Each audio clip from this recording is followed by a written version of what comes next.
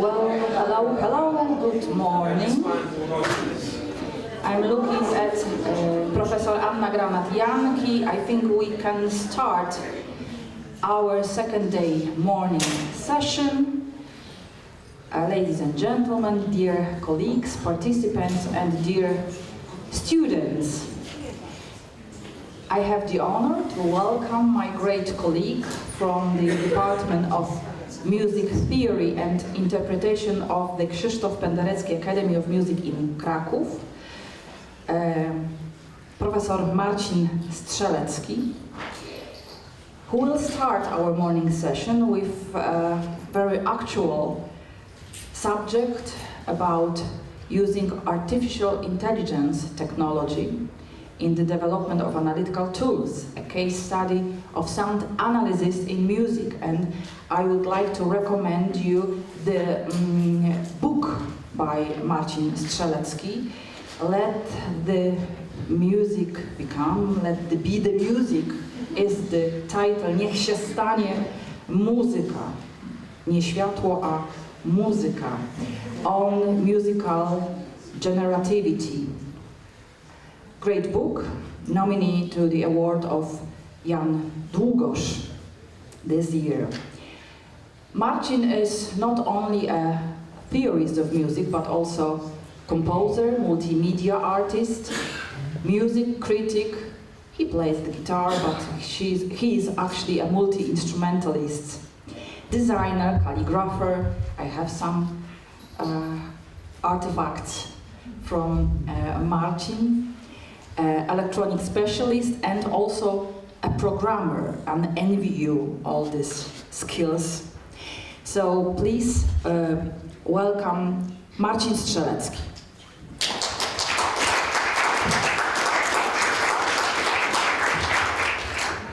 I am the only one in this blog.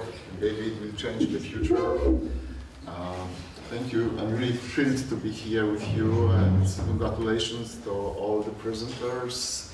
What I want to say is kind of reporting what's possible today with this subject using commonly accessible tools. I will not focus on very specialized tools because it requires advanced expertise in computer programming, computer science.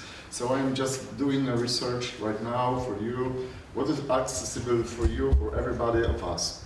And first thing I must state that I would like to start saying that the music is first. I mean, we are discussing technology today, but our real focus is music, understanding, experiencing, creating, and the technology serves these goals. So I will not put the technology forward as a main goal, it's a tool. Okay. That being said, I said that I am would like to say that this technology is already with us for only 2.5 years. I mean, the useful AI for everybody is only 2.5 years. But in our minds, it's already grown like a really important subject, very hot topic. One can assume that this is just the beginning, and the rapid and intensive development still lies ahead. So this technology carries hopes for addressing humanity's most pressing challenges, solving problems, but also highlights potential dangers. There are also lingering doubts of a philosophical and ethical nature. The fundamental question is it real intelligence or just a simulation, an illusion of intelligence? So we have this famous discussion between functionalists, which says that intelligence is a function of the system, like Alan Turing and others. But also there are essentialists, like Roger Penrose and John Searle, recently passed away, John Searle, very important philosopher in this topic, in the philosophy of mind. And they say that no, intelligence is a feature of biological organisms, and it happens in material quantum processes. So I will not go deeper in this, but instead I take the instrumental stance today. I treat this technology like any other tool. So it's always good to understand the tool we are using. I've been programming AI technology for more than 20 years, so I keep track of the progress for a long time. And today AI tools rely on artificial neural networks, this kind of technique. There are different techniques of AI. And the prominent one, the leading one, is artificial neural networks today. So notably the GPT architecture, you have likely heard about. GPT is a generative pre-trained transformer. It's a kind of neural network.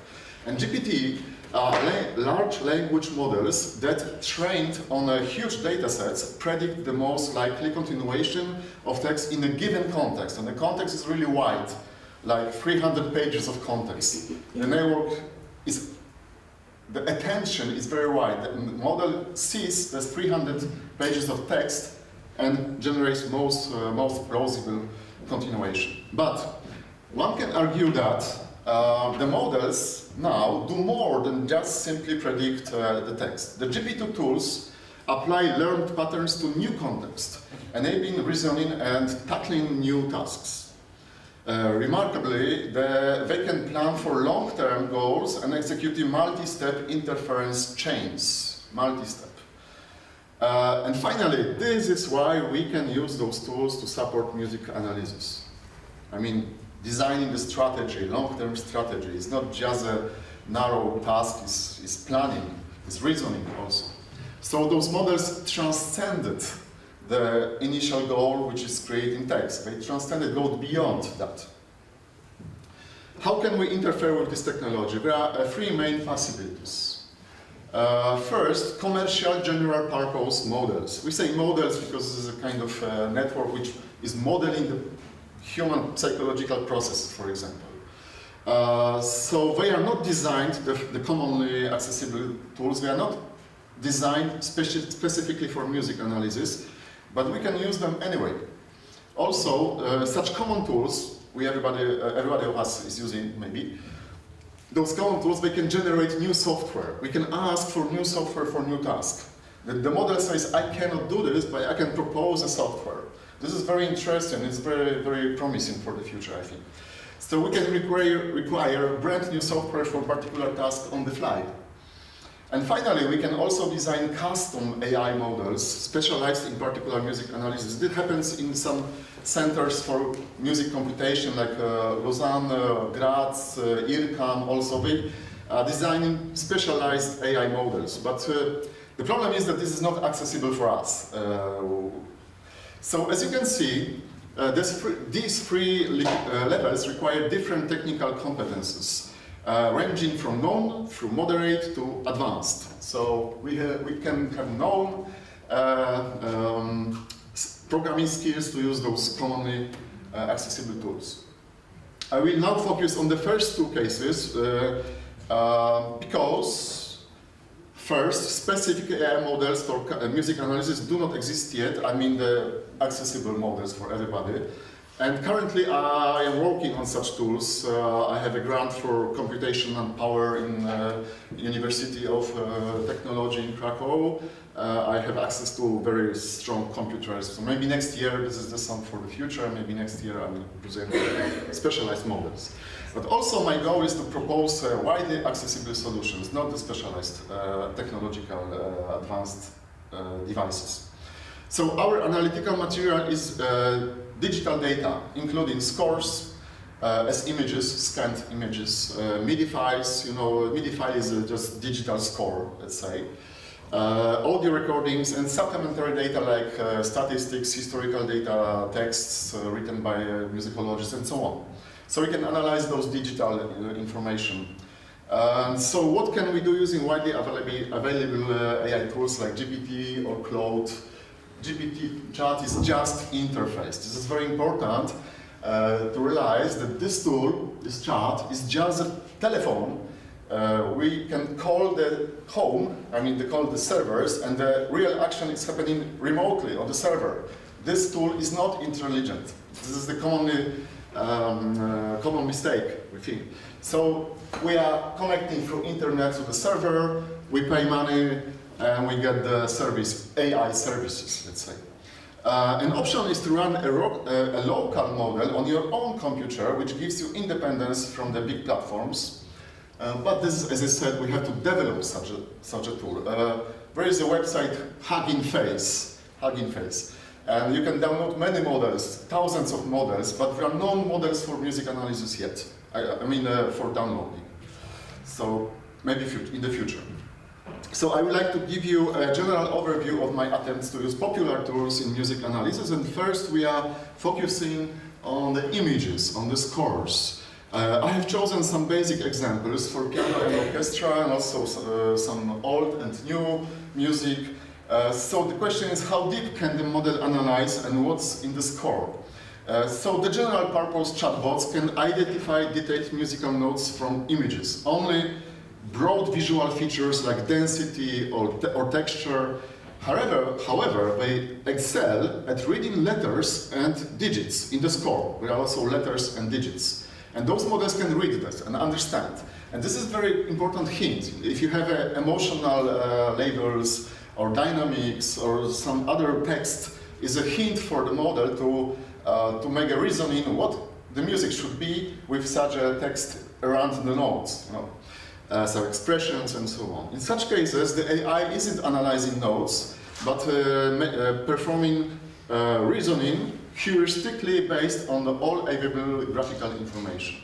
For example, it recognizes the style of this famous decaphonic piece pretty well. You know, the model didn't know what is it. It's a blind test. It recognizes quite well what it might be. It's very interesting, I think. If we expect to analyze particular notes, this case falls into optical character recognition. In case of music notation, this is well-known old problem, the optical character recognition, the transcribing music from scan to notes. There are specialized AI services like Clang.io, but they are not very good still. For example, they can recognize Scarlatti piece reasonably well, but they fail with, they are really ridiculously bad when it comes to non-traditional scores like Canhens, Klavierstück 4. The same is with audio transcription, which have even poorer recognition results.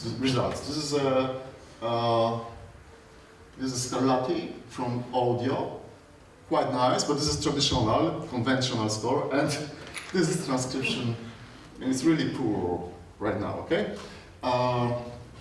When we ask for an analysis of Xenakis, also blind test, Jean-Cher, the model accurately recognizes the musical style. It's interesting, I think. In subsequent conversation with the model can interpret the music in its cultural context, based, of course, on its pre-learned knowledge. The model has a knowledge.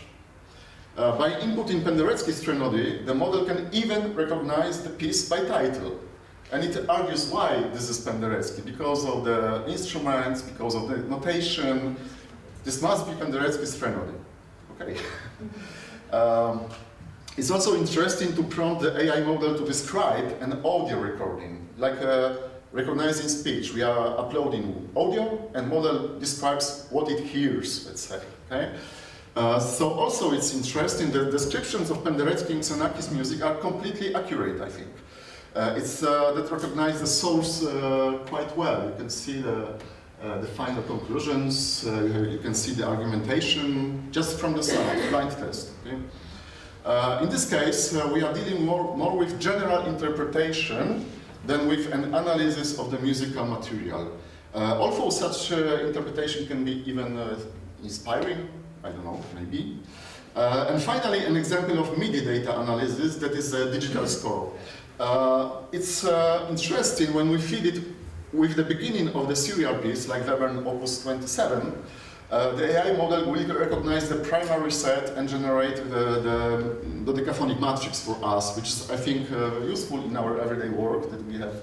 This is made automatically, I think, nice, but nothing more. The model fails when it comes to analyzing later transformations of the pitch set in the piece. So when we are interfering with the AI model, when we are working with the model, many times it internally runs some programming code generated by itself. And here we move to the most important point. The model, instead of solving the problem, suggests generating a computer program. You can see that we are interfering, we are doing prompt, and we are looking what is going on, and it creates software. Okay? This is interesting because it's something new. One might say that in essence, it's just well-known old-school computer music analysis. Yeah, we have a program and we analyze. But the point is that it's now available to all of us, even without advanced computer programming knowledge. So until now, we search for software that could perform specific tasks, until now. But from now, now we present the problem to AI assistant and demand that software can be created right here and now. I think this kind of shift in thinking and hints at how we will work with computers in the future. So I move to the particular problem, which is timbral analysis in music. This is the half of the time, and now we are going to the main. So we will base on the spatial metaphor of timbre. In short, timbres have features like brightness, roughness, and so on. Once we treat those features as spatial coordinates, we end up with a timbral space where, it is important, similar timbres are close to each other, and different timbres are distant from each other. Okay? This is not new. For example, Pierwsze Fe used the space, the timbral space. Even Schoenberg said about space that the pitch is one dimension of timbre. Also, Lutosławski said that in his 12th harmony, the situation is multidimensional. This is commonly known metaphor. Also, in the 70s, John Gray proposed a model for analyzing music as a space, timbral space. We can even think about musical timbre as a trajectory within a timbral space of particular piece of music. Trajectory. That piece draws the trajectory within the space. It's a very basic example. This is a spectrogram over the timeline. We have A major, 3 tones, 20 randomly chosen tones, and the white noise here. So we go through those sounds. Here, A major, and noise. Okay, so we agree that there are different timbres, okay? And now we are calculating 3 most important features of timbre, like brightness, roughness, and tonalness, for example. Over the time, we can calculate it using computers, okay? The high roughness, low roughness, high brightness, low brightness. If we treat those features as coordinates, okay? This is a very important shift. Features are coordinates in 3-dimensional space. So we have roughness, brightness, tonalness, and now let's see what happens.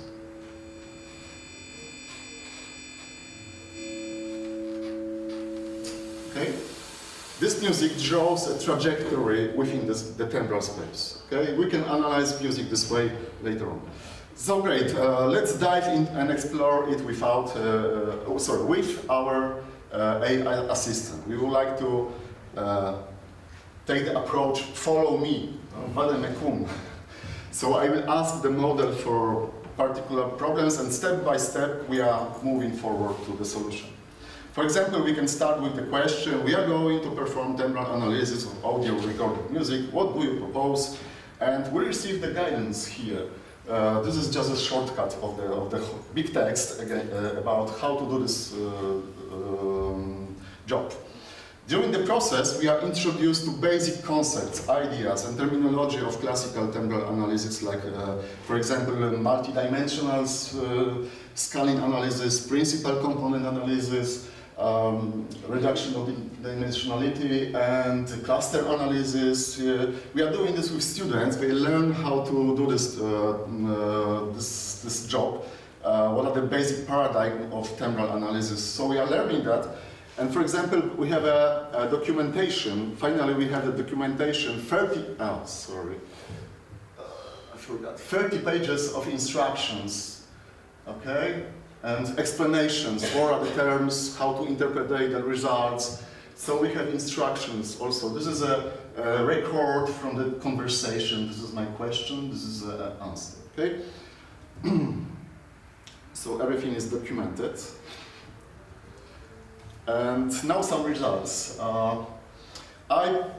Finally, I designed a tool which is available online. You can, at the end, I will also show this address. This is my server at home. It's safe. It doesn't collect your data. You can log in with any data you want. And I have links, so we'll try to, for example, let's try Lutosławski, the Symphony No. 2, opening fanfare. This is the problem with this. Okay. So we have the timbral space drawn by Lutosławski's fanfare. This is opening, this is brightening, climax, density, and decay. So we can see that the music evolves in time, drawing the trajectory. So this gives a glimpse of the form that the timbre is formal factor. It creates a form or is important for the narration. Also interesting is, for example, I put this in this analysis to the Society of Witold Lutosławski. There is a, they ordered this from me here. So we have my article, and this analysis is available online, okay? On Lutosławski Society. You can use it on the website. So it's very interesting that everybody can interfere with this, I think. Bolero, my famous example is Led Zeppelin, Stairway to Heaven, okay? It's very interesting because we can see that the timbre is a formal factor in this. There is a opening, acoustical sounds, you know this, flutes, guitar, okay? There is a strumming phase, there is a electric solo, there is a bridge, and there is a finale. So we can see that Stairways to Heaven is organized in like 4 main clusters, timbral clusters. This is 4 main stages. So this is just an example. I have also one more. This is, for example, Verdi, Dies Irae. You can see the recurring moments, where these confutatio moments, very dynamic. And Verdi is also using timbre to make a narration clear.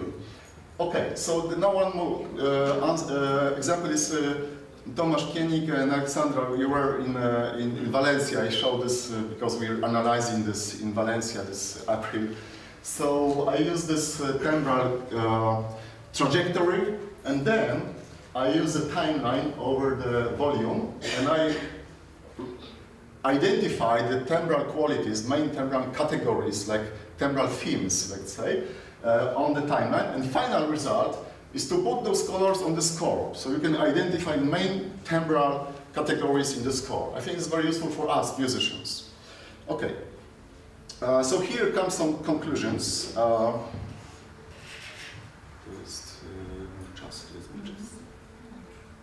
Conclusions. So I would like to say that with commonly accessible tools, we can use the models do not read music. Instead, they can describe images described or interpreted according to the pre-learned knowledge. They have a wide-ranging knowledge and can perform interpretation. They can also generate new programming code because programming languages are very well defined, and language models are very good at programming. They are very strict. And I think that interacting with AI models, as I've shown, interacting, asking questions, giving solutions, is the best thing we can do today, okay? In my scientific work and creative work, I have been using AI tools for more than 20 years. And here's a shortened list of my main papers and works using artificial neural networks and genetic algorithms. This is 22 years of experience. So, but the question is that when I propose these tools, people say, oh, it's very interesting, but I cannot take advantage of that. This is your private thing, you can do this, but I cannot repeat this, you know, I cannot use those tools because I'm not having skills like programming skills. So I felt a little bit lonely, I must say. You know, I proposed this for 20 years and it's been so lonely. But now I think that I can share this, everybody can do this, and we can share the experience. So I'm not so lonely anymore, I think. I hope. Another lesson is the glimpse of the future, because the code will become the AI assistant's private domain.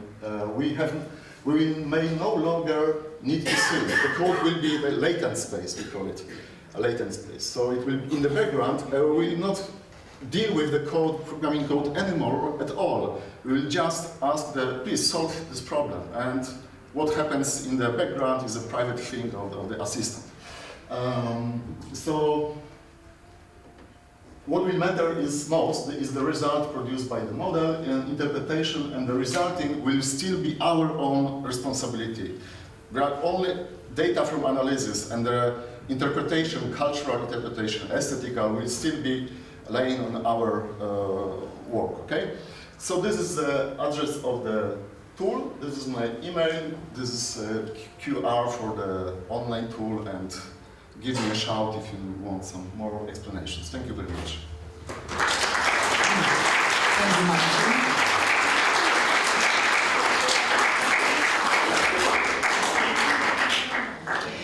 Well, thank you. This is an absolutely fascinating world, and maybe a little bit more familiar now in 20th century than, for example, 20 years ago. You may feel then very lonely. Actually, as I said, I envy you all those skills, but they are, I think, much more familiar for us today. Okay, I think we have a time for questions. Maybe there are some questions from our room. John Ring. Thank you very much. That was really fascinating. I wondered if you could go back to your previous slide, because I think there's a slight contradiction in the conclusions. That one. No, the one where it says, no, the next one. No, keep going, sorry. The one where you said what matters most is the result. I think that was the penultimate, maybe before the references. One more. Sorry. That's one. Your second point there, actually, I think is slightly contradictory with what you've been saying and arguing. I think I would be tempted to word it, what matters most is what we do with the results produced by the model, because that then relates to your final point.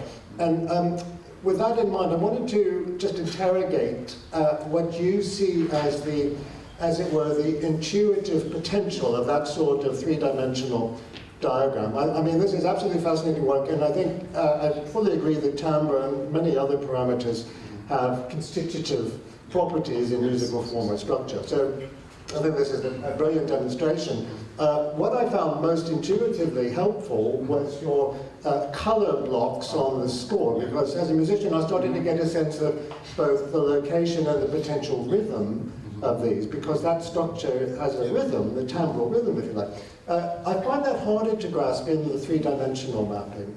And I just wondered, although it's visually arresting, particularly when shifted around different axes, I just wonder what intuitive value you see in that, or what you might do with the interpretation of that kind of result. Thank you. The first thing is, of course, that the result is the most related to the first point. This is the continuation of the first point. I mean, the result of working the analysis, you know, of course, the most important is what we will do next with those results of analysis. But here I would like to focus on the, we don't want to say peeping hole, what are you doing AI? What are you doing there? We are not interested in, looking what are you doing, we're just interested in the result of analysis, of course. And then we are doing interpretation. About the later question, the former question, this is very interesting because over the hundreds of years in music analysis, in musicology, we use metaphors. We use, for example, metaphor of harmonic tension. Tension is a metaphor, there is no tension. We use colors. There is no color in music, this is a metaphor. We have also this, in harmony, we have these forces, like internal forces, and there are no forces, it's just metaphor.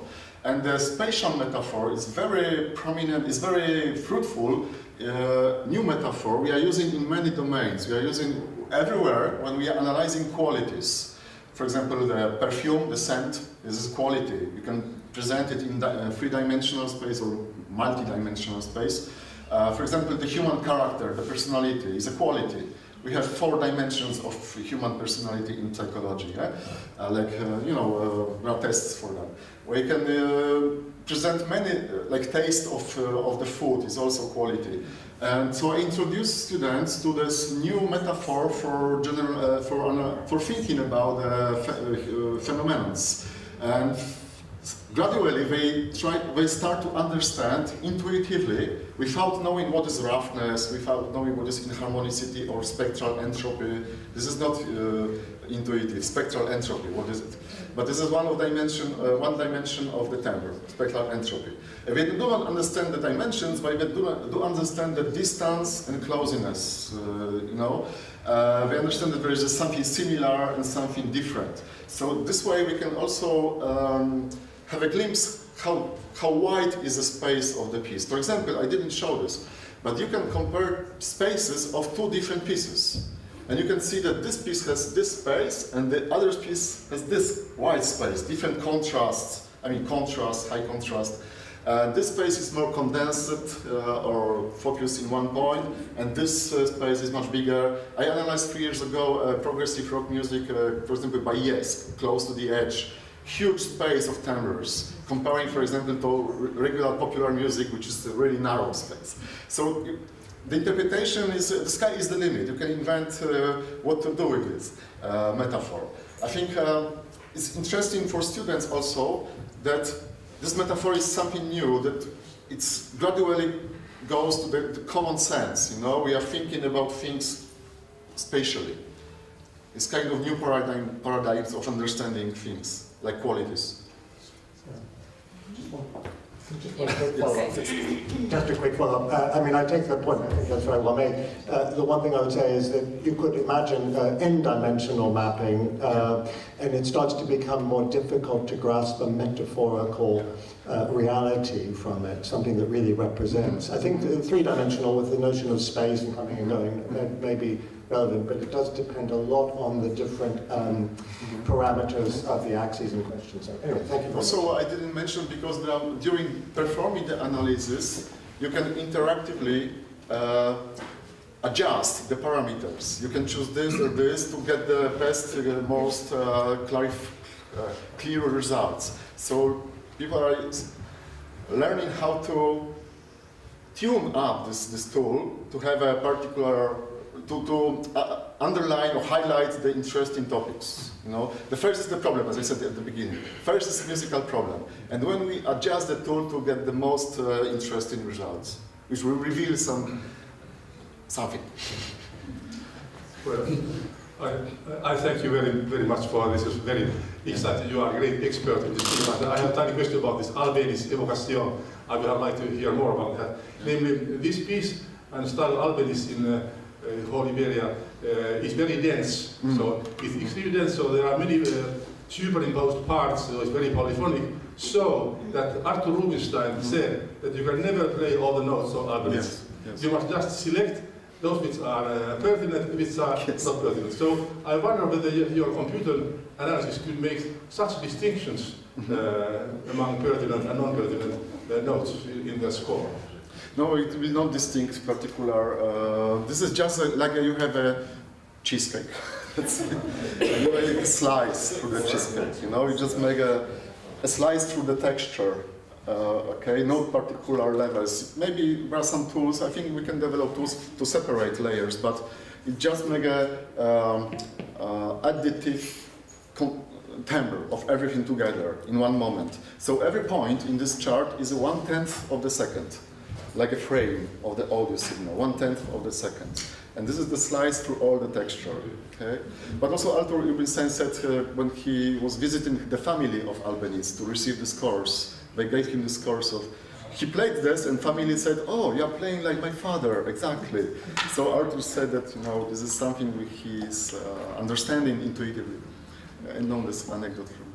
This is very fascinating subject, but we have time only for one more question, maybe, Violetta.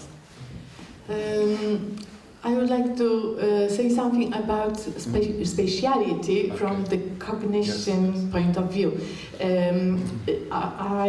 You mentioned spatial metaphor. I'm not sure if it is metaphor because cognitivists say it is spatiality is one of our first experience we get on the earth. When we are children, this is our first knowledge, our first concept, not of course not set, but we keep it and we have it till the last moment of our life. Yes, yes. So maybe this is the reason that to show analysis of music by spatiality is would be well understood by everyone. Metaphors we live by. And of course, Space and time, this is a very primary experience. Also anthropologists, they underline this, like Jan Czekanowski, Człowiek w czasie i przestrzeni, his main book. Yeah? Also, when we say in language, for example, I said, I will not go deeper into that. This is a spatial metaphor. Also, his opinion is far from mine. Far from. This is a metaphor. So this way. But in cognitive psychology, of course, they use this. The idea of trajectory I actually took from the book of Bordwell. He's analyzing movies from the cognitive point of view, and he said about trajectory between prototype centers, because we have cognitive schemas. Yeah, like for example, the schema of the chair, the schema of the Baroque style, schema of the classical style, and our perception goes between centers of this metaphorically. So the spatial metaphor in cognitive psychology is very, very basic. That we have schemas, for example, Baroque, classical centers. What is typical Baroque? What is typical classical? And now we have Rococo, somewhere in between. So if you listen a lot of Rococo, you will develop your own prototype of Rococo. But if you don't know Rococo, you will see, oh, this is more classical or more Baroque. You know, it's like a categorization in cognitive psychology. Categorization to the closest to the schema we possess. Okay. Okay, so it's time for very short coffee now. Thank you very much. Let's thank Marcin once again. Thank you. Yes, and now short break. And I propose all the speakers to take a photo, a group photo. Can we do that now?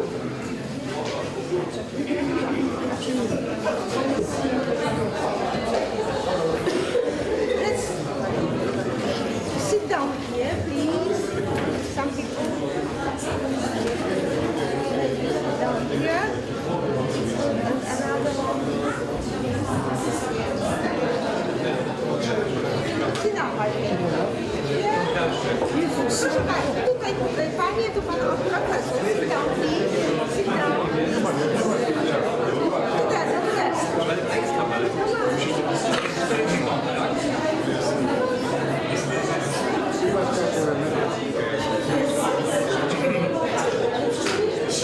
Chodźcie, ja z profesorem, a wy tu.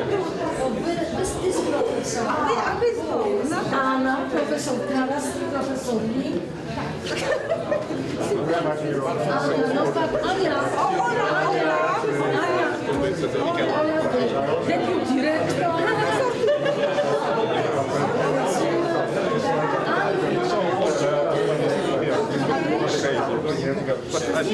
Zrobi Pani nam zdjęcie? Kto mi zrobi?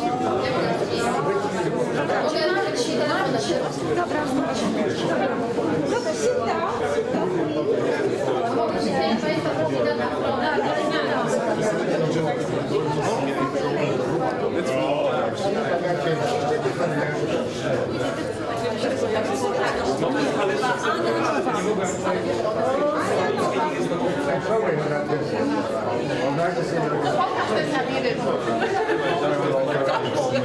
Bo jeszcze ci zasłonię w sklepie. No dobra, jest ładne zdjęcie.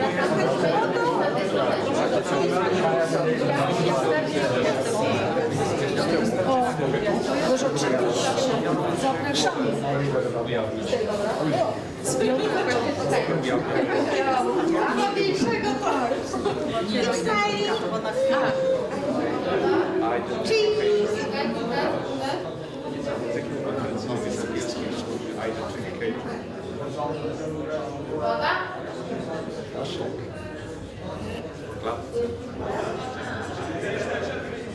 Cheesecake.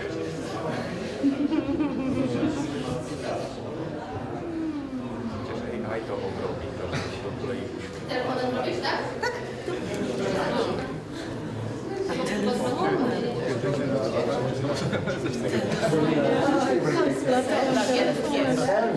No właśnie. W jakim jest? O, Malwina jeszcze idzie. O, Malwina. Malwina, szybko, Malwina! Załapiesz się na zdjęcie. Z której strony? Tu. I said not for a second. Uwaga. Smile. Jeszcze sekundkę, ja powtórzę.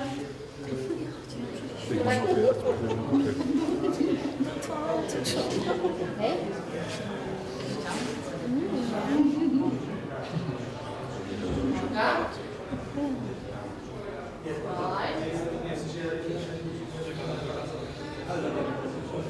Hey. One more by camera.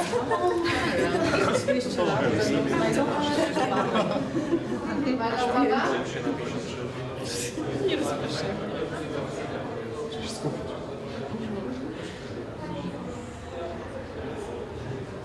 Dzięki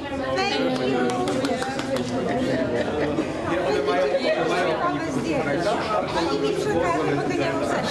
Dobra, znaczy ja przekażę Jaś. Dobra? Ja bym cały, że tak powiem.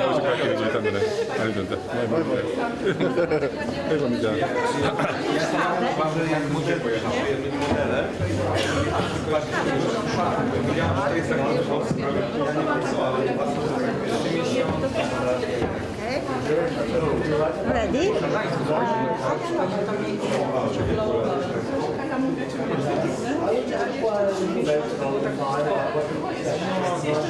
Bardzo dobrze. Pięknie, bardzo się cieszę. Tak.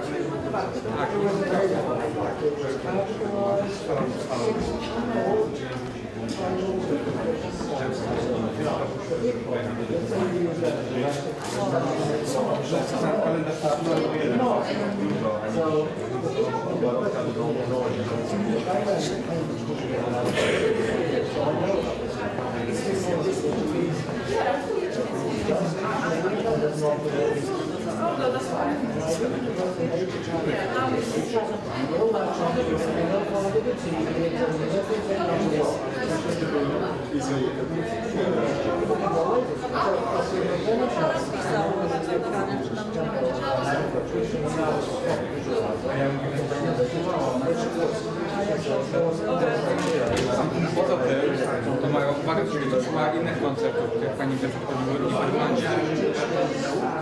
Ale niech pani się koniecznie spotka, jak pani będzie w Stanach. Pani będzie w Nowym Jorku. Niech pani się do Nowego Jorku, niech pani się z nim spotka. Lowell Lieberman. On napisał 2 koncerty fortepianowe. I koniecznie. Bo wie pani co? Problem z studiami amerykańskimi po prostu polega na tym, że my patrzymy z punktu widzenia europejskiego na wszystko, co się tam dzieje. A to jest olbrzymi błąd. Tam po prostu jest dużo wielu kompozytorów, którzy z punktu europejskiego nie są w ogóle ważni, ale z punktu amerykańskiego są ważni. Więc jakby ta perspektywa, czy trochę głębiej wejść w to. Dlatego myślałam sobie, dobrze, że Pani spotkamy, tylko Marcina będzie, to od razu w ogóle Wojtek jest tam. Tak, ja też pojechałem z tego, że nie będzie miał dobra, no pokoczyki ja też pojechałem do amerykańskich kompozytorów i robiłem wywiady i właśnie z Lowellem Liebermanem, z Jackiem z Markiem bardzo i mogę też dać do niego po prostu kontakt, powiedzieć, bo tak, mogę Ci też materiały, żebyś chciała zostać przygotowanie bardzo fajnie, to mi się bardzo podobał ten temat, że coś te fortepiano, że będziesz robiła, wiem.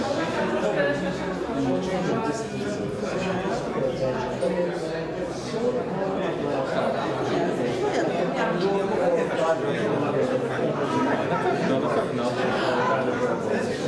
Bardzo fajnie. Super.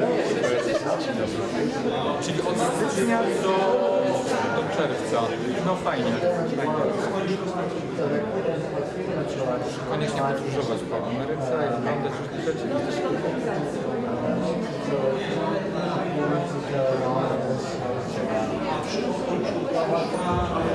Ja byłem w Kalifornii, ja byłem w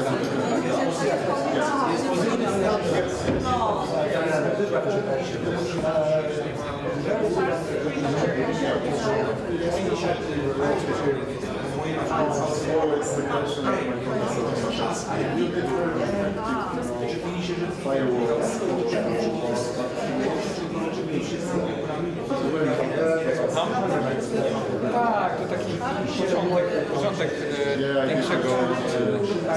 większego projektu, tak. Nie no, habilitację już zrobiłem,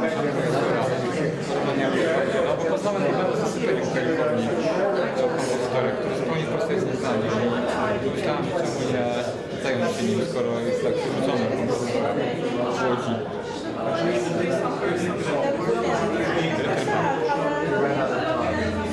No właśnie, mało.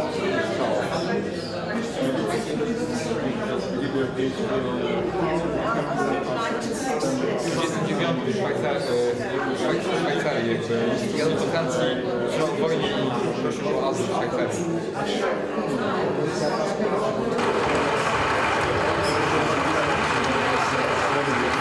Niewiele rozumiem, piosenki są bardziej, numery zabyte będą już. Tak, ale on lubi taką twórczość też i on pisał wszystko.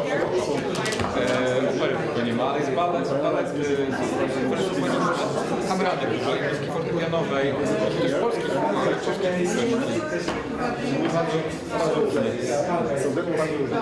I romantyzujące, i neoklasyczne, i bardziej socjalistyczne, ale on nie wchodził w takie awangardowe rzeczy, absolutnie nie.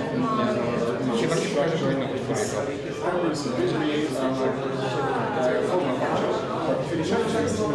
Tak. Wyjednał mnie, w Polsce czasy są nie wiadomo. Tak.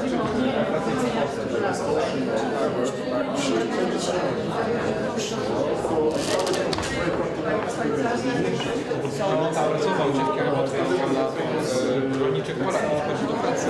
Szwajcarzy był tak wiadomo, tam chciał pracować. On zrobił doktorat w Bernie. No i tak został za obywatelstwo szwajcarskie, które było bardzo trudne. No. Będąc już w Szwajcarii, nie, przepraszam, wcześniej, po wojnie, w 1939. Tak, no. On jadąc do Francji dostał cech, że jest wojna w Polsce. Najlepiej, że pojechał do Szwajcarii, pierwszym ciągiem dwuzasadnie pojechał do Szwajcarii. Pojechał do Szwajcarii, no i tam, no co mu zrobił, tak mówiąc, zasłania. Tyle nie ma ściągnąć, więc zaczęliśmy siostrę brata. Został na Włocławca. Wcześniej tak zaczynał. Do 1955 roku w Szwajcarii poznał swoją żonę, wróżkę, a potem stwierdził, że tam była taka okazja do Montrealu pojeździć, w Kanadzie. Potem przez jednego Szybka pojechał do Chicago, no takie różne zawiłości. Potem w Chicago był. Nie, no, kiedyś pojechał do Los Angeles, zobaczył pan z końców, która później mówię, i tak się zakochał w świecie. I tego zabiło po prostu reggae.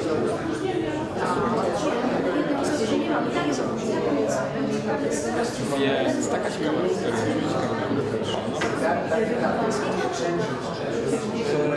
On miał 15 rok, 79, a miał 65.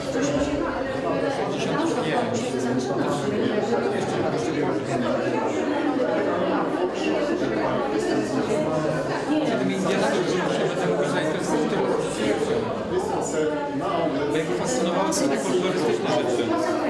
Zbierał takie folklorystyczne rzeczy. No powiem trochę o tym, no. Króciutko, taka trochę inna historia. Pozwolimy sprawdzę sprzęt, dobrze? Będziemy jeszcze rozmawiać. May I try only? Try? Nie, ale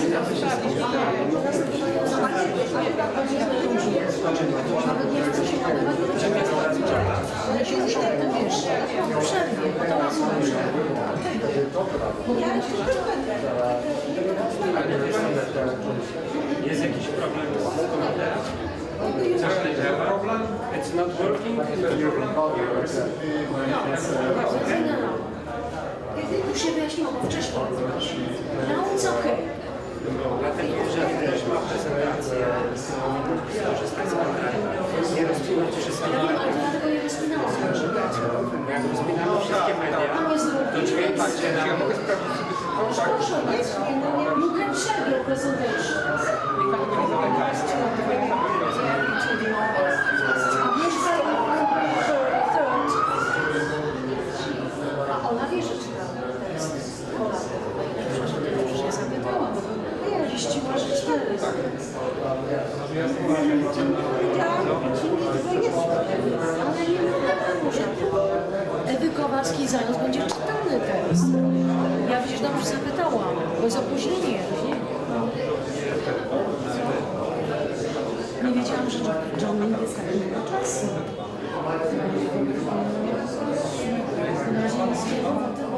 Prezentacja na całe katalog.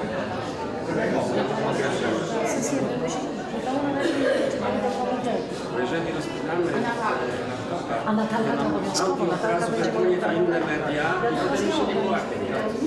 My musimy próbować wszystkie media. Nie mogłem, bo musiałem iść do biura promocji. Czy ja muszę to sprawdzić? Ja są pierwszy teraz. Działają musi.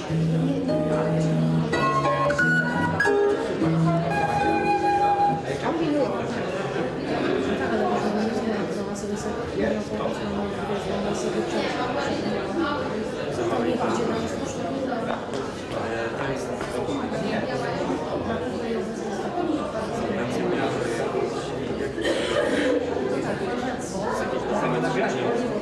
A nie ma tutaj może się nie wyświetla.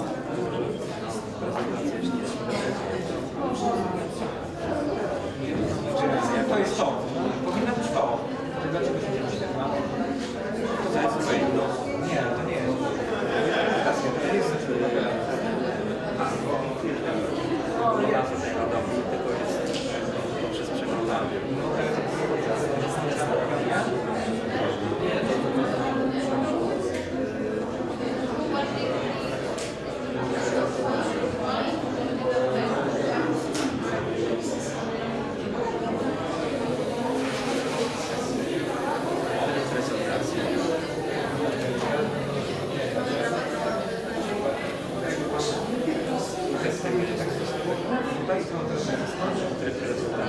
A, okej, dobra, super. A to teraz puszczę. Niech pan spuści, niech pan pani. A to można już Tak. Dobra, Super. Dobra. A pani prezentacja jest bardzo... To jest głównie przez to, że się sprzęt. Bo nie powinniśmy przeginać, bo kiedy dźwięk zaczyna wariować. Trzeba razem przestawiać i na każdy komputer się skomunikuje z tym, że Wszystko działa. O, i trzeba iść w lewo i zaraz tam potem jest tam w lewo i po prawej stronie. Dziękuję bardzo. I think it's press, yeah, and then the first one. nie działa. Nie działa. It doesn't work. Bo pani nie chce, żeby był ten widok, tylko pani chce, żeby był... Mogę zrobić w ten sposób i wtedy będzie tutaj dla ludzi, a tutaj dla pani. Jeśli pani tak chce. Tak pani działa? Yes, I know. So we must start. Ladies and gentlemen, dear participants, we must start because we are late, unfortunately. So welcome. You can, of course, give coffee. Welcome cordially. And we'll start next session connected with the analysis of 20th century and 21st century music, so contemporary time. We will have 4 speakers. Final paper will be written by Alexandra Ferenc. So we'll have 4 presentations. As the first, Professor Gesine Schröder connected in her research line with 2 great institutions, Hochschule für Musik und Theater in Leipzig and Universität für Musik und Darstellende Kunst in Vienna. So Leipzig und Vienna. Professor Schröder is also connected with many boards, also not only musicologist but aesthetician, theorist, and her domain are counterpoint of 20th century music, counterpoint, as I read in biography, also technique of translation of transposition, also gender studies and music aesthetics and technique of orchestration. Hence the title of Professor Schröder paper, Momentary Snapshot of the 20th Century, Boulez orchestrates Ravel. So very important title. So the floor is yours. Professor Gesine Schröder. Thank you very much for the kind introduction. I try to hurry because we have 4 lectures, as you already said, and in 2 hours we will all be hungry, and so I will try to not too much time. This lecture is dedicated to Pierre Boulez. The lecture is dedicated to Pierre Boulez. He was born in 1925, so 100 years ago. Another child with a birthday this year is Palestrina, where also we have some of these festivities, but Boulez is a younger child of birthday. I'm not a Boulez specialist, nor have I consulted Boulez sketches.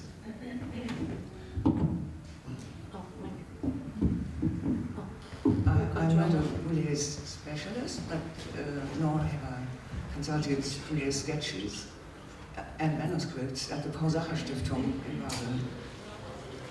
However, one of my areas of expertise in music is musical adaptation, or this is a more or less really untranslatable word, Bearbeitung, musikalische Bearbeitung.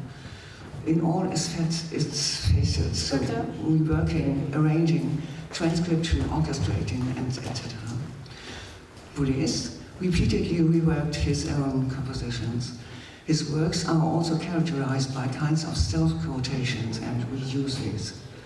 But Boulez hardly ever reworked compositions by other composers. So why did he do so in the case of a very short piece by Maurice Ravel? This is my question. Boulez orchestrated Ravel's piano piece Frontispice from 1918. Ravel's piece is actually, had actually served as a Frontispice, hair to a poem or Langgedicht, long poem, by the film theorist Ricciotto Canudo, with the title Le Poème du Varda, first published in the magazine Feuillet d'Art, a few years later also as a book, with Ravel's piece as a real frontispiece. The piece plays with the numbers 2 and 3 and 5. It is 15 bars long. So to illustrate what Ravel did, I show you, I would like to begin with a look at some details. The 15 bars of the piece are divided into a crescendo of 10 bars, so 2 times 5, followed by an apotheosis in English perhaps, of 5 bars, half as long. The 10 bars at the beginning are polyphonic in the sense of 5 independent melodies or ostinato patterns. The 5 bars at the ends are homophonic and consists of triads with motival dubbing. So Here is the first 2 pages, and these are the second 2 pages. The last 5 bars. So the last 5 bars are homophonic triads, with many doublings, and the other 10 bars at the beginning, so 2 times 5, are polyphonic in the sense that we have 5 different melodies or features, and also 5 different areas of play on these pianos. So 2 pianos for 5 melodies and 3 players. The first piano has plays with 2 hands, so it's in the middle of the instrument. The middle key is the D. Eingestrichenes D, so I don't know this English word. So what is in the center of the keyboard? And the first piano has its ambitus is here. It starts just above of this D, and the second piano starts in the lower register, and the third player plays on this first keyboard, but only with 1 hand, and the highest register.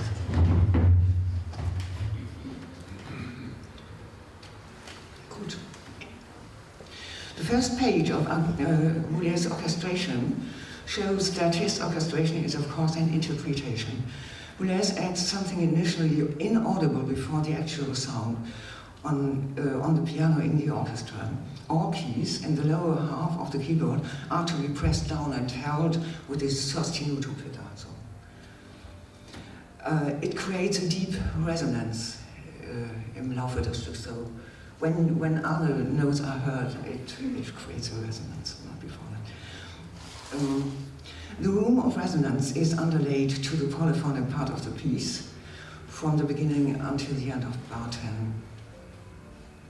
So this is additional. You can perhaps remember the piano part, the piano Ravel's original, more or less, and this is repeated, added.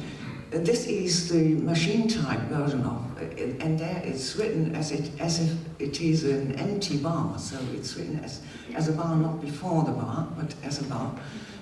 So it's more or less an interpretation, also even in the way it is written down.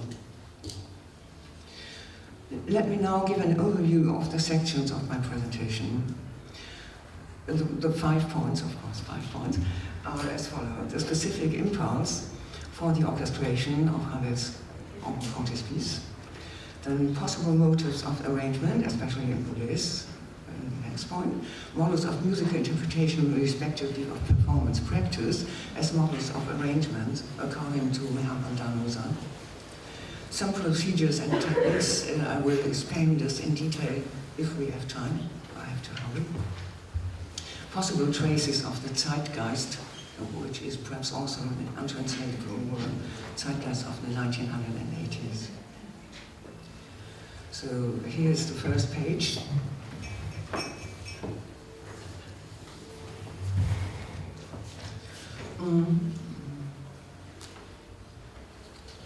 The specific occasion, Boulez's adaptation of Ravel's piece for a large ensemble of 31 players was first published in 1988 under the title Frontispice Maurice Ravel, Orchestration par Pierre Boulez, in a Liber Amicorum, so a commemorative volume, a book by friends.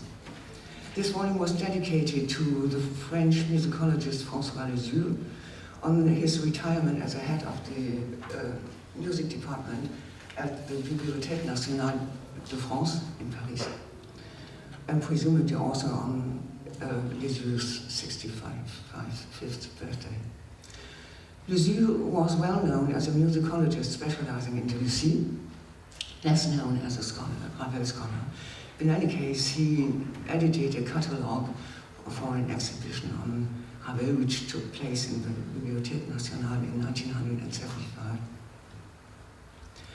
Boulez orchestrated Frontispice even 1 year earlier, so in 1987, It was completed shortly before the 50th anniversary of Ravel's death, which was in December 1937. Here we can see the date of the completion of finalizing. Boulez orchestrated 40 pieces. Here are the dates again, and it was premiered in April 1991 in Paris by the Ensemble Contemporain, conducted by Boulez himself. Boulez adapted his ensemble version for a large ensemble. He adapted his ensemble version of this piano piece in 2007 to a version for full orchestra. Here are only the strings parts, where only the strings parts were more or less revised. The work's history therefore encompasses two forms of arrangement or orchestration. First, the ensemble version, and second, the orchestra version. I cannot go into detail. Later, if you have questions, we can go back and look which details were changed there. In 1915, the Dutch musicologist Emanuel Overbeke published a lengthy essay in the Musical Times on Boulez's relationship with Ravel. He discusses, among other things, frontispiece. Overbeke recalls a statement by Boulez about what orchestration can mean. In his eyes, it does not merely mean giving a timbre to an unchanging texture, but rather inventing new textures along with a new timbre.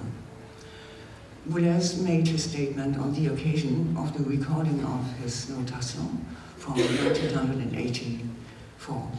He argued that his approach to orchestral composition was similar to Debussy in Jeu, and not to Ravel, because Ravel orchestrated very literally. He didn't add bars and voices. Motives for arrangement, especially in Boulez, are here. Here we can see a list of possible impulses for adaptation, orchestrations, or reworks, etc. Perhaps we can expand his or her own aesthetic and compositional techniques, popularization, improvement, modernization, to complete a piece. You are perhaps in the search of the original text, or there are perhaps outside motives, so you want to have a special concert program, and other things, of course. Here are the modes of musical interpretation. So the term musical interpretation, or musikalische Interpretation, it is what in English is more or less studies in performance practice, or performance praxis. These modes could be historically reconstructive mode, the traditional mode, and the updating mode. And these two the impulses and these modes can be overlapped, which I will try the next. So now I hope it works, to the score.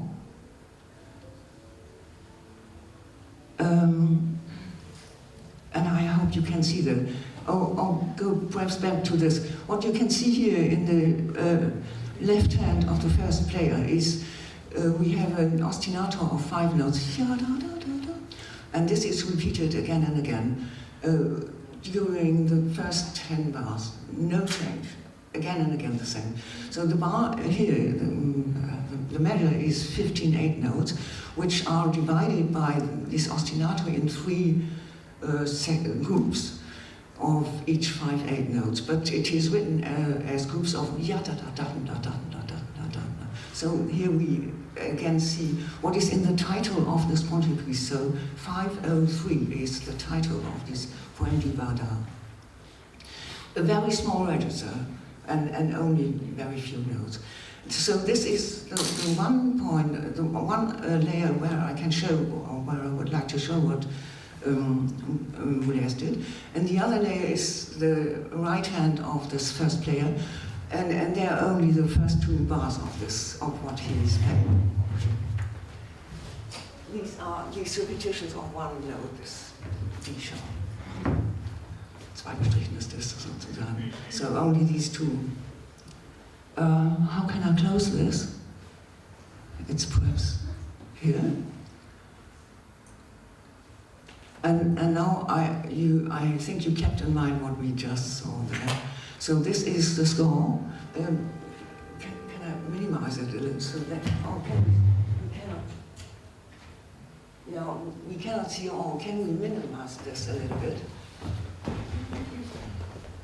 No.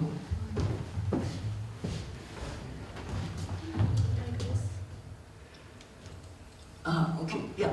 Yeah. Genau. Yeah. Thank you very much. And now I can explain, and I will really try to hurry, what Juliet is doing. So we have this ostinato of 5 notes, which is in the middle register. For this ostinato, he chose 3 instruments also of a middle register. So an alto flute, which is written in G as a transposed instrument, and a clarinet in A, which also is transposed, written as a transposed instrument, and a bassoon is in the high register. So they are playing in this middle register.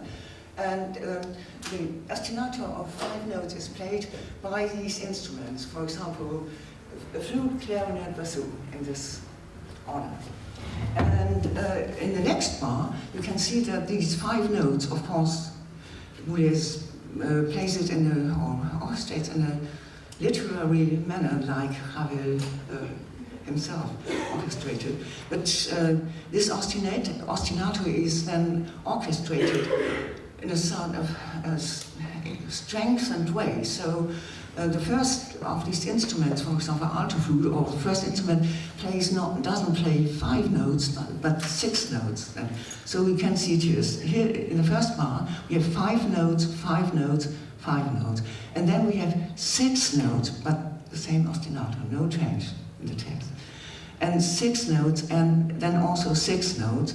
In the next bar, we have 7 notes, which, of course, is lengthened then, so that it doesn't, it is not the same as the bar. Then 8 notes, then 9 notes, then 10 notes. And when these 10 notes are finished, this polyphonic section is over. So it's a wonder. So it's curious that this overlaps. So this is more or less the literal order, but there are some doublings. The doubling works in this way that whereas inverts in a way the usual manner of orchestrating. Usually you have, if you want, so one note to be held, you will perhaps use a wind instrument which can hold the note. But here is a group of instruments, so-called short note instruments, or short tone instruments like piano or celesta or tubular bells. So they give this output, and then the note has a decrescendo and could not be held. And res is doubling these ostinato of what I just explained, in that way that we have a short note instrument which is played as a virtually held note, and it is doubled by an instrument which could hold the note, so in this case the horn. It's very small, but you can see perhaps here's the first note of the 5 notes, which is in the horn, and this instrument, the tubular bell, plays this first note, but the hold of the note, that the note is hold is more or less virtually. And what he did is an extraction from these ostinatos. So from the first play of these 5 ostinato notes, we have only a doubling of the first note. Then in the next ostinato, the second one, and then later, so in the third one, the second note is held, so that we have in this instrument note 1, 2, 3, and then 4, 5. So all is stretched as it is in this instrument, but there are other modes of stretching. For example, in the reverse order, some have the numbers, tones 5, 4, 3, 2, 1, or the even and the odd notes, so 1, 3, 5, 2, 4, or the other order, 5, 3, 1, 2, 4. Sorry. So many layers of these short note instruments which seem to be zufällig, so random in a case. You cannot catch the sense by listening. And now, very short, I explain what Boulez is doing with this other held note. It is this repetition of the D sharp. And it is something like a held note with accents. Here, each note is in another instrument, is given to another instrument. He chooses also a group of 3 instruments, and it goes through, so in this way, so in this order, not as in the other trio where it goes like this. Dum, bum, bum, dun, dun, dun. Da, da, da, and then reverse, yan, dun, dun, din, dun, dun, dun, dun, dun. So all 6 combinations are tested, and when these combinations are done, these first 10 bars are over. It's like a wonder that it really works. So and now I go back to this and say my last sentences. The last page.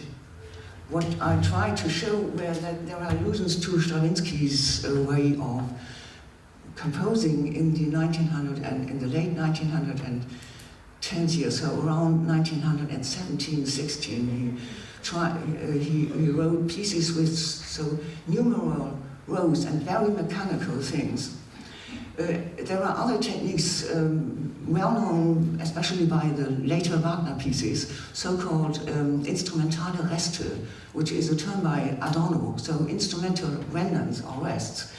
You have this one note, I couldn't sing this of course, but it's not only repeated, but the note which is first coming in is held a little bit longer, so that we have a very short moment where both instruments have the same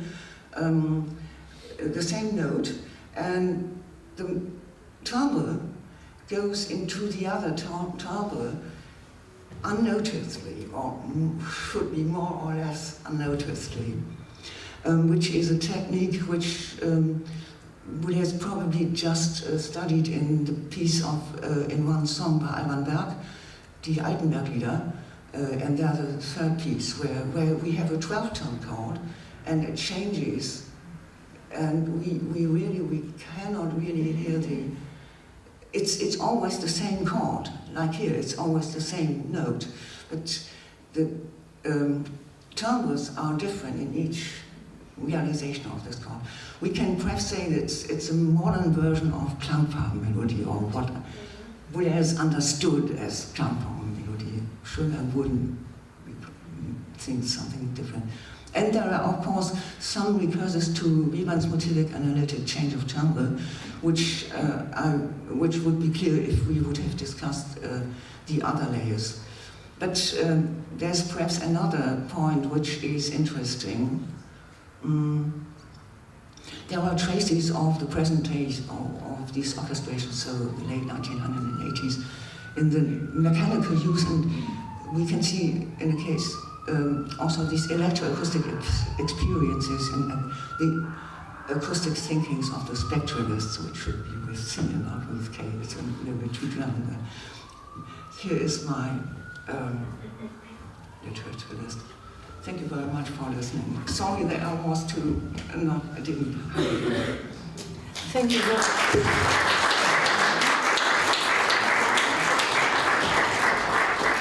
So now it's time for a short discussion, questions and remarks. I have the first, mainly, thank you very much for this idea, Schoenberg's Klangfarbenmelodie. So, new interpretation of this idea. I also thinking about this category, but my question is connected with orchestration as interpretation, because it's not arrangement, for example, but interpretation. So artistic reading Ravel by Boulez. So I think this is very important definition of orchestration, because we have to do in history of music with many such, z tego powodu jakby Karol Szymanowski z Bejle Harnasie for two pianos, new arrangement maybe not, or maybe between arrangement and interpretation. What do you think about this definition, new definition of orchestration? It's not only arrangement, but interpretation. Yeah. There is arrangement, transcription, Einrichtung. Instrumentation in German means something different than orchestration in English, and things like all these things. Of course, it is an interpretation. Of course, it is. So, I'm not sure whether really arrangements really exist. So, this is perhaps. Yeah, more or less, you can say more or less there are. You can find ideas which you cannot, sometimes you can find ideas which you cannot find in the original. So something is added, which is very clear in this case, of course. Questions, remarks? I want to stress one point. Yesterday we talked about expression in music. So my question, where is the expression in this piece? Does this music really expresses, does the music, not do you feel, but does this music express something? More, or I think it is like a diamond or like a jewel. You bewundern, so you admire these things and you find it beautiful. But the diamond, he doesn't express something. You feel perhaps something. Yes, this is a huge topic for another conference, but Professor Laszlo said yesterday about expression which is structured. So I think in music we have to do with expression of structure, and also with structure of expression. So I think it's 2 points of view maybe, and you quoted Egebrecht. We can add also Dalhaus. Dialogue, what is in music crucial. So we are in between ratio and emotio, so 2 types of our thinking. But for me, crucial is expression of structure too, and structure of expression. For example, beautiful piece by Józef Kofler, the first Polish dodecaphonic composer, Cantata di Liebe, Love. And composer used dodecaphonic technique. So we can say that love is expressed by very sophisticated technique. Yeah. But this is about love. Yeah. This is again a point or a difficulty of translation. So what I would say when the term Ausdruck is not the same as expression. Yeah. The term Ausdrucksmusiker, so Musik als Ausdruck.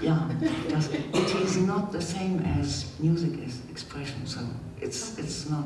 So it means the inner feeling of a human being, and not how it is made or what it could mean to you. But yeah, it's. Yeah. So once again, thank you very much. So I would like to. Oh, please excuse me. One question. Just a very quick to discuss how would you define the difference between Ausdruck expression? Actually, the 2 words are very similar. I mean, XX Aussprechen, Druck. That's the same thing. So what's the difference? How do you use it differently in German, Ausdruck, and expression in English? It's really very similar. Yeah. Okay, yeah. It's not so far. It would perhaps really be interesting for another conference. Okay. Thank you very much for Professor Taras. Very short. Thank you very much, because this shows that Boulez has respect for Ravel, so he follows his Berthoy concept, but because we don't want to be very arrogant in many cases. You must have all seen the film in which he meets Stravinsky, and they are talking about Sacred Natal. I know. And young Boulez said that, Maestro, you know that there is one bar is missing in your score. I know. Stravinsky looking many minutes, yes, you are right. So that Boulez will behave also quite differently with other composers. Yes. I just mean the pieces from this time. So Lenos, the piece is Lenos, where Boulez, he gave Stravinsky, the very old man, he gave him this pencil and said, please delete this bar. So I looked into the manuscripts of the Sacher-Stiftung, and I really saw that this bar is, originally the bar was not there. It came into the score through through the fact that Stravinsky again and again rewrote the piece into a new score. And then suddenly it was there. But when the piece was performed, the premiere in 1923, it was with this additional bar. And then Stravinsky decided to keep it. He simply decided to keep it. And this numerical purity was not so important for Stravinsky in that days, in his later days. Perhaps earlier than he would have changed it. But this music, this orchestration is also a very good example for this mathematical genius of Boulez. That it really works. It's crazy that it really works. This mechanical things. Yeah. Well, then, thank you very much. And I would like to invite here Professor Wojciech Stępień. He represents Karol Szymanowski Academy of Music in Katowice. He is not only music theorist, musicologist, but also composer. So he composed the opera Single Man, performed in Los Angeles in 2024, so quite new. And he's a great specialist also in semiotics, very close to Professor Tarasti. And thanks to Fulbright scholarship, he will present the paper connected with the immigrant Polish composer Roman Ritterband's Two Desert Scenes as a soundscape, a cultural and musical analysis. Good morning, thank you very much for this wonderful introduction. So Professor told probably everything, you spoke everything about my Fulbright scholarship, so yes. It's true, I've heard first time about Roman Ritterband's music and his life in California, in Los Angeles, and it was 2 years ago, so I was thinking maybe it's good to fill this gap because nobody has written about this composer and was only one conference about him in Łódź some years ago. So I will try first to speak very briefly about his biography, and next I will say something about this very interesting piece, Two Desert Scenes. Roman Ritterband was born in Łódź in 1914, where he later studied composition and law. He made his debut as a pianist and composer in 1939. When World War II broke out, he was in France, from where he managed to reach Switzerland. This event marked the end of the first period of his life. From then on, Ritterband became an émigré composer who spent his entire life outside his homeland. So first, he was in Bern, when he worked as a composer and pianist, and also earned a doctorate in musicology. In 1945, he accepted an offer to become a music director of a radio station in Montreal, so he moved to Montreal. And next, he spent some 5 years in Montreal and moved to Chicago, so to the United States, when he was a lecturer at the Chicago Conservatory College of Music. And in 1966, he traveled, it was an accident in fact, he traveled to Los Angeles. Friends invited him to beautiful small city, Palm Springs, a city in Coachella Valley, built in the desert, which Ritterband fell in love with at first sight. He gave up everything and bought a house for a modest sum and moving there with his family. So this is a nowadays photo of Palm Springs like this, this city. How beautiful. Yes, it's extraordinary. He worked as a music director in Palm Springs in churches of various Christian denominations, and also he was a professor at California State University in Los Angeles. The Desert Museum in Palm Springs became a venue for many of his works. He also founded the Palm Springs Festival of Music and Arts. He died in Palm Springs in 1979. Today, after years of absence from concert halls, his music is returning, and new artists are promoting his work. The Polish Music Center, directed by Marek Żebrowski, preserves his legacy and stores valuable manuscripts, letters, and other materials related to his life and work. At the end of his life, in 1975, Ritterband became interested in the music of the Cahuilla Island, an Indian tribe living in Palm Springs. It's worth noting that throughout his life, he was fascinated by folk music, collecting folkloristic material from various countries and transforming it in his compositions. This time, however, his contact with the native Indians of Palm Springs took an extraordinary form. The Agua Caliente Indians of Palm Springs allowed him, as one of the first non-Indians, to participate in the gatherings where he could listen to original Indian music. So this is very specific. Ritterband summarized his experience in an article titled Agua Caliente and the Music, published in 1979, just before his death, in the journal The Indian Historian. He briefly describes the instruments accompanying the songs, categories of songs, thematic material, rhythm and meter, tempo, periods, harmony and tonality, as well as the lyrics and performance style. I will read an excerpt first from this article about what Agua Caliente means. The name Agua Caliente means hot water, after the same hot mineral springs which Palm Springs is noted for today. It's still referred to as the name of the Indians of this desert research community. As early as 1871, the Indians operated a bathhouse for tourists, and the site is still tribally owned. Because of the surrounding native palm trees, it was later called Palm Springs. And you can see it's very interesting representation of this Indian as a palm, so which also tells us about the very strict connection between nature and the culture. Inspired by the Palm Springs area, Indian legends, and the native music, he composed several works, the most famous of which is two scenes for flute and harp, which I would like to present today. First, I will discuss the cultural aspect of this composition and then move on to a brief musical analysis, very brief, and finally focus on the phenomenon of soundscape.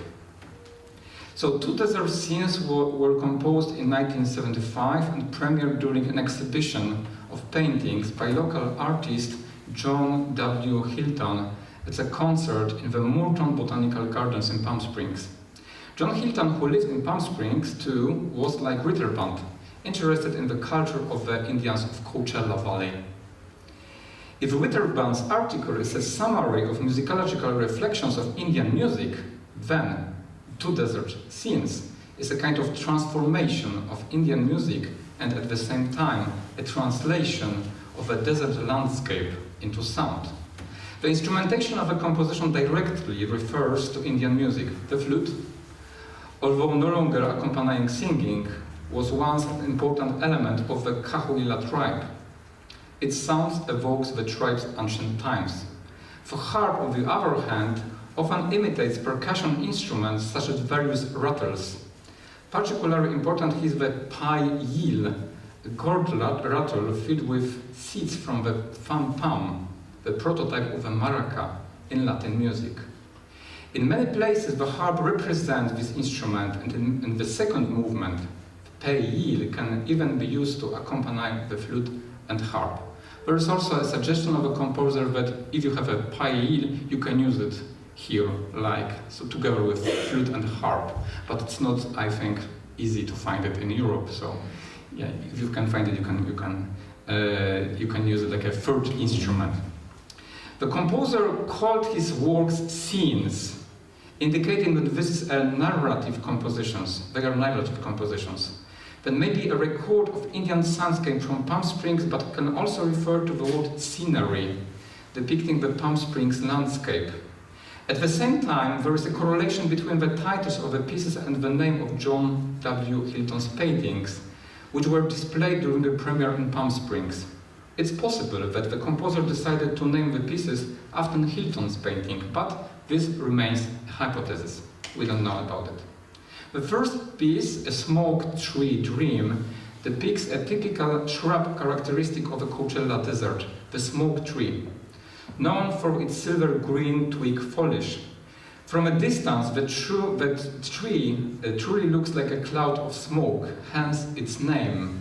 As Ritterband himself wrote in his commentary on the piece, at full noon, the smoke tree is a dream of itself, ephemeral, fanciful, evanescent, unreal. Notice that the color palette used by Hilton in his painting indeed reflects the ephemeral and delicate nature of his shrub. Ritterband's piece consists of 3 sections preceded by an introduction. The outer sections are in E major, and the middle section is in C flat major. The introduction features a flute solo playing a melodic line, marked by this red color, is a reminiscent of an Indian song, but mainly on 4th and 5th. Later, this song appears harmonized in the harp next to the color, 1 line below. After the appearance of the percussive sound of the pei yil, here, T, imitated by the harp, the first section begins with a swaying waltz rhythm, which may symbolize gusts of hot wind shaking the shrub in the nocturnal scenery. So here we have a waltz. The harmony is built on intervals of 4th and 2nd, so in fact derived from the flute's melodic line from Indian song. So the whole piece is based on the material of these intervals from this Indian song. The flute develops the melody in a figurative, variation-like manner. Over time, the harp accompanies becomes a continuous arpeggio, further emphasizing the ethereal quality of the smoke tree. Some figures vividly depicts branches whipped by the wind. So here we have kind of figuration which can be a depiction of a wind, something like that. This is like a figure, and here too. So let's listen, very short fragment from this first piece.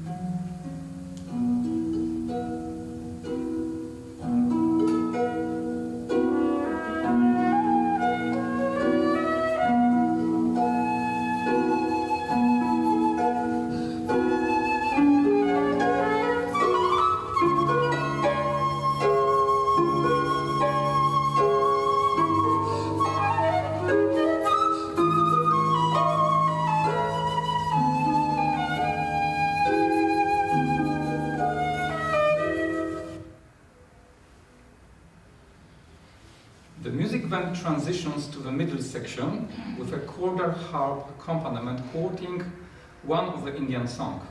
The unusual key, C flat major, and the flute's staccato articulation highlight the shift from the landscape world to the world of the native inhabitants. The composer then returns to the first section in E major with its swaying waltz rhythm, introducing further variations. So this is like a ternary from A, B, A. Please listen to this song. It's like a quotation.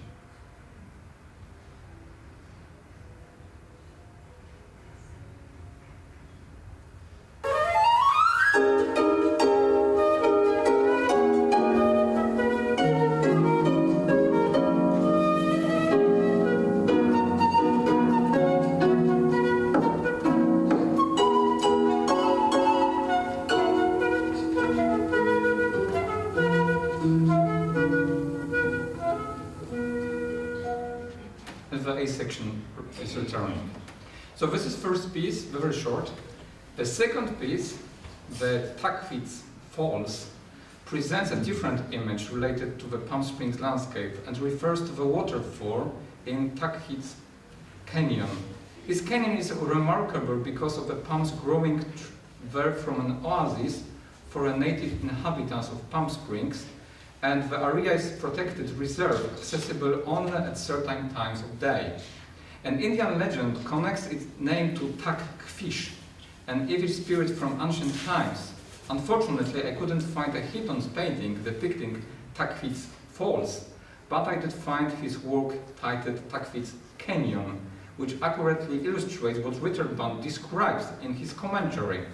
This canyon has treacherous rocks, spectacular gorge. The second desert scene consists of two sections. The first is in E minor and the second in B flat major, and is entirely based on variants of an old Indian melody, bird song A Li Pou, which Ritterband quotes in full in his article. This melody first appears in a variation form in the opening section and later in its complete form in B flat major. It's preceded by the sound of the pale yil, imitating the way it was traditionally performed, as Ritterband himself explains in his article. The melody first sounds in the lower octave and then moves to the upper octave, where the composer introduced various figurations. So you can see there is an introduction of this rattle, pale, and the same like imitation of this just in Ritterband's score in the second movement. Please listen to this fragment.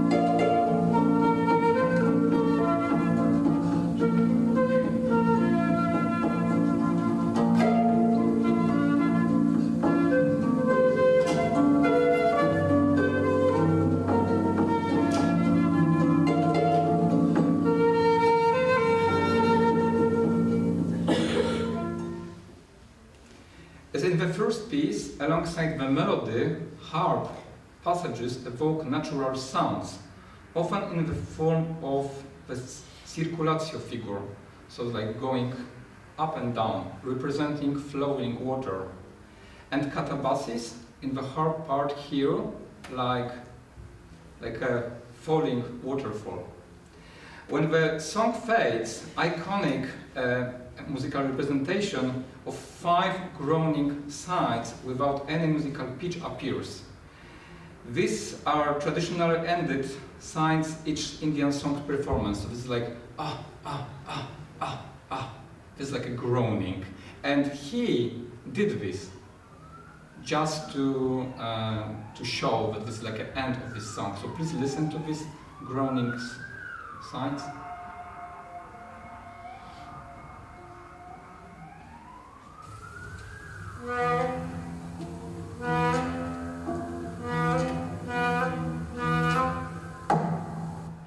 They are imitated by grace notes on the harp, harmonics, and flute glissandi on low notes.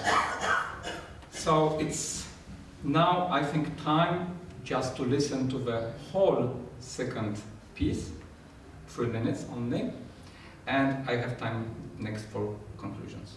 Please listen. And you can observe the score. One thing, introduction we have here, and introduction is like an incantation. And it's very similar to the Thalia Dance of Fire. So there is something probably also that there is some sign of something different. I don't know what kind of sign, because I didn't contact Indians from Palm Springs, so but maybe it could be something like a representation of something different in the culture. So please listen.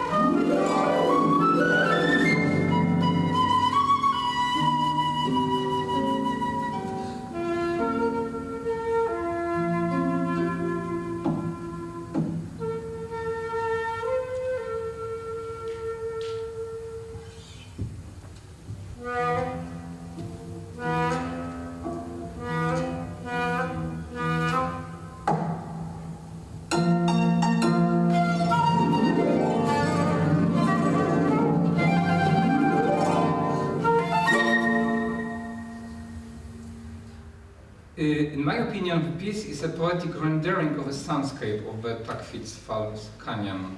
From this perspective, two desert scenes can be seen as an example of transforming a soundscape, according to Murray Schafer, into musical composition, where natural desert sounds like the wind, palms, and water noises appears alongside Indian singing and accompanying instruments. The combination of impressionistic textures and figurations with quotations of Indian music and its continuous transformation creates an intriguing synthesis of capturing the Palm Spring desert soundscape through the ears of the European composer.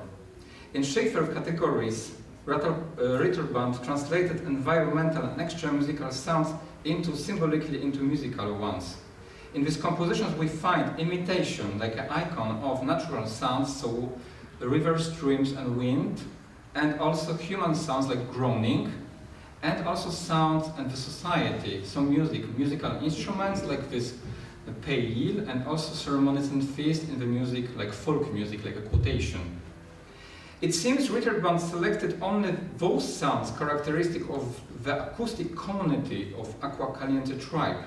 His compositions as a whole forms musically transformed fragments of a Palm Springs desert soundscape. This brief analysis of two desert scenes is only a starting point for a deeper study in the context of other works Ritterband composed in California. Thank you very much for your attention.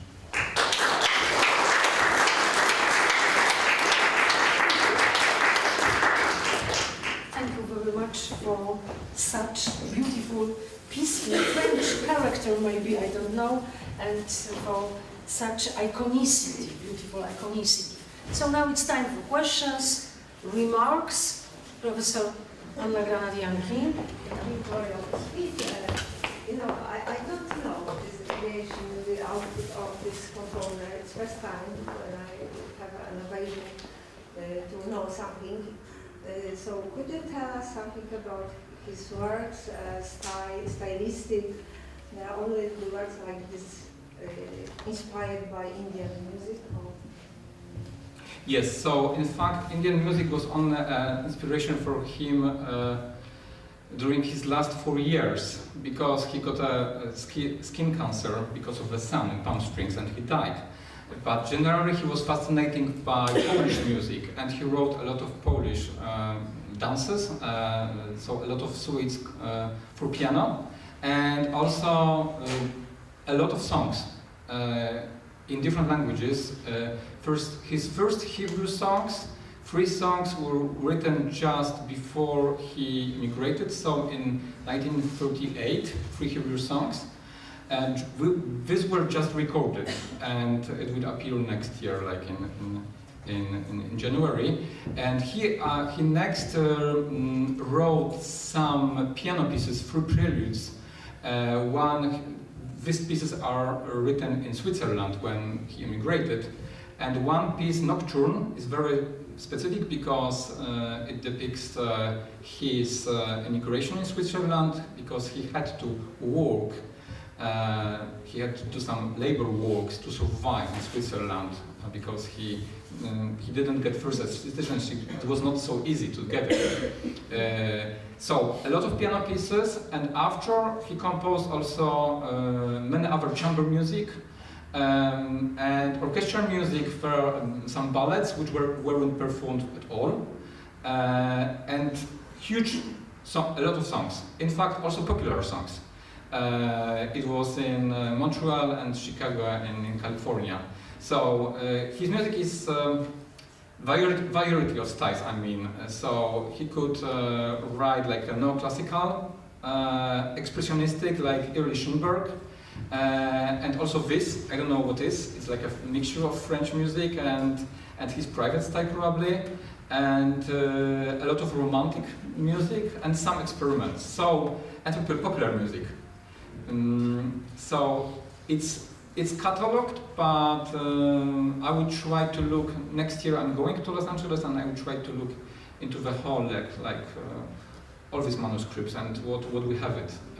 Only some chamber pieces were performed, and also some solo songs and piano pieces, but not orchestral music, for example.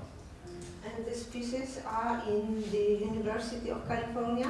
Yes, USC, there is a collection of his manuscripts, USC. In this Polish center? Yes, Polish Music Center. Original manuscripts. Yes, original manuscripts. Also, there's a collection at Harvard University, other collections because his widow donated this first, and next Polish Music Center was established, so some years later. So it's divided into Harvard and Polish Music Center. Yes, and why he decided to leave Poland in this 19... He was on the train going to France. And when he got a message that there is a war in Poland, and some guy from the train informed him, so maybe it's good to buy a ticket to Switzerland, and he did it. And it was the last train to Switzerland, and he survived. He was Jew, yes. So it was like he knows that he will be not a very good situation if he will come back to Poland, probably. So interesting thing is that his family, like his brother, was killed during Holocaust, but his sister survived, and joined him in Switzerland, and next they immigrated to America. Thank you, Violetta. Viola? I remember one meeting with Marek Żebrowski a few years ago in Warsaw, in Polish Academy of Science, where he told us about Ritterbrand and suggested to study his output. So now there is a biography and list. What I would like to know, did Ritterbrand work as a music teacher? Because usually Polish and Greek composers worked like teachers. They were good composers, but also good didactics. Yeah, so he was a teacher in Chicago and he was a teacher in Los Angeles, but for a very short time. I think that when he was older, he decided just to focus on composing. Yeah, and only one thing was, I took it with me, only one thing was published by Polish Music Center. This is like a catalog, but it's not complete catalog, and there is a biography of Roman Ritter Band, so if somebody wants to look at this, yes, here it is.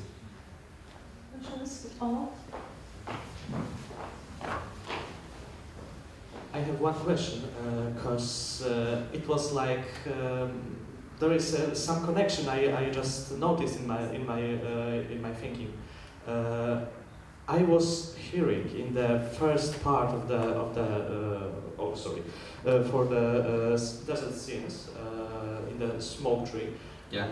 I was hearing very much factual and harp thinking of Arturo Marquez. I know that Arturo Marquez in 60s and early 70s was living in California because of immigration. Was there any connection between two composers? Because in the first part and in the second part, the factual connections were so, for me, obvious. I don't know. Do you know anything about contact of these two composers, or is it any documentation? I don't know anything about this, but it's probably yes. You can say I can say yes because Ritter was a very social composer, so he had a lot of contacts and he knew a lot of people. So probably they were in contact. I think so. Thank you. Thank you for this. Thank you very much for such stream of musica reanimata. Because yes, this is a kind of musica reanimata. So I think great job. So thank you very much once again. So we must do it. And now it's time to invite the next speaker, Professor Agnieszka Draus. She's my great colleague from Krzysztof Penderecki Academy of Music in Krakow. She represents Department of Music Theory and Interpretation. She's also the Dean of Faculty of Composition, Interpretation and Music Education, the second cadence. She started in MA thesis with Penderecki. Paradise Lost. PhD was connected with Karl-Heinz Stockhaus and Licht. Habilitation, because in Poland we have habilitation. Marek Stachowski, sound and sense, very important research. And now Agnieszka wrote new book, concerned Józef Rychlik oeuvre, dialogues and commentaries, and today she will present paper entitled On Józef Rychlik's Music Notation Methods. Our Agnieszka is very active lady. For example, last year she organized beautiful symposium connected with progressive rock. So she is also rock woman, yes? I don't know how to say. Not only music theorist, it's very important his interest to popular music in its great values. So Agnieszka, please. Małgorzata, thank you very much for your touching introduction. Now I am overwhelmed and confused, but I'm not going to talk about rock music today, maybe next time. Although we spoke about rock also with Józef Rychlik, because my book will have this form of dialogues with very interesting composer-philosopher, as I may say, about Józef Rychlik. But today it will be on music notation methods in his output. Contemporary musical notation is, as we know, wrote Bogusław Szefer, the result of the development of music itself. The author had in mind above all the so-called new music, being the effect of experimental creative ideas whose originators tried to notate their own intentions as precisely as possible in the form of the score, that is, a notation of music using both conventional graphic signs, notes, keys, lines, etc., and their equivalents. The composer had to, commented the same author, form the music according to a ready-made score idea, notate the compositional idea in a functional, legible, and, as far as possible, graphic notation. One of the most important aids is the score commentary. Often these commentaries grew into substantial subsystems of a new musical science, and finally theories of notation indicating the gradation of indeterminism from system analogies to the alphabet and to drawing. An extremely convincing synthesis of notation issues in Polish contemporary music in the broad context of the history and function of music notation in general was made by lately Ewa Kowalska-Zając. Drawing on selected theories of composition and using the terminology standardized by the above-mentioned author, it is worth attempting to show the score methods by Józef Rychlik, a contemporary composer from Kraków, as the aspect of notating music in the context of both the degree of precision and the freedom of the performing process. It seems to be a great interest in his work. It is necessary to reach at the beginning to the sources of the composer's personality, his ability to see reality in a plastic way, the photograph detail, texture, shades, and the so-called good line, which has an undeniable influence on the composer's way of noting his own idea of the sound of music. This aspect is linked to the three-stage gradation of the openness of notation, from determinism to indeterminism of Rychlik's score, from musical through notation with musical graphics, features to graphics. This can be compared with the notation categories of 20th century scores introduced, for example, by Erhard Karkoszka. As you can see in Karkoszka's typology, there are 4 categories: precise notation, form notation, indicative notation, and musical graphics. In Rychlik's case, categories 2 and 3 of German typology occur most often in a combination. So, let us start with first category, musical score. Pieces set to musical score make up roughly half of Józef Rychlik's oeuvre. They are usually written down with a pen, as Schäfer taught, with a characteristic careful line. One example is Composition for Flute from 1970. Small in form, as the composer himself describes it, but with a complex structure of expressive implications. It is based on an arrangement of 3, although strictly notated, sequences, which requires the performer not only to understand the music course, but above all to transfer the motivic and musical sound details to the level of the setup of the entire form. And this setup bears the characteristic of a recitation, and this can be a source that brings one closer to understanding the expressiveness of the piece. Indeed, this recitativo was written with extraordinary attention to detail, from the thoughtful yet intuitive, non-systematic pitch, through the rhythm, including pauses and articulation, to the dynamics and expressive phrases. The intensity of expression results from a flurry and musical action, requiring exceptional technical skill on the part of the flutist. This virtuosity, in turn, allows the rich color of the instrument sounds to be revealed. A short fragment.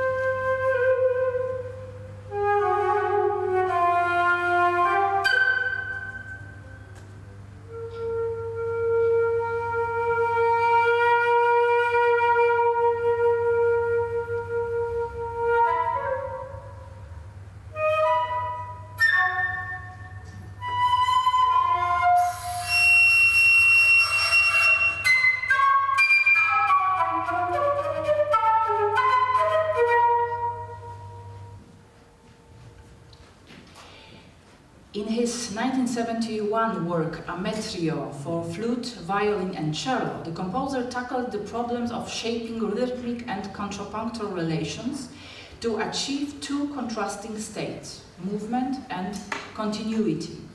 He therefore took the decision to abandon not only the bar line, but also the rhythmic values. The musicians must therefore undertake a joint game with time, their correspondence suggested only by the distribution of pitch in the space of successive staves and, occasionally, the moments of encounter marked by the composer with a dotted line. Ametrio can be considered as an example of notation situated at the intersection of musical score and hybrid score.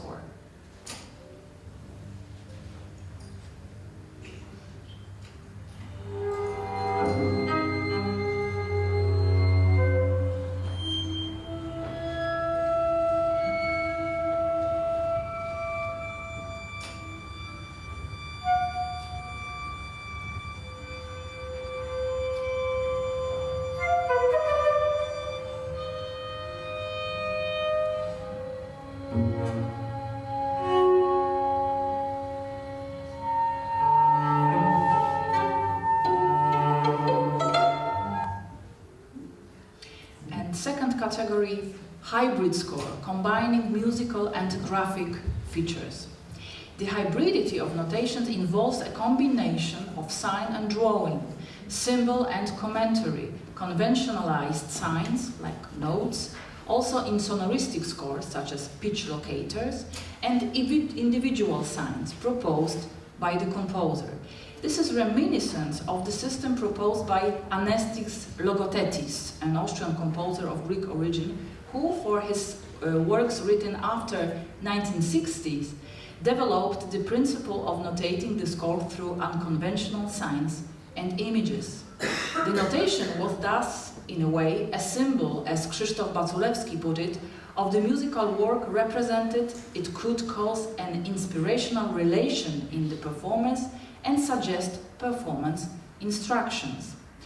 The distinctive visual style of these scores, to be read and seen by the author of Grafische Notationen, to paraphrase the article by Gisa Finke, with the simultaneous gradation of the transition from signs to drawing, inspired Richlix. In his scores, one can find free inspiration from the Logothetis system, references to so-called, first, pitch symbols, note like new combinations of tone names combined with new pitch notation. Second, so-called Assoziationsfaktoren, using a kind of infographics to define duration, dynamics, articulation, and timbre. And three, so-called Aktionssignale, using line, dynamics, and constellations of point as the equivalents of notes and their relationships. Let us therefore analyze of notation of several works by Józef Richlik. For example, in Voto, the composer introduces an anonymous text, a short four-verse apotheosis of Silesian land. However, he puts the syllables of the text in a special way. He strictly determines the number of members of the choir, 11 in each of the four voices, totally 44 singers, and plans their arrangement in 4 rows to reflect the singer's relationship with a particular syllable of the text. He constructs the score contrapunctally and spatially, working against the semantic coherence of the words and their combination into semantically meaningful wholes. Thus, the text, ostensibly carrying a specific message, is given in an instrumental way. This effect is strengthened by the composer's addition of extended vocal techniques, described in the introduction to the score. At the same time, the author extremely precisely specifies the articulation, duration, and dynamics of particular sound, using a system of signs and symbol. Unfortunately, we cannot listen to it because it's still only in potential in the score. The electroacoustic composition, subtitle Eurydice Dream, on the other hand, has its visual script, to use Ewa Kowalska-Zając's term, action notation. The graphic figures become a visual representation of the musical action, so they do not, because they do not have to, constitute a performance score. In a sense, they become a score in the second version of the work, complemented by the participation of the singer, who performs the poetry selected by the composer. The singer performs the part entrusted to her in the counterpoint of the electroacoustic lyre, which provides her with a temporal reference point. Finally, the idea of Rychlik's graphic work on the borderline between notation with musical characteristic and graphic score is fully explained by the composer himself. I quote, "Graphic works are created throughout my creative period as an additional graphically materialized notation of the manifestation of musical thought. They almost always have the same form, namely, it is identical in its essence. It contains a musical notation of the passage of time, the sequence of pages arranged in the form of closed form, the beginning and the end, textual relationships, motifs, registers.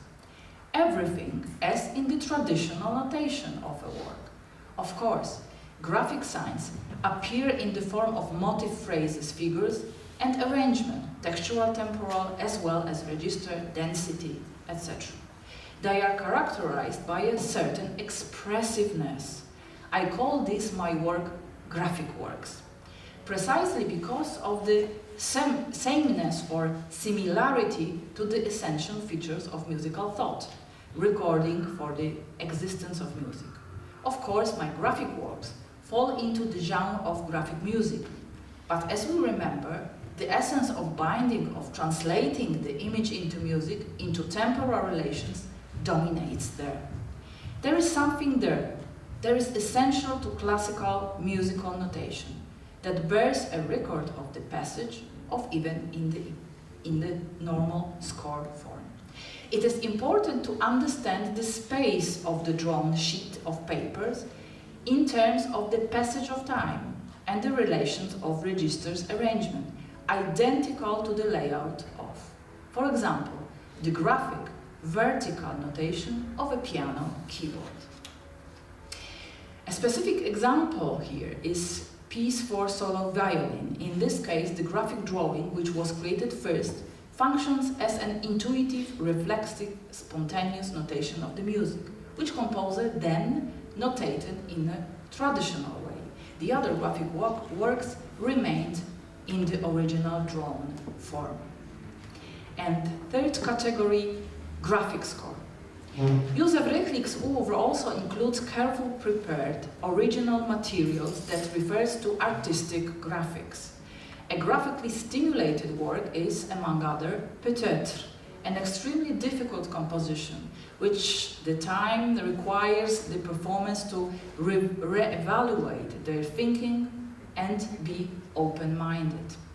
Rychlik creates, according to a specific discipline, graphic models. Let us add, he is the author himself, that can be layered so as to provoke the musicians to realize certain visual counterpoints. In the center of the score, built from visual building blocks, there is always a main drawing, corresponding to one of the 7 portraits of some imaginary characters, personalities, which should be created by the performer. The complementary supporting elements become cycles of triangles as well as small and large rectangles, 8 from each category, for a total of 24.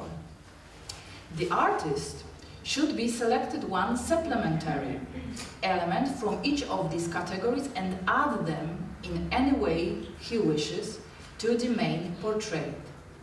He or she should bear in mind that he or she is creating a specific relationship between a drawing and the full image, considering, of course, the musicality, figurativeness, or abstractness of individual graphic signs, and the relationship of the image of his or her acoustic image, seeking the system of translating graphic language line, colors, etc. into the language of music, along with allowing for the reflection of personality traits and states.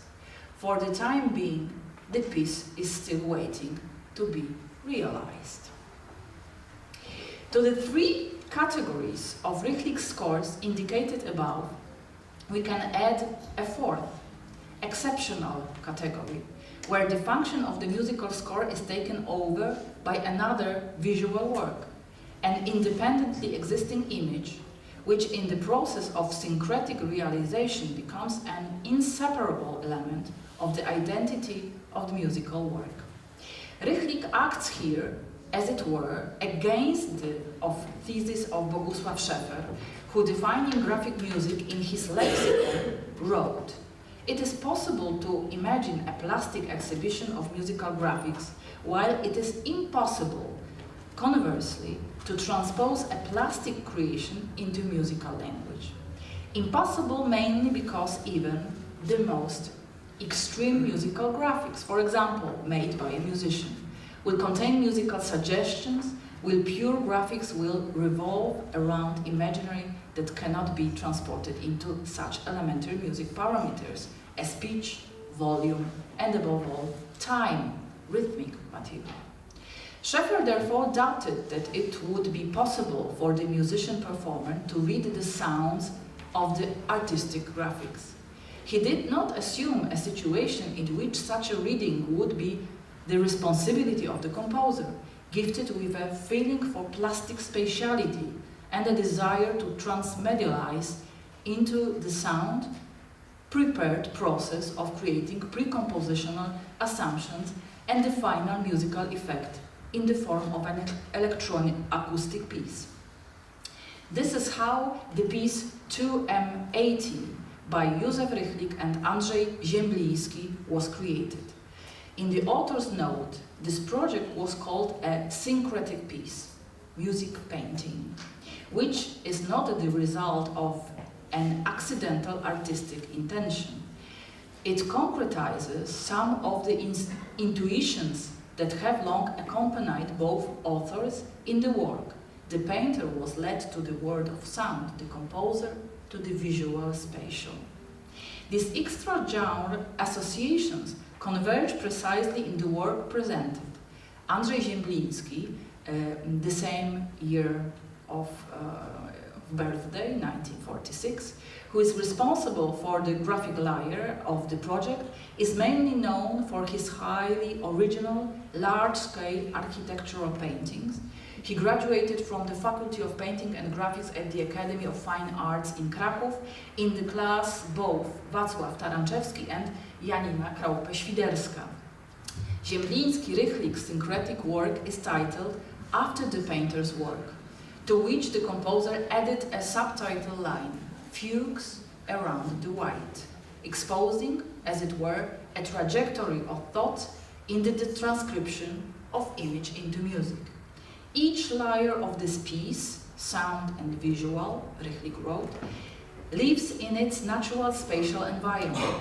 The painting on the wall, the electronic music, here composed in 2 channels between 2 loudspeakers. The visualization of the piece, realized in the electronic music studio of the Academy of Music in Kraków in February 1981, does not exist, but it's worth looking at its precompositional graphics, preserved in the composer's archives. The starting point becomes Ziembliński graphic, which is then drawn out by Richtlik in a specific way. The composer performs a peculiar plastic deconstruction of the solid, breaking it down into individual elements to create a specific sequence of form components. He assigns consecutive letters of the alphabet in 2 qualities, A and B, then adds digits to the letters, thus numbering the variants of the segments. He develops the material centrifugally from a specific center visible in the image. However, he arranges the lineary from left to right, just and one naturally reads the score of a musical piece. The composer describes the final effect as follows, I quote, "The interrelationships are to be found in the symbiosis created by music and painting of colors and sound colors, points and sounds, visual and musical actions. Sometimes a straight visual line is complemented by a chordal consonance, and an action in a painting by a static motif in music. Sound becomes a reverberation for color, a tinting of sound." He also suggests a mode of perception. The two layers of the work are independent and autonomous at the same time. They were created from a double perspective, mutual aesthetic complementarity and appropriateness and individual formal expressive cohesiveness. They are therefore both closed and open. We therefore assume two modes of perception: observation of the image from the left to right in time, corresponding to the musical score, the vertical lines of the image being a kind of chronometer, and in any directions, even during the musical projection. We therefore propose to go through the piece twice, each time with a different self-imposed direction of image perception. The music, of course, will always be perceived in the same spatial arrangement. The cited examples of Józef Rychlik's work are only a part of his artistic ideas, unconventional, most often inspired by his dynamics reaction of the surrounding reality to the delightful world of nature, but also the cultural and intellectual achievements of humanism.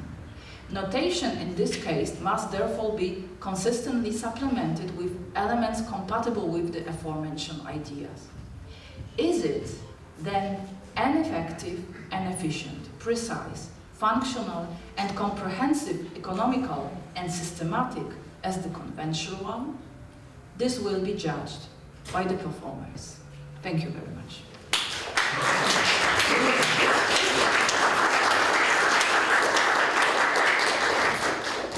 Thank you, Agnieszka, for a wonderful presentation and this idea of notation, so important, not only if you convince for contemporary composer, but maybe especially for contemporary composer.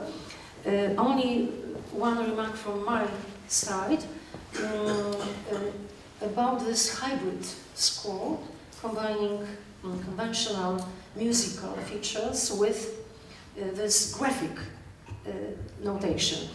I remember that Witautas Bacjavicius, Lithuanian brother of Grażyna Bacewicz, being as an immigrant composer in New York, in Bridgeport, in his last phase of the oeuvre, connected with this idea of a cosmology, cosmic music, in 60s and 70s, he proposed a new notation, because he was deeply convinced that only using graphic notation we can save primordial concept of mind, of mental representation of music.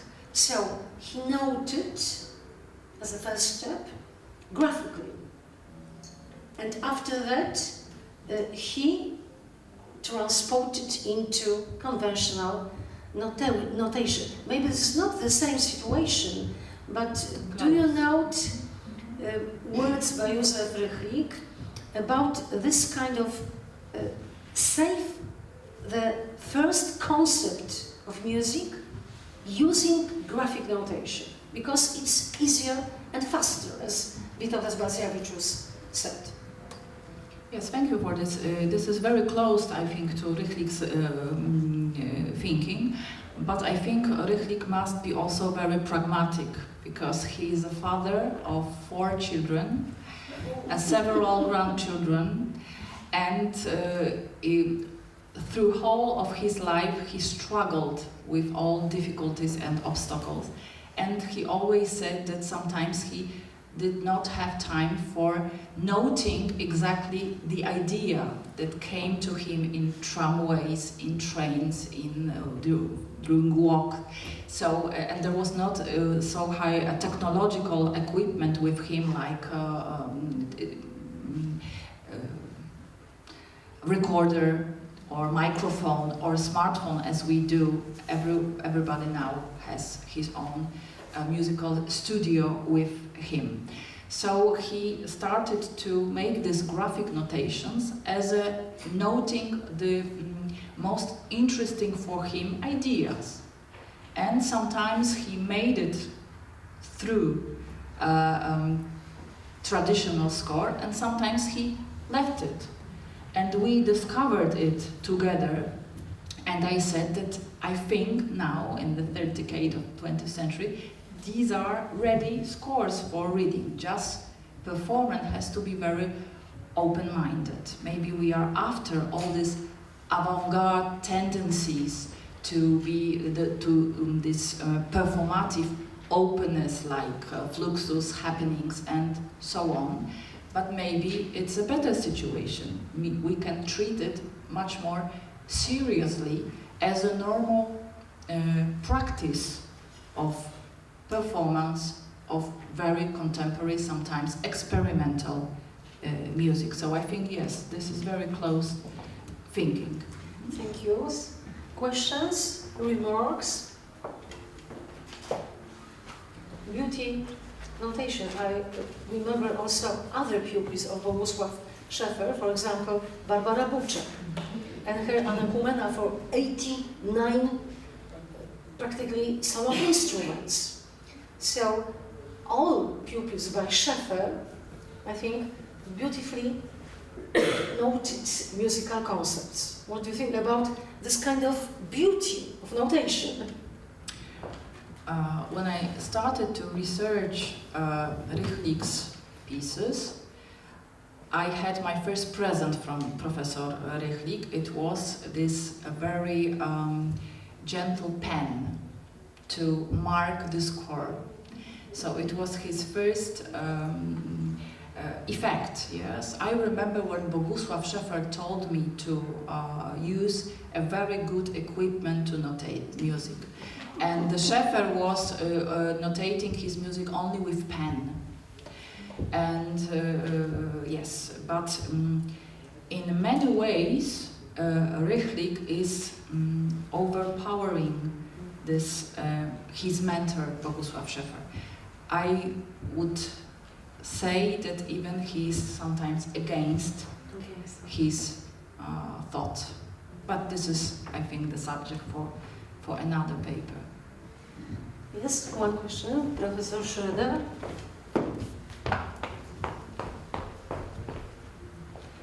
Thank you for this very interesting topic. I would like to add only a very small thing. This is that this topic of notation is just in the last 5 years perhaps, especially interesting for composers, nowadays composers, who want to avoid this very strict and very clear approach to music. And they try to make this Friedrich Kittler Aufschreibesysteme, Friedrich Kittler, perhaps you know just what you said, the pencil, how you write it down, or the material on which you write down, or the circumstances under which you write something down or notate something. This seems in a special way important for them. One other example is, or was, Peter Ablinger. But I want to add something perhaps interesting. This composer who studied in Wrocław, Jagoda Schmidtka, she just did the last defense of her doctoral dissertation. It was also on notation, musical notation. So she combined graphics, paintings or drawings made by herself and her compositions, which she transformed earlier composition into new versions, when especially this aspect of graphic is renewed, so it is addition to this context. Yes, I would add, thank you very much for this remark. I would add that Józef Ryklik is representing maybe the old school, but I can observe within our youngest composers, students, a big return to hand-drawing score. Not Finale, not MuseScore, not Sibelius, not computer, but a hand-drawing score. So I think maybe we can observe this post-humanistic return to the analog system of making art. We can see men do this kind of notation. So once again, thank you very much. Oh, I'm sorry. Also that in our Master Society you have women's composers. For example, Katarzyna Dziewiątkowska, for example, Grażyna Strzelecka-Nawratil, who drawing before in this conceptual level. So they are drawing, for example, flowers, sea, yes, and use some shapes that it's obvious just from the eye. Yes. Okay. Now this idea. Using pen or pencil? This is wonderful because this is like an individual mark of the composer, yes, hand mark. It is very individual and original. Yes. No, it's true that there are many composers, maybe women composers, who want to draw, to catch an idea. Yes. Yeah? Penderecki was also analog composer, so thank you very much, and for this pragmatic feature of Józef Ryklik. So we can say that Józef Ryklik is a representation in Poland of family politics. Yes, because so many children. So this is only remark. I love Józef Ryklik, so I love, of course, in research sense. So thank you very much, and now it's time for Ewa Kowalska-Zając, professor from Grażyna and Kiesut-Balcewicz Academy of Music in Łódź. Unfortunately, Professor Kowalska-Zając is absent, so her paper will be read by Dr. Aleksandra Ferenc. Agnieszka Draus recalled Ewa Kowalska-Zając and her wonderful book Zobaczyć muzykę, to see music of through notation. Ewa Kowalska-Zając is also the author of a book concerned the genre of string quartet by Polish composers. So now it's time also for motivation works in Polish composers' creative output and attempt to diagnose and categorize the phenomenon. So it's time for our young musicians. Yes, I'll just read the book by Ewa Kowalska-Zając titled Multi-Version Works in Polish Composers' Creative Output, an attempt to diagnose and categorize the phenomenon. The tendency among composers to refuse fragments or parts of previously composed works in new pieces, to create various versions that differ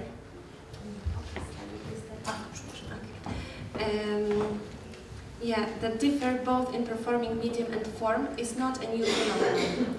However, in the second half of the 20th century and the early 21st century, it has evidently gained significance. These changes were influenced by experiments undertaken by avant-garde artists in terms of form, resulting in numerous degrees of openness, mobile and ambiguous forms, as well as by diverse notational solutions that allowed for various manifestations of indeterminacy. The development of polyversionality is also driven by postmodernist tendencies emerging in the subsequent decades of the 20th century, which impact the perception of musical works, their integrity and originality. The discussion will focus on the phenomenon of multi-version works in terms of musical material that can undergo various modifications resulting in multiple different versions of a composition, as well as in terms of a form of work and the performing medium used by the composer. Multi-version works with regards to musical material. Bogusław Szefer's work was significantly influenced by his experimentalist attitude, which spurred him to explore the limits of musical possibilities in his aesthetic endeavors. He believed that these possibilities seem to be linked only apparently. He pursued this goal by introducing various structural and notational solutions in his scores, allowing him to investigate extreme states of music. This was particularly intense in the first decades of his creative activity. This approach was also connected with the implementation of another postulate, composing each time from sketch, which was supposed to make him avoid routine and failing into compositional patterns. The overworking idea which Szefer aimed to achieve through the use of various and distinct compositional strategies in each work was to attain the effect of polyversionality, multidimensionality, ambiguity related to different aspects of musical piece. I quote, "Polyversional music in the first place serves to widen the range of information. The closing of a composition within a definite scheme does not fulfill the conditions that we impose on modern music, for then music becomes organized one-sidedly. This occurs to disadvantage of the composer, especially so when he could afford to realize many different ideas."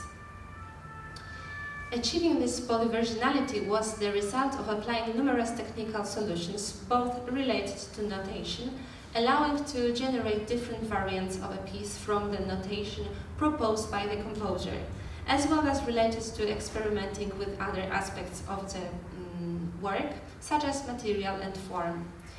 The search for ways to create compositions that would be polyversional in terms of manipulating basic musical qualities like motifs, melodic lines, as well as other parameters, started for Bogusław Szefer in the mid-1950s and remained valid in various forms in his entire later work. His early attempts were clearly influenced by his fascination with the music of Anton Webern, whom he called, I quote, "the codifier of new relationship in music and the discoverer of its new laws." However, Webern's influence of Szefer was not absolute in the innovative solutions used by Webern in 12-tone works, but rather about Webern's constructivism and structuralism, which had a significant impact of Szefer's experiments with melody at that time. What was truly, I believe not yet, I think, yeah. Please excuse me, but what was truly important for him was not so much, I quote, "a new sound material, but primarily new intervallic relationship." And the melodic line was treated not only as a successive arrangement of individual sounds, but as a complex of intervallic relationships that play a fundamental role in the musical narrative. Thanks to this, the new melody, I quote, "liberated from harmonic dependencies as a fully autonomous element, has enormous possibilities for independent development." As a result of Szefer's experiments in the second half of the 1950s in the field of melody, there appeared original notation solutions implemented in a number of compositions created at that time. They allowed to obtain polyversionality in the pitch material while maintaining greater precision in the notation of other elements of the work.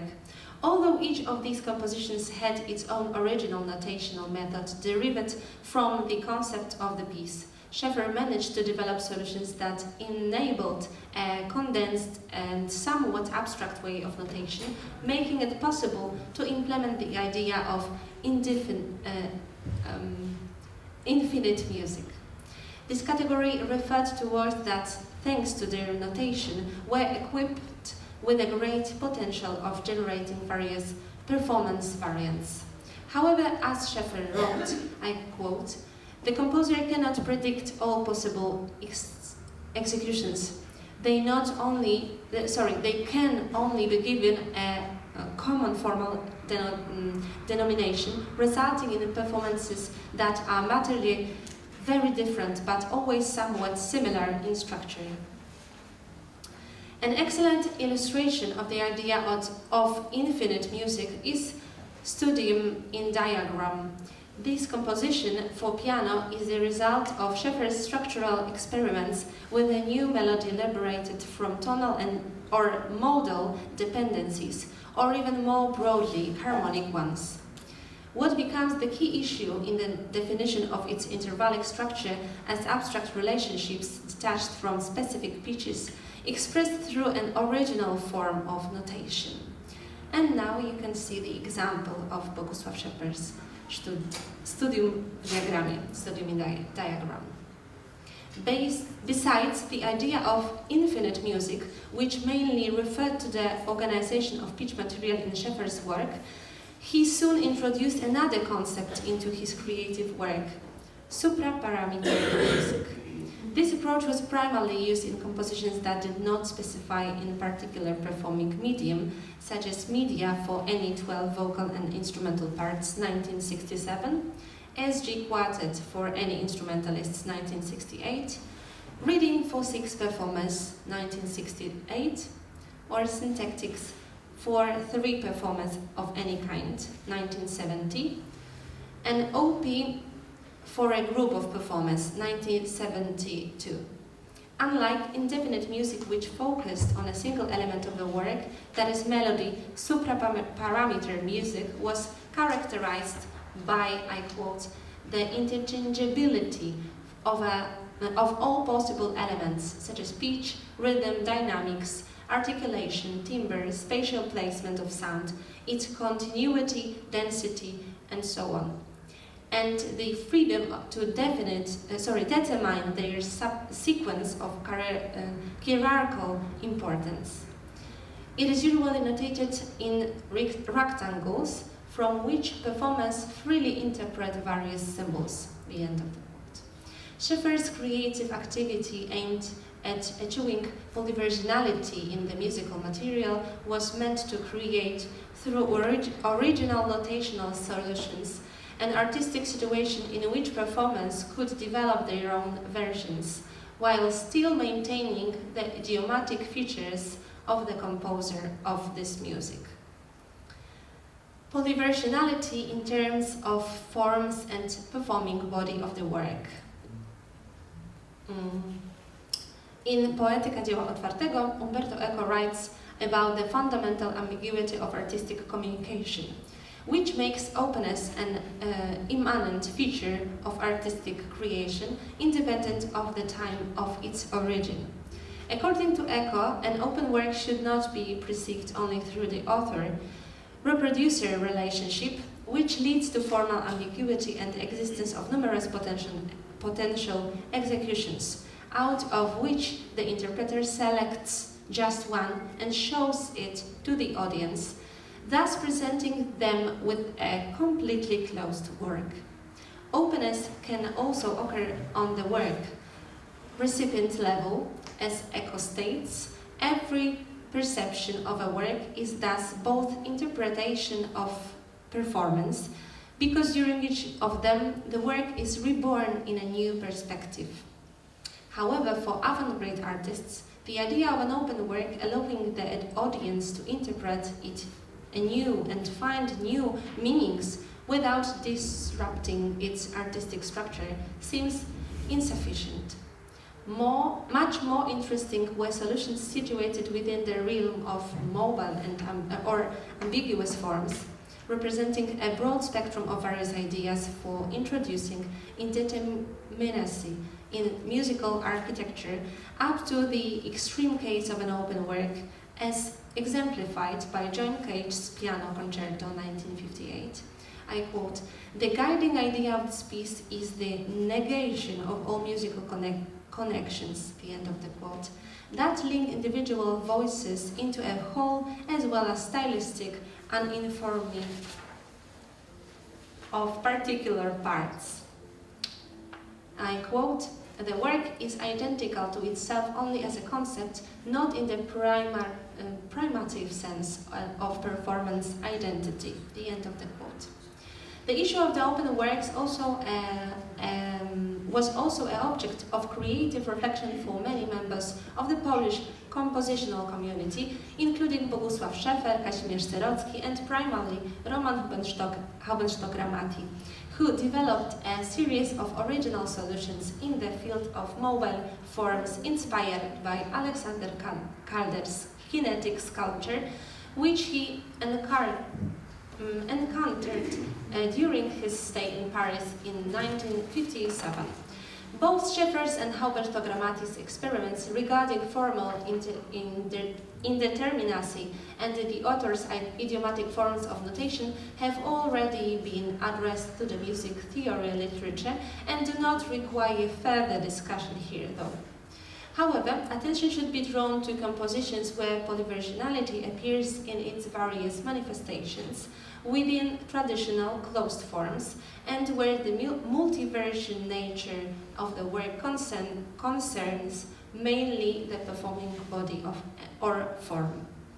An example of this makes America, the opera based on Kafka's text written by Roman Haubenstock-Gramati for the Deutsche Oper in Berlin. The work makes an important contribution to the discussion on the relevance of the form of opera and the possibilities of modernizing it, adapting it to the changes occurring in the music in the 1960s. Haubenstock-Gramati was critical of some tendencies present in contemporary opera and remained a supporter of illusionistic theatre that maintains a conventionality of theatrical conventions, avoids realism and political propaganda. America, Kafka's unfinished novel, edited by the writer's friend Max Brod, was used by the composer in his libretto quite freely. The fate of Kafka's character, Karl Rossmann, is depicted in 25 short, loosely connected sentences, sometimes tragicomic and presented in a cinematic manner. Haubenstock-Gramati implemented his concept of a mobile form in this work, which was still relatively new phenomenon in opera at that time. This was a development of his earlier experiences, especially formal and notational solutions used in credentials or think luckily. The solutions in question involve grouping mobile instrumental parts around a structurally stable voice and employing formal polyversionality, manifested by the presence of 3 possible variants of some sequence of numbers in part 2, versions A, B, and C. The mobility of the instrumental parts was intensified through the manipulation of scheduled parts by introducing tape and multi-channel projection. I'm asked to come to conclusions. Into conclusion, actually, this is not my paper, so excuse me. Yes, I'm not sure where should I start now. But as you can see at the slides, towards conclusion. So shows us the polyversionality in terms of the sound material, then in terms of structures, and he gives some examples of works, and polyversionality in terms of a performing body. Here also we can see some works of Roman Haubenstock-Gramati or Bronisław Kazimierz-Przybylski, and interchangeability of the soloists, like in Concerto of Bogusław Szefer. And interchangeability of the accompanying ensemble and any performing body. And that's the last slide actually. So let me read the very end paragraph of the paper, okay? So the composers whose works illustrate the following categories to the above list share a tendency to seek new solutions in terms of material, form and notation of their works. They are also untied by an interest in different aspects of openness in their compositions, its mobility and ambiguity.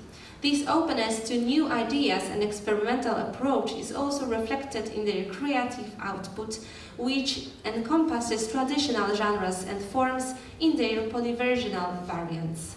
Both the great diversity of the phenomenon and the scale of it that we have observed over the past few decades are not only a direct consequence of the experiences of the avant-garde era, but also have a very practical aspect.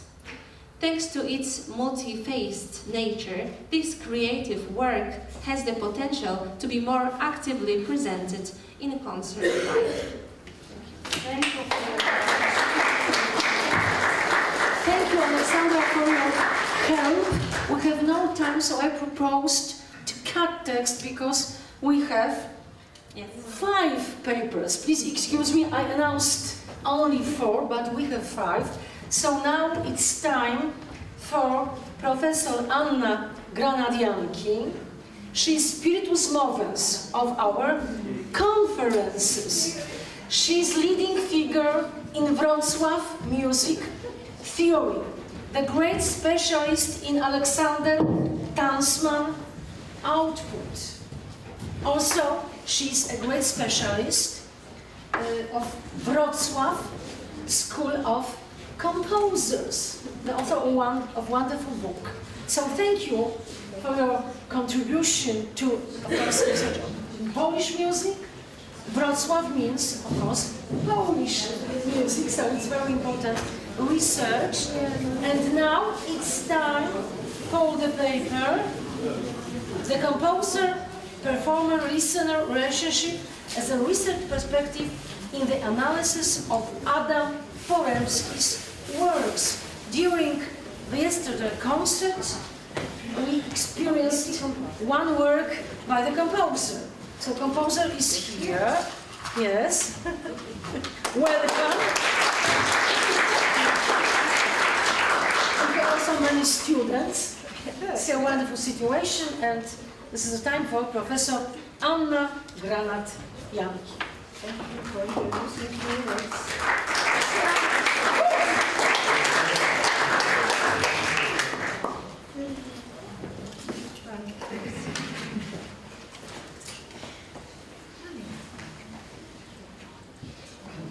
Możemy się założyć.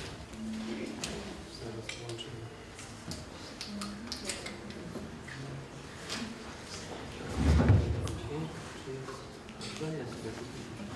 A, bo to jest twoje myszki.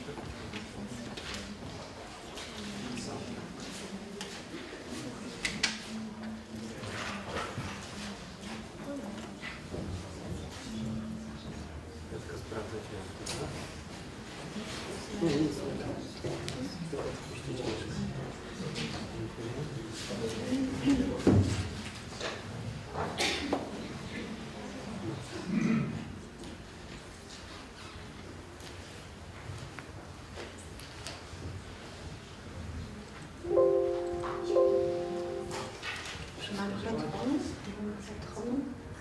Wszystko działa. Jeszcze tylko dam na pewno ekran. Ale tak mam. Bardzo dobrze.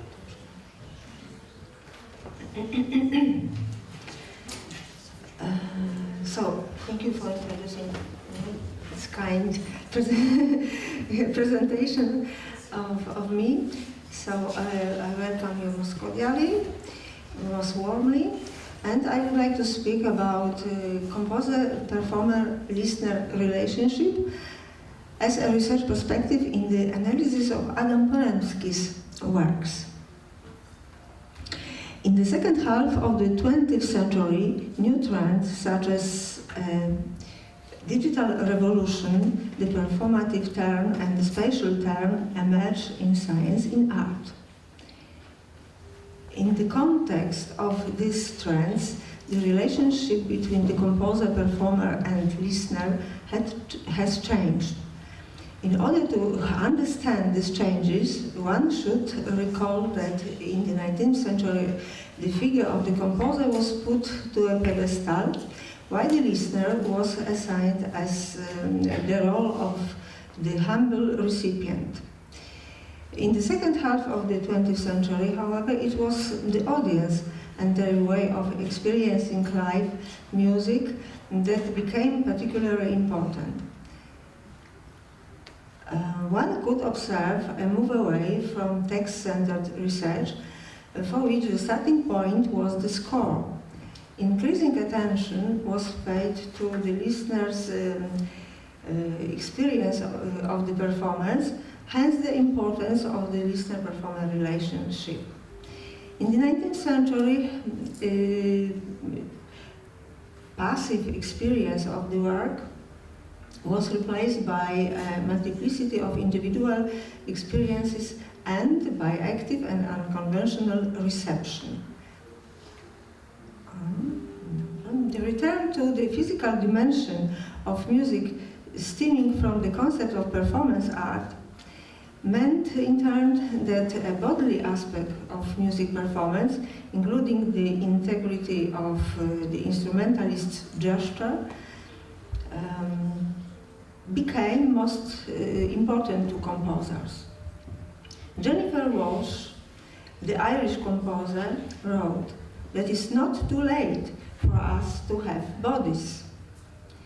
The aforementioned trends in contemporary science and art manifest themselves in the works of composer Adam Poremski, who was born in 1990 in Wrocław. He graduated in composition and violin from the Karol Lipiński Academy of Music in Wrocław. When analyzing Poremski's oeuvre, one can notice that it is the perception of his works by the audience, and that is at the center of the composer's attention. This is confirmed by Poremski's study of the visual sphere related to the public presentation. The product of this kind of composer study is a group of works in which Poremski aims to make creative use of the natural gestures of the performers, in addition to bringing out the visual side of the music. To this end, he uses an original technique of controlled performance gestures, based on visual auditory illusions that are related to the natural hand and body gestures associated with playing a given instrument. The new compositional idea was first implemented in Phantom Trio, and then in illusions, in which the concept of sound illusions was fully applied. The art of illusion is an area that involves manipulation of human senses and perception. Since ancient times, artists have been deceiving our mind in different ways. Adam Poremski too researches for a variety of musical means in order to create illusions during the performance of his music. The composer uses two types of gestures: the playing gesture and the motionlessness gesture. These are represented by the following graphic symbols. The aforementioned technique involves the performer pretending to play by making theatrical gestures, while the audience wonders whether the sound is not getting through to them or whether the performer is just playing very quietly. In an interview with Jan Topolski, Poremski emphasized that by using musical gestures, he wanted to create a state of surprise. This is a kind of play with audience, says Poremski. The composer developed the technique of controlled performance gesture in order to make the music more theatrical and spectacular. On the other hand, he wanted to control the visual elements, and on the other hand, he wished to get the listener more involved in the process of music reception. Here we are, technique of controlled performance gesture in Poremski's Illusions for Symphony Orchestra. The possibilities offered by the controlled performance gestures technique were further explored in the piece Music of Illusions for chamber orchestra and electronics, in which composer-generated sound were also introduced. This adds to and challenges the audience's perception of the work, because, as the composer says, that the electronics slowly merge with the real sounds into a single colorful whole, and the listener experiences a kind of schizophrenia. They do not know whether they can hear the real sound produced by the performers or that of the electronics. Let's listen a short fragment of the Music of Illusions, this work with electronics.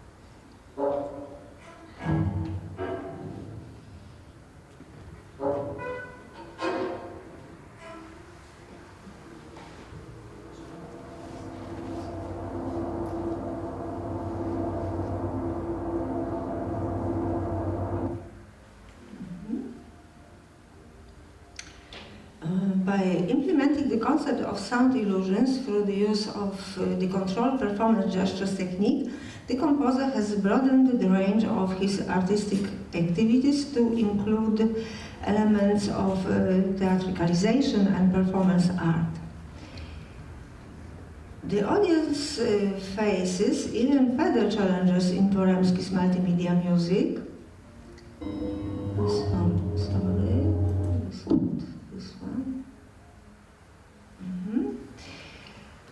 Which includes artistic initiatives at the intersection of various media, audiovisual compositions, audio stage works, and interactive installations.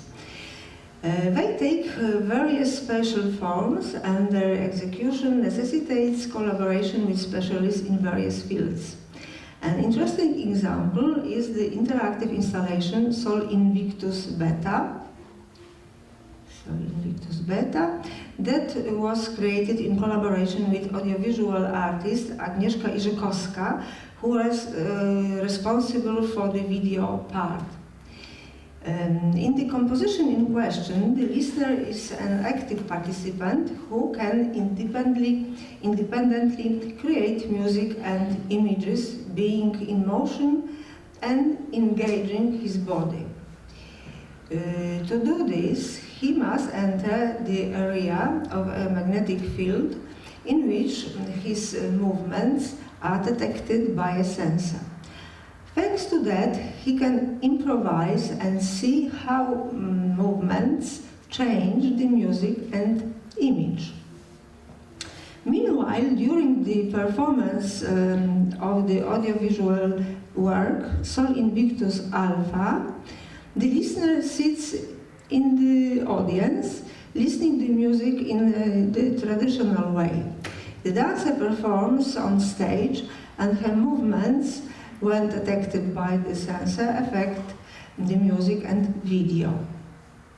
This, in turn, is an example of a multimedia composition that engages the listener's different senses. Yes.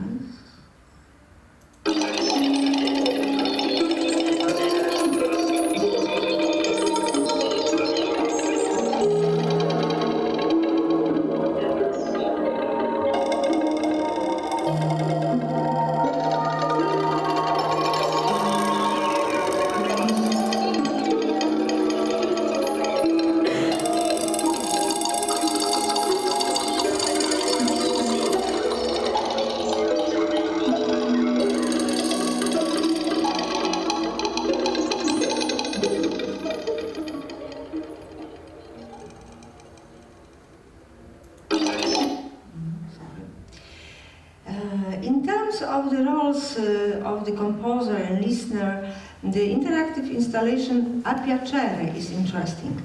In his commentary on the piece, Adam Poremski writes, A Piacere is an interactive game that everyone can play based on the idea of an open form and the sound material of Kazimierz Serocki, A Piacere. The final sound shape of the composition is always determined by the listener, who can choose between various modes of playing. The whole work is in a 4-channel format and makes use of the space of the Korgegarda Gallery. In the case of this piece, the listener creates the composition each time according to his own aesthetic concept. This is done in a real time, in which the work is presented without the participation of performers. Yeah. Here is A Piacere. Yes, like this. The piece shows that the composer sometimes goes beyond the space of the concert hall. It is, however, the traditional concert hall that Adam Poremski chooses most often as the venue for the performance of his works. In such cases, he usually tries to make use of its spatial potential in a new way, for example, by employing the concept of topophony. This is what he does in the piece Quadro a Due +1 for 4 violins, computer, and marimba.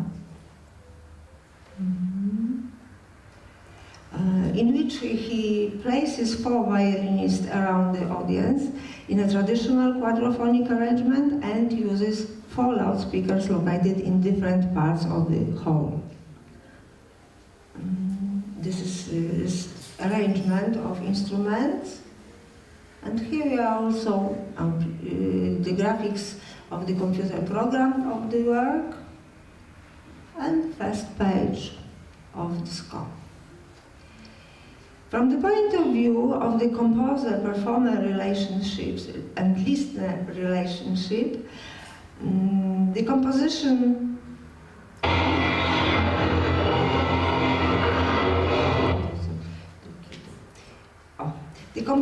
reconstruction, flawed rebuilding for choir and orchestra can be interesting. It is the 4th part of the collective work Wrocław Cantata Flow, which is a kind of large-scale multimedia piece telling the story of Wrocław after 1990.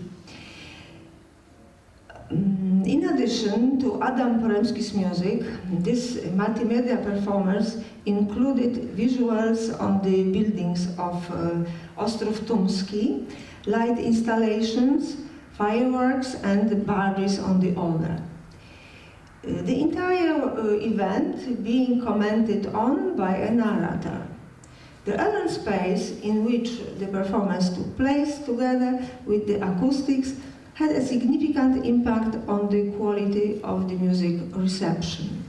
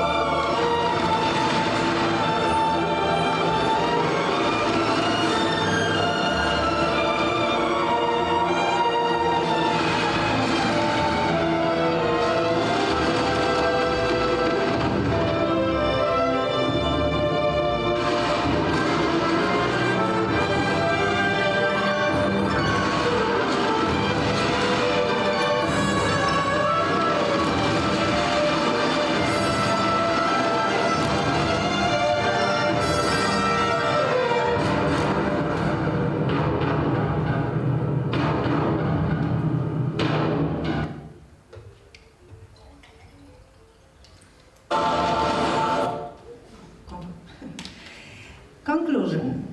When analyzing Poremski's oeuvre, one can conclude that the relationship with the music audiences is important to him. He explores their perceptual capabilities with the use of sound illusion and the technique of controlled performance gestures. Poremski comes up with new solutions for the spatial execution of the works, recognizes the potential of topophony, transforms galleries or museums into concert spaces, makes use of performance bodies, and employs the elements of performance art. He is keen to creatively compose the natural gestures of the performer as well as to bring out the visual aspect of his music.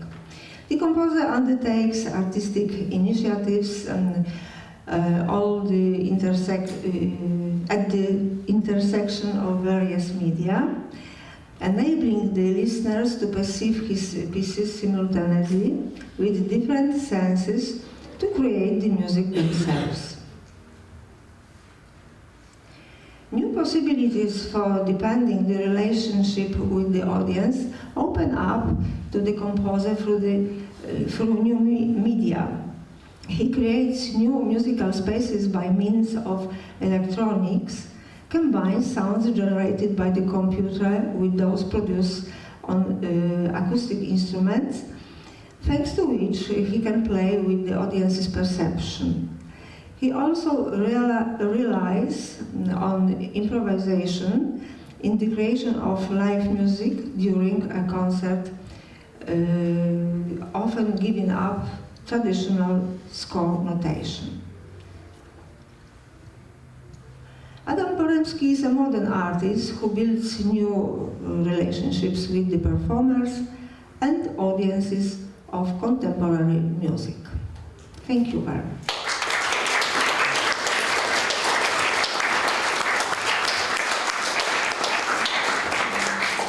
Thank you, Professor Anna, for the presentation of the young composer in Wrocław. So, in this context of two turning points, performative breakthrough and also spatial turning points. So, maybe using the composer, I have one question. Please excuse me that first to composer, but Professor Anna Granat-Janki told about this idea of surprise. So maybe you are a contemporary Haydn. I don't know, but it's very important to build such expectations, taking into account the perception of the audience. What do you think about this idea? And please tell me about your sources of inspirations, not only Strzelecki, but maybe other composers. Thank you very much. It's so kind that I could be a Joseph Haydn 2.0. So for me, contemporary music is very often too complex, too sad, too dissonance, and we should we should say that sometimes it's not easy to listen, even in the environment of composers, musicians, and so on. So for me, I would like to be more, let's say, I would like to be more closer to the audience, to the listeners, yes. And I could provoke, I could write single melody, I could write beautiful melody. But sometimes during the festivals it's not good because why? It's contemporary music festival and I write a nice melody. It's disaster, probably. It's disaster because I should be modern composer. I should be very contemporary composer. So sometimes, of course, I like those complex dissonant music with electronics, with intellectual sphere, but sometimes I'm tired of doing this and prefer to compose some joke music pieces or something with... It's a kind of provocation. Yes, yes, provocation. But you compose also perception of the listener, like Lutosławski, composing the perception of the listener. It was procedure created by Lutosławski. Sometimes. I think after whole process of composing, the next steps are beyond it. So it's up to listeners, musicians, interpreters, and I just compose it, and that's all. What's the life of the work? It's not something I can write and get in the score, so I don't know. Thank you for this statement. Other sources of inspiration, I mean other composers, not only Strzelecki, but maybe you, something about other composers. Other composers, for example, influenced me. It's not so obvious, but I can say that I love Chopin, and I love listening music by Chopin. But it's Penderecki, no. of course, I love Penderecki, of course. Górecki. I love pop music, rap music, tech music, rave music, metal music. So diversity of music. Yes. Of course, because music could affect us and could be a very interesting part of our lives, and we should listen other genres, not just classical music, because that's the world. We are in academy. We are in so small musical world, but generally the music is something that everyone in the whole world could listen. So for me, it's very interesting to listen and analyzing film music from the last few weeks, for example. Interesting to go to churches of, let's say, lighter music. And what else? What else? Maybe not disco polo. This is a genre that I don't like. Thank you very much. Please excuse me, but it's very important for us such reflection. So, other questions, remarks to Professor Anna, to composer John Rick, Chopin's music. Thank you very much for the presentation and for your comments just now.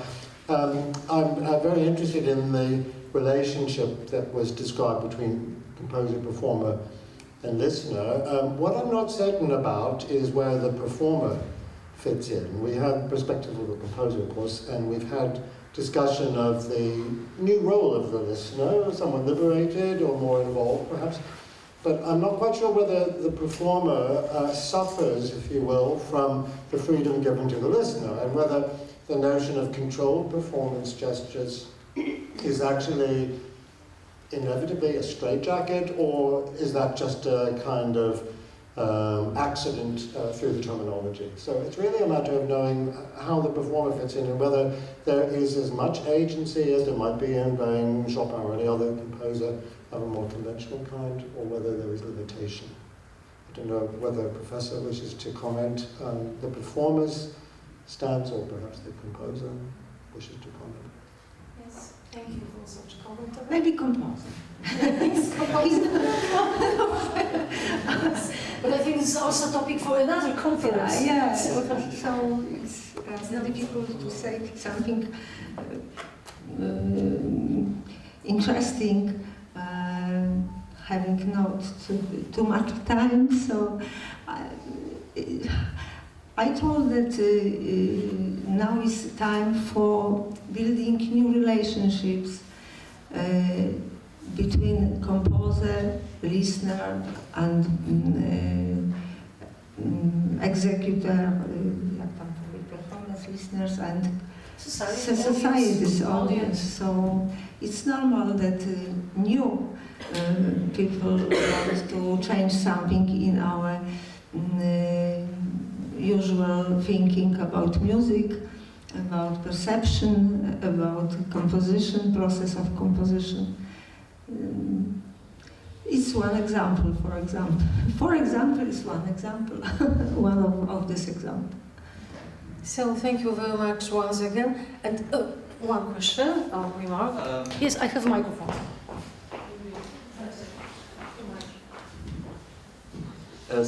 My question is to the composer. As a fellow composition student here at the Academy, who also happens to enjoy a vast variety of musical genres, I have two questions. The first one is, why classical music today in the world where the interest of young audiences seems to be waning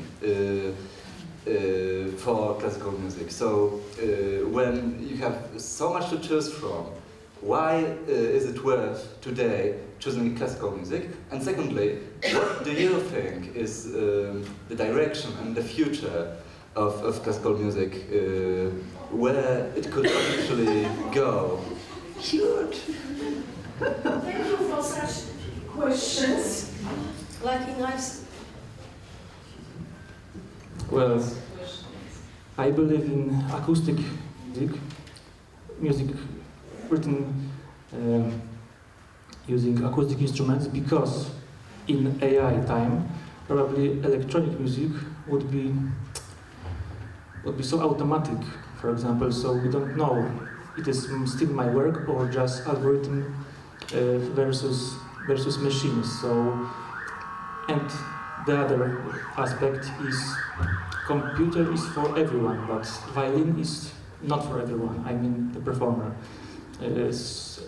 And I know that AI today can compose difficult scores, for example, using traditional notation. Probably not. Maybe it's just a form, for example, just a structure written by sentences, but not in the score. So maybe we should take care of writing classical music, which means the traditional score plus acoustic instruments, and for the audience it's much better and more interesting to listen and to see the performers, because electronic music I can listen at home, the same recordings, but in some reason people go to the concert hall, even after COVID, because we didn't. And the last question was about classical music. Yes, why classical music is so important. Why choose classical music in a world where you have so many different options, stylistically? So many possibilities, yes. Yeah. Why is it classical music in special that is worth preserving and following? I don't know that classical music is the best genre of the world, for example. I don't know. Maybe for us, yes, but classical music means what? Film music, for example, could be the same classical music. Jazz music is today High culture. high culture. Yes, high culture. It's not popular music. Yes, No, so but Mozart. But yes, It's high music culture. Yes. and music for entertainment today is of course different than in the Mozart time. So I think classical music, I don't know what's classical music today. Right. Please excuse me, but I must finish once again. Thank you very much to Gesine Schröder, Wojciech Stępień, Agnieszka Draus, Ewa Kowalska-Zając, and Anna Granat-Jan, spiritus movens of our conference. Bravo! And also thank you. Thank you.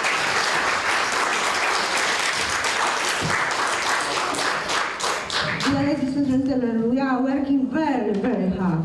Yes? So let's go for coffee. Now it's coffee break.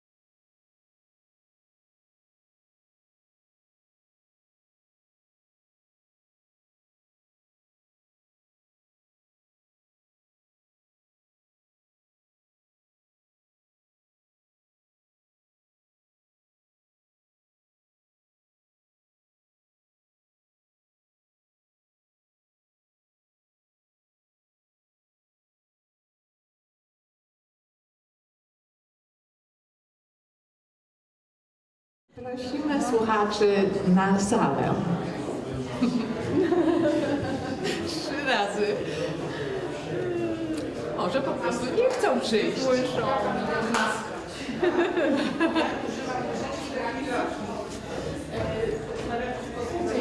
Tu już zajmie miejsce, tak, żeby nie przedłużać. Ja tutaj będę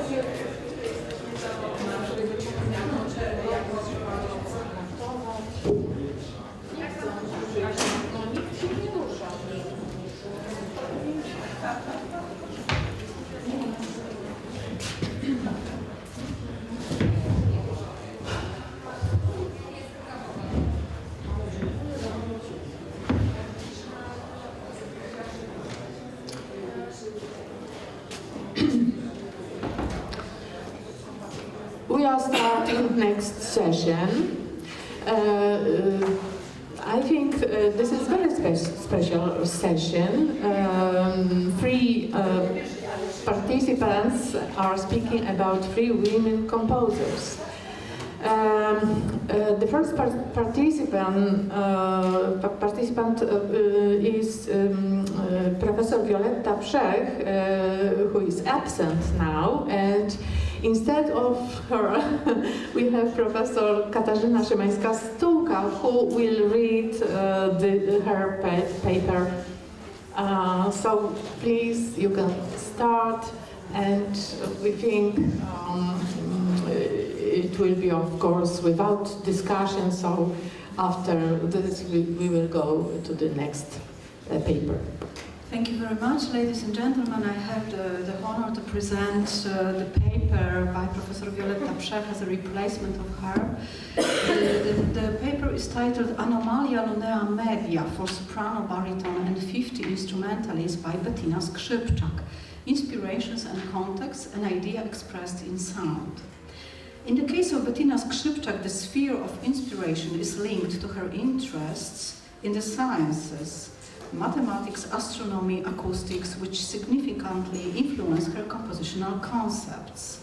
My ideal, confesses Bettina Skrzypczak, is a thinker, a scholar or artist who looks at the world in a universal way and is able to notice the connections existing between different fields of human activity.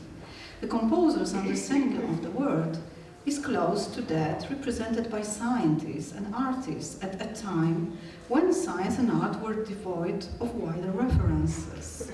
The last representative of this way of thinking, understanding the world, were in music Johann Sebastian Bach and in science Johannes Kepler. Scientists and artists of that era were united by the common goal of approaching the truth by searching for traces of creation, the delight in creation, attempting to move in the footsteps of the ingenious order. Their desire was to uncover the fascinating mystery that they intuitively felt. The apogee of interest in the vision of the world in the context of the sciences came during the period when Leonhard Euler created his treatises, which were the source of inspiration to Bettina Skrzypczak. Euler was a brilliant mathematician, astronomer, geographer, and engineer, but not only, also a music theorist, interested, among other things, in the phenomenon of sound wave.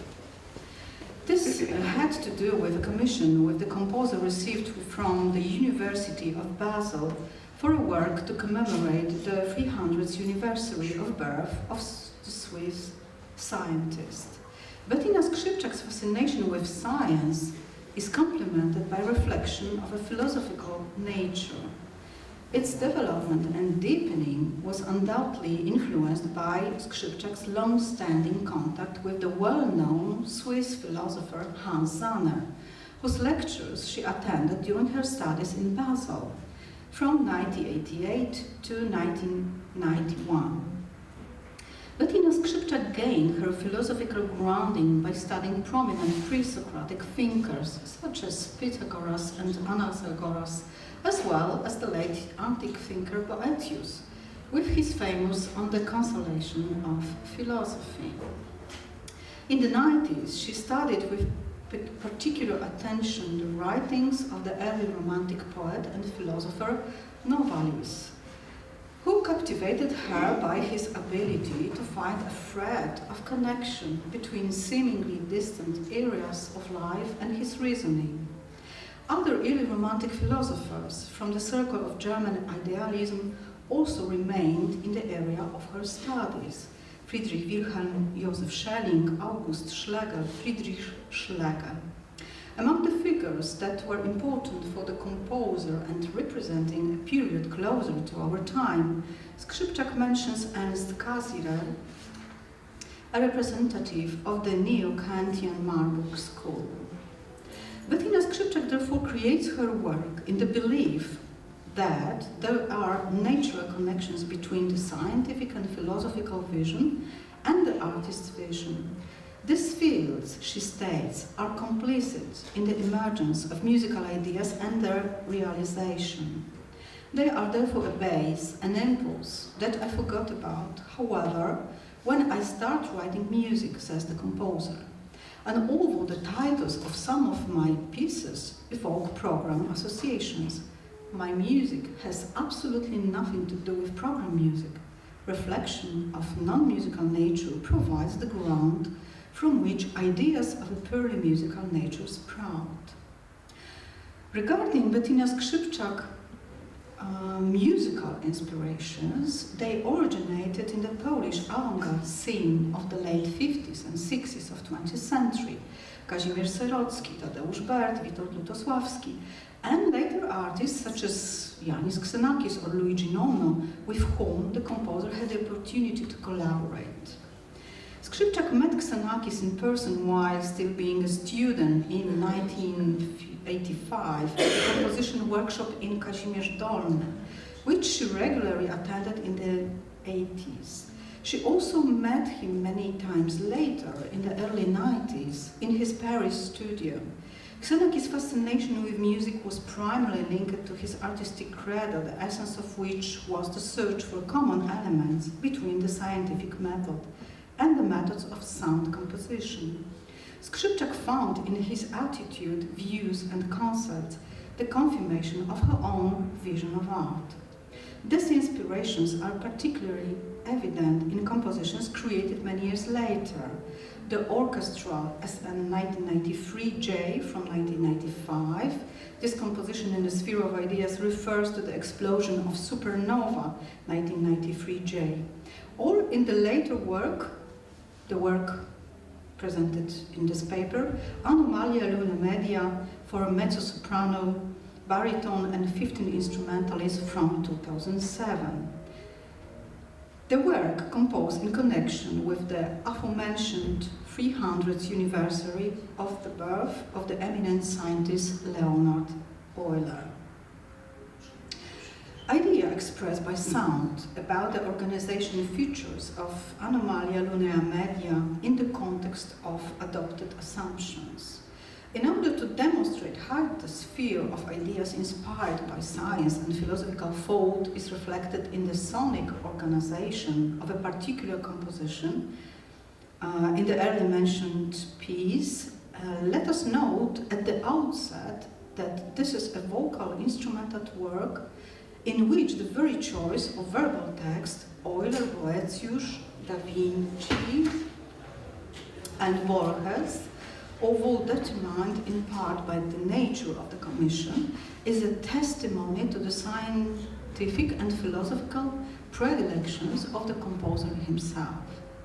However, it is never easy to trace the links between the composer's perception of the world, their worldview, their passions, and their musical language. And this is also the case with Skrzypczak.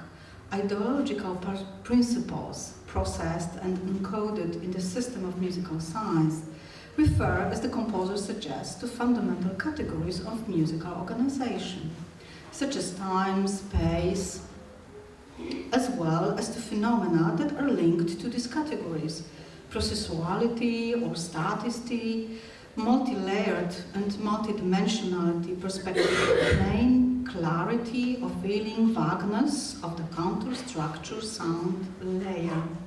Bettina Skrzypczak's inclination towards the sciences manifests itself pragmatically by incorporating procedures based, for example, on combinatorics or the calculus of probability into the compositional process, especially in orchestral works, with regard to their complex multi-element structures.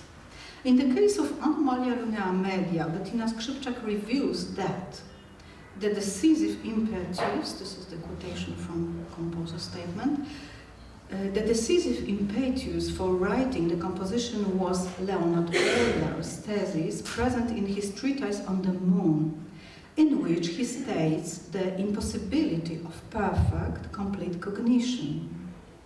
In his view, the complex nature of reality can only be grasped approximately. From this perspective, the boundary between scientific and artist knowledge, cognition, also seems fluid, as Euler's statement can be applied to both scientific and research methods and the various languages of artistic expression. Another important idea of my composition, says the composer, is the variety of paths to knowledge cognition, hence the choice of authors of text from different areas, Leonardo da Vinci, Leonard Euler, Jorge Luis Borges, Boethius. Despite their changing perspectives, we find in their text a similarity, approximation of basic ideas. The space that opens up in this process of learning is constantly expanding with new emerging paths. On the verbal text musicalized in the piece, the dominant role in Anomalia Lunea Media is, however, played by the text of Euler, most extensive in terms of volume,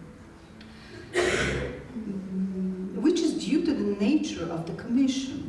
They include a set of astronomical terms and the idea essential for the composer that complete cognition is impossible due to the limitation of the human mind.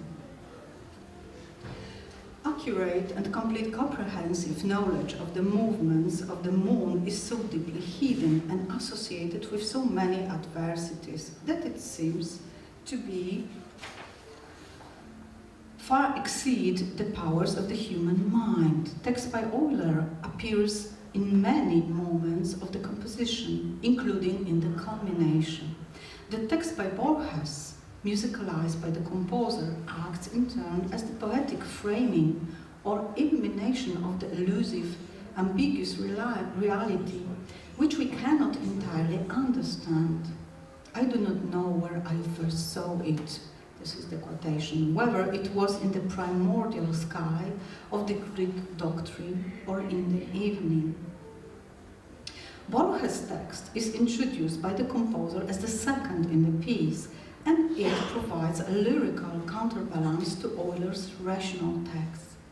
As can be seen, the verbal texts selected by Skrzypczak have in common a unifying idea, exposing a hypothesis close to the composer's heart, that science and art are rooted together in the meanders of cognition guided by intuition. Musical interpretation of the word. According to Bettina Skrzypczak, cognition as a function of the human mind is multidimensional and therefore spatial in its own way. This observation inspired the composer to use a topophonic solution. She introduced it into the piece in the following way, by placing the vocal voices, soprano and baritone, on opposite sides of the stage, while the 15 instrumentalists, divided in 3 groups, forming 3 islands of sound, are placed at different points on the stage. Groups 1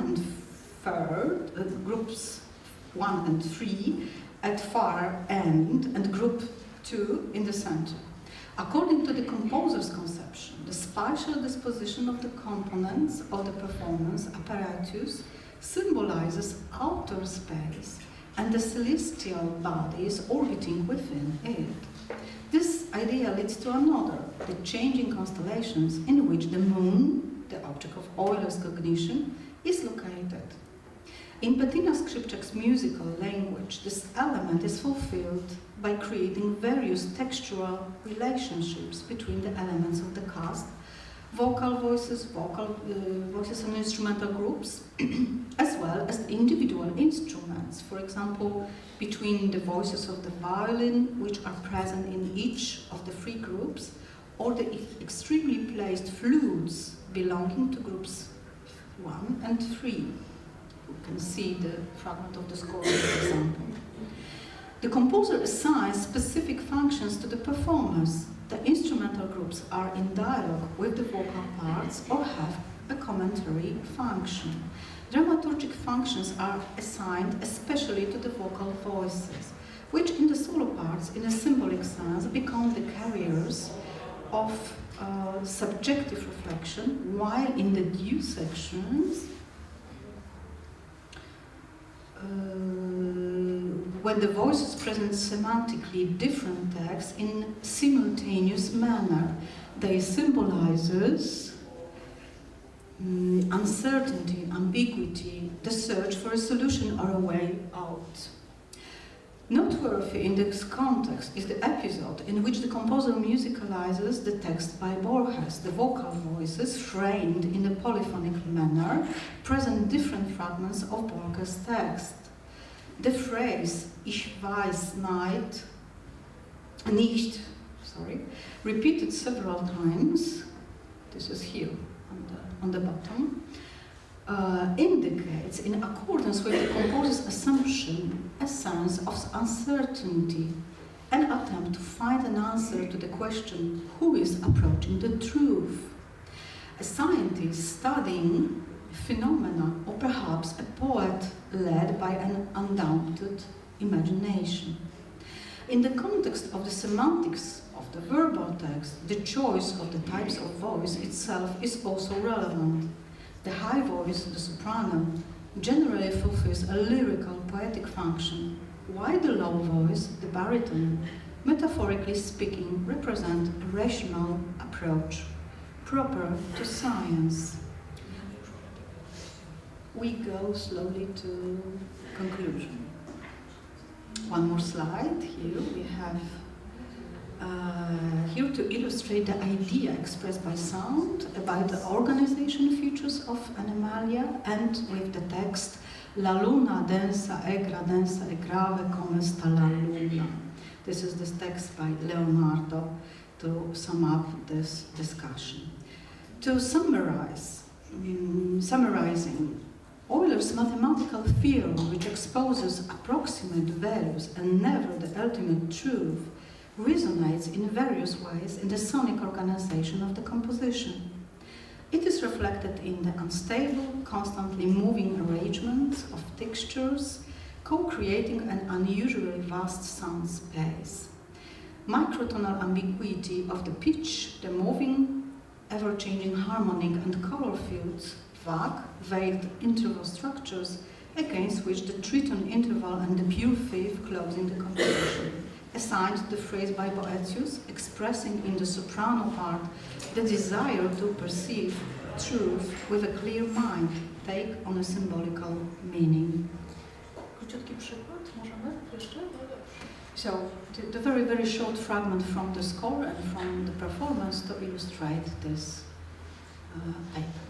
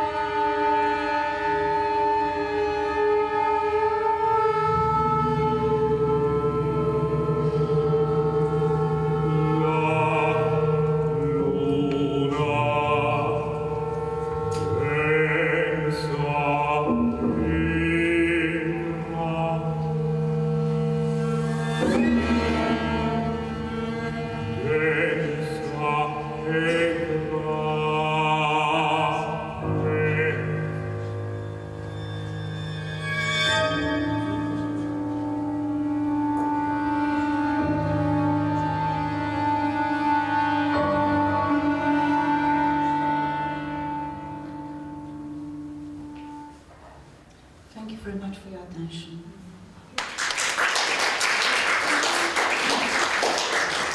We thank Professor Przerwa for the paper and Professor Katarzyna Szymańska-Stułka for reading it. Thank you very much. From obvious reasons, we are not discussing on last subject. Now, Professor Anna Nowak from the Academy of Music in Bydgoszcz. I will shortly present. Professor Anna Nowak focuses on the theory and history of 20th century Polish music.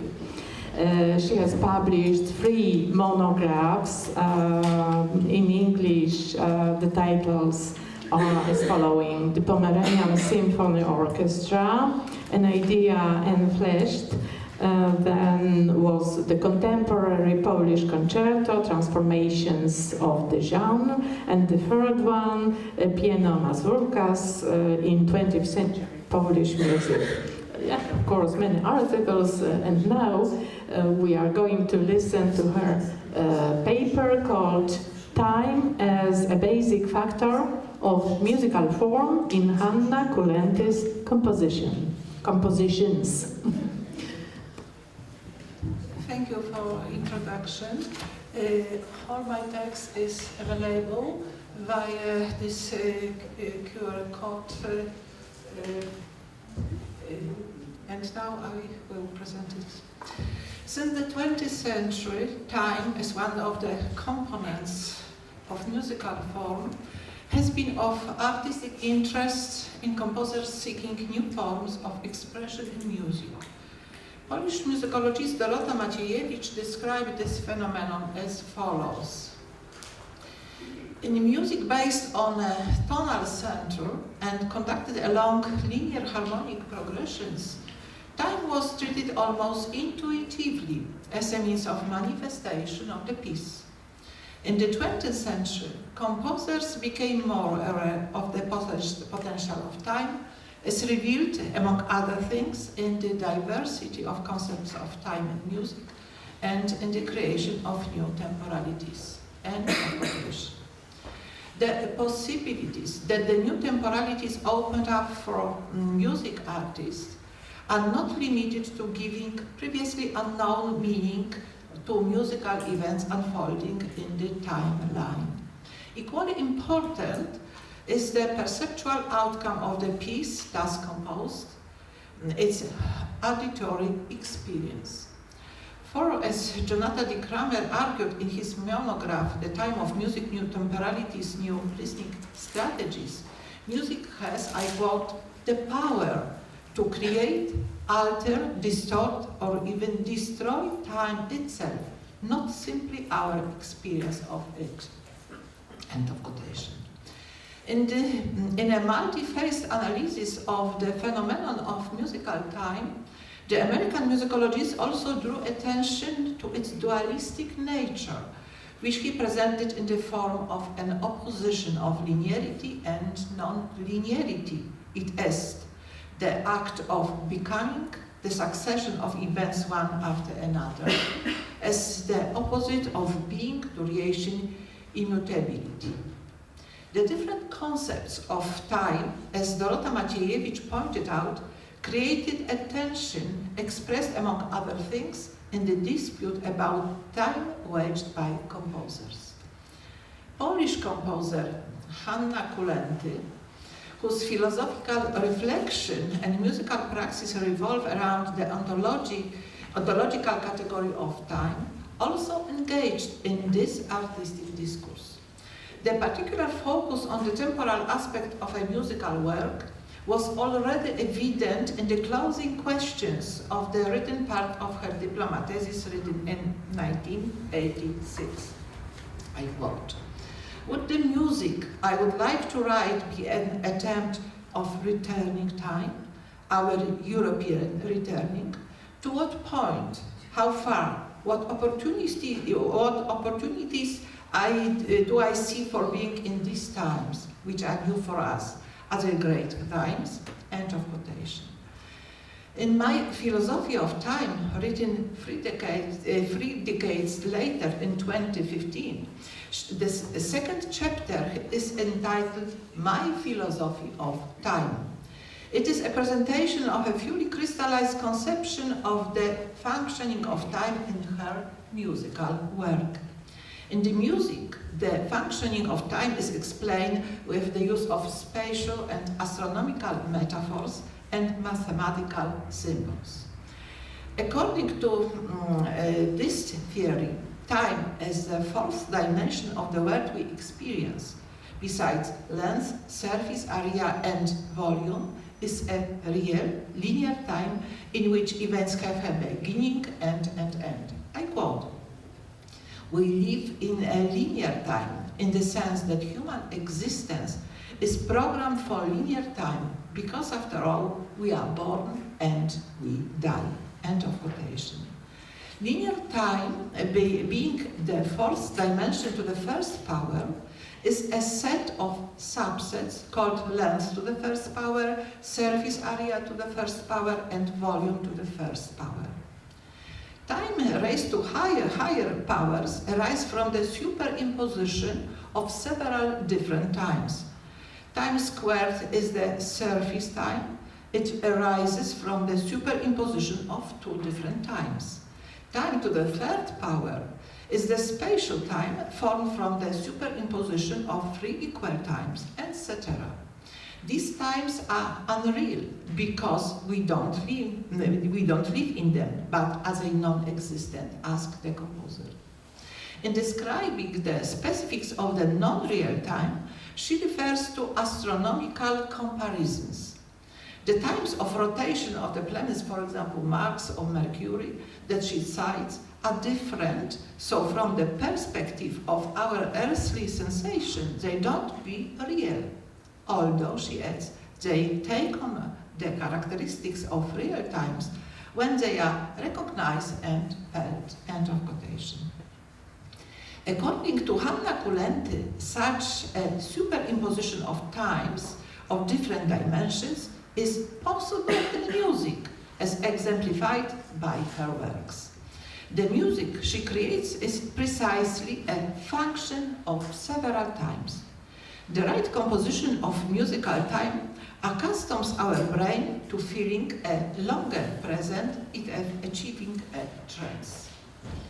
This somehow esoteric presentation of the philosophy of time becomes more concrete when the composer moves on to describe the compositional techniques for transferring her vision of parallel and independent times to the sonic continuum of her musical works.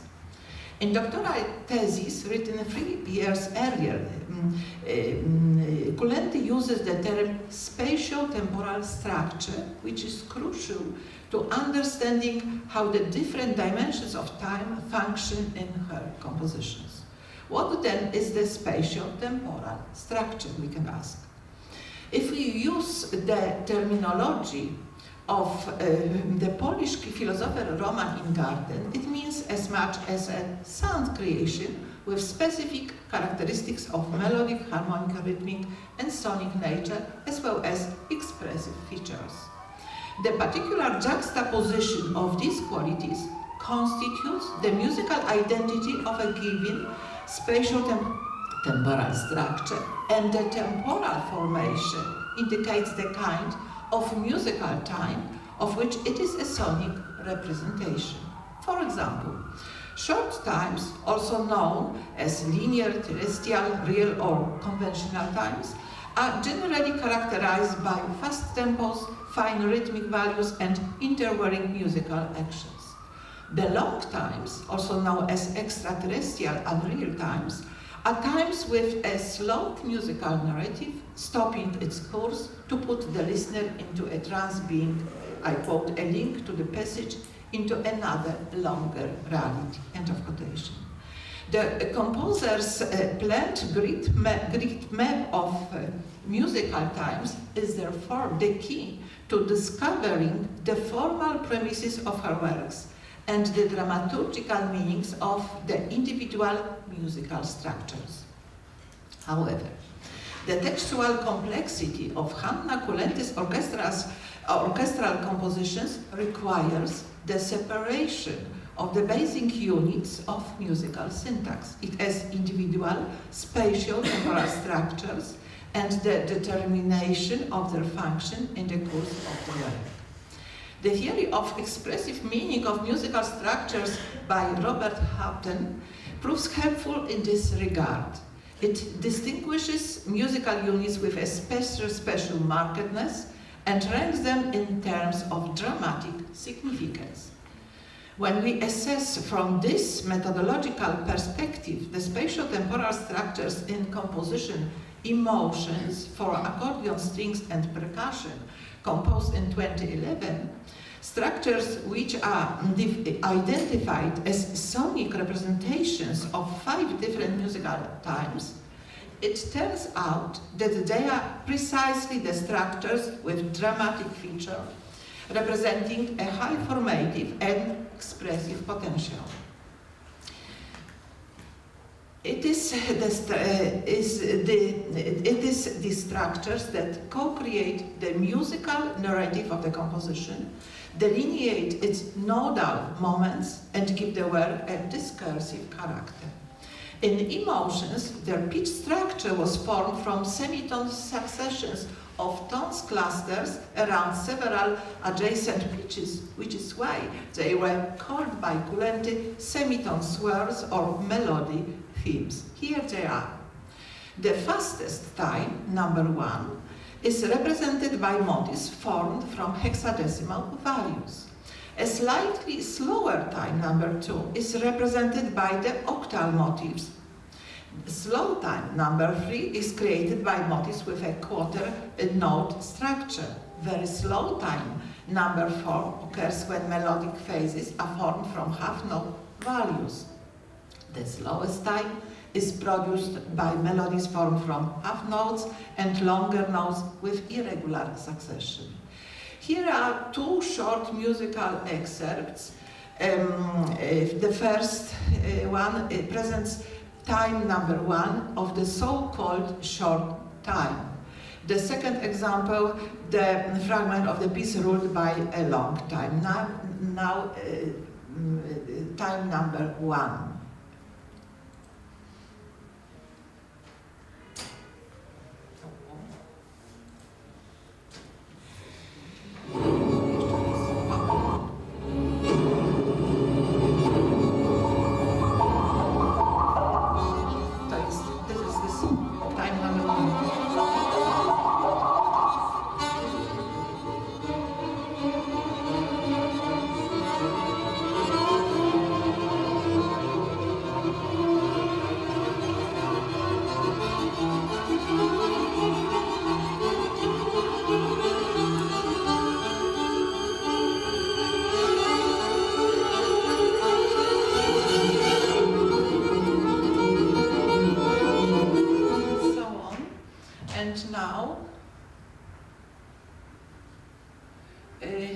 The slowest time.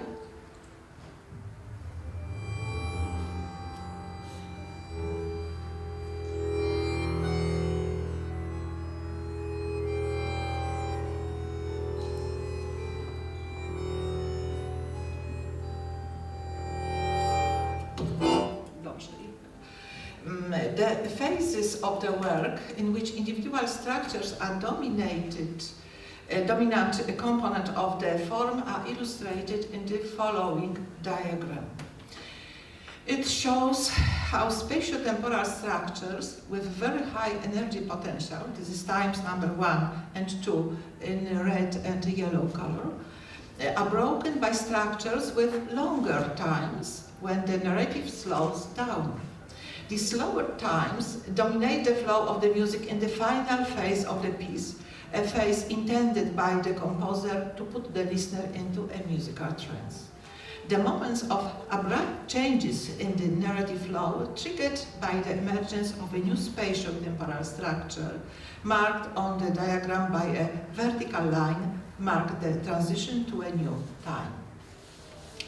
The specificity of emotions is to form 5 different spatial-temporal structures out of one sound material as a representation of 5 different musical times.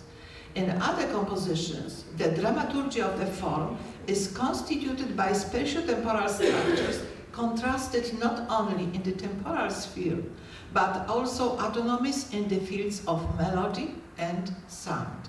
As an example, let's consider the saxophone Concerto No. 1, written in 2015. The musical narrative of this concerto is co-created by 2 contrasting spatial-temporal structures. The characteristic melodic rhythmic formation allows them to be called musical phrases. The first in order of occurrence is the melodic phrase, that is a horizontal development of the major triad, later also its minor variant. Its successive steps gradually reverberate to form an extended expressive arc with a cantilena-like character. Let's listen this first structure.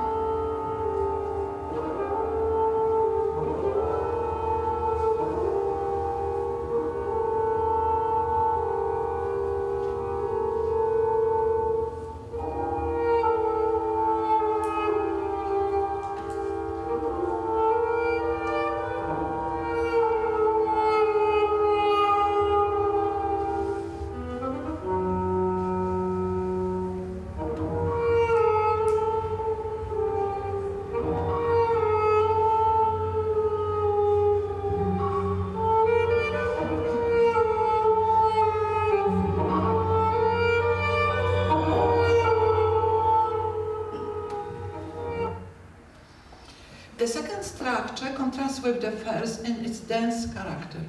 Formed from a melody with semitone melicus, it is characterized by a brisk musical flow and a distinct metrical pulse. Let's listen.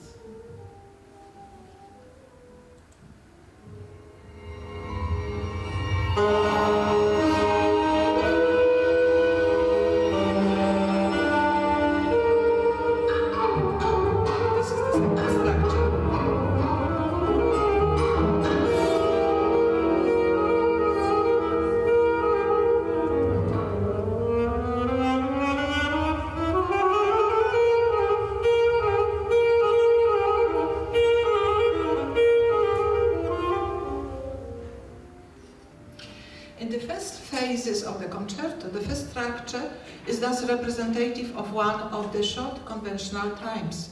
Only later, when the musical action slows down, does it become the epitome of a long time. The second structure, on the other hand, represents only short times. Its first appearance interrupts the narrative flow of the first structure, creating a turbulence effect. It is a sudden interruption of the existing narrative and attention to a different musical time. The grid map of the times of this concerto reveals another characteristics of its musical flow. The long times, which come in several varieties, resulting from a more or less slowed narrative pace and linked to the first structure. It makes repeated attempts beforehand to develop its own narrative thread, to introduce the listener to the oral aura of music flowing quietly, so that this longer present is felt. However, they are interrupted by incursions of the second structure, transporting the viewer from the realm of music contemplating the expressive sounds of the saxophone into the world of sounds emanating with the energy of movement and the dynamics. In conclusion, Hanna Kulenti explained the essence of the musical form of her work with the following words, I quote, It involves the juxtaposition, the fusion of several threads, structures of musical, emotional, spatio-temporal nature in such a way as to achieve in the whole series of ascending climaxes and thus a multi-threaded trance which unifies the entire composition. End of quotation. The composer completed this definition of the musical form with a confession. Music for me is a trance and emotion. Music is time, music is metaphysics. Music is my best language of expression. End of quotation. When we listen to her music, having previously discovered her aesthetic worldview, then it reveals to us not only emotionally imbued multicolor sound, but also its immanent musical senses. Far from being program music, it brings us into the world of its creator's inner experience in a particular way. Thank you for your attention.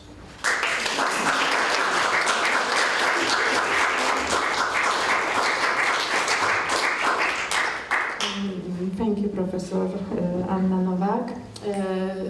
Time problem is not old problem.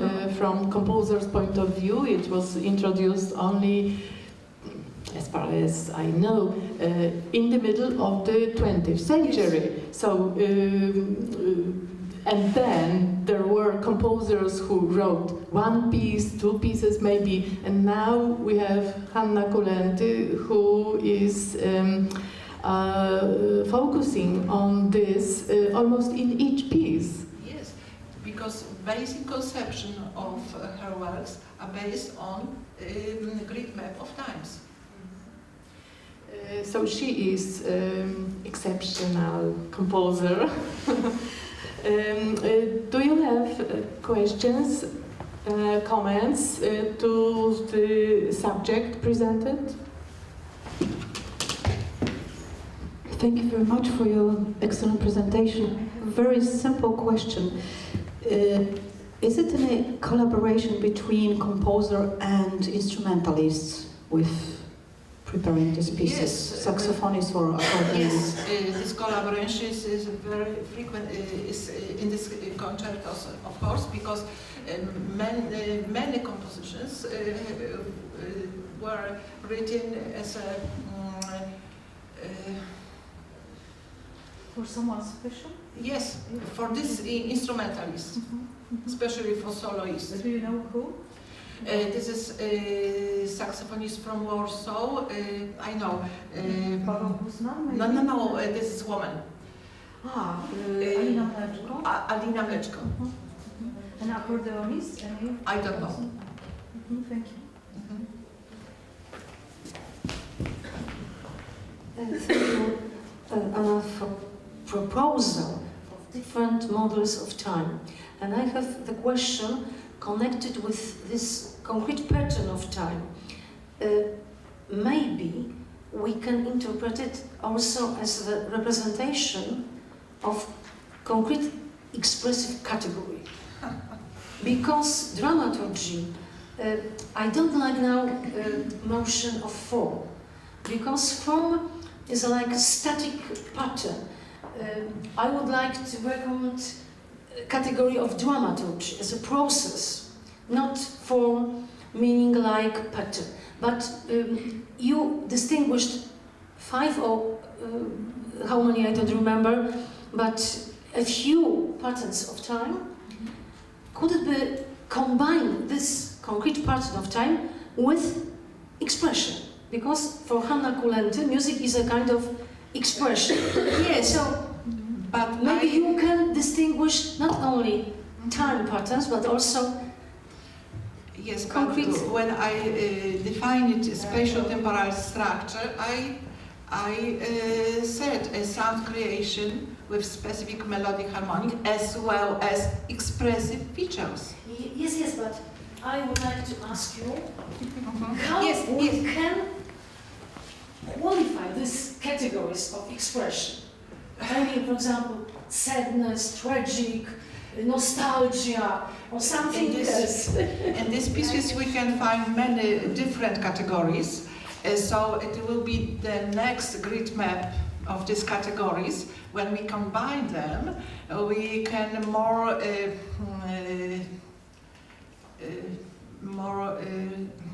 how to say,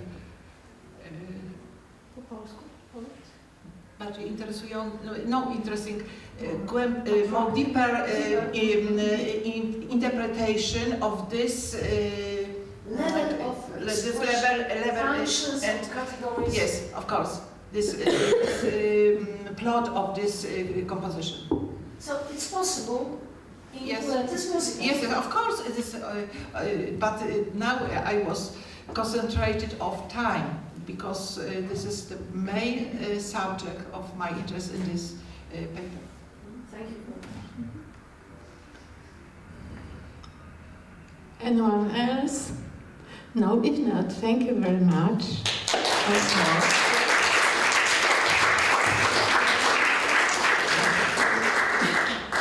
And now I ask Professor Szymańska-Stułka to give us her own paper. Yes. I will use minutes to introduce her for those who don't know her yet. Professor Katarzyna Szymańska-Stułka focuses on works at the Chopin University of Music in Warsaw. She focuses on theoretical analysis of works of music in relation to their philosophical and cultural backgrounds. And among her greatest achievements are books as follows. In English it will be Harnasie by Karol Szymanowski, Levels of the Musical Work, then Polish Idiom of Andrzej Panównik's output, the next one, The Idea of Space in Music, and the last one, Space as a Source of Compositional Strategies. And now she is going to present us the paper called The Musical Poetics of Anna Ignatowicz-Glińska's work around percussion music. Thank you very much, Professor, for this introduction. I would like to say some words about the magic word of the Bors Molec instruments, about the marimbas work of Anna Ignatowicz-Glińska and her musical poetics.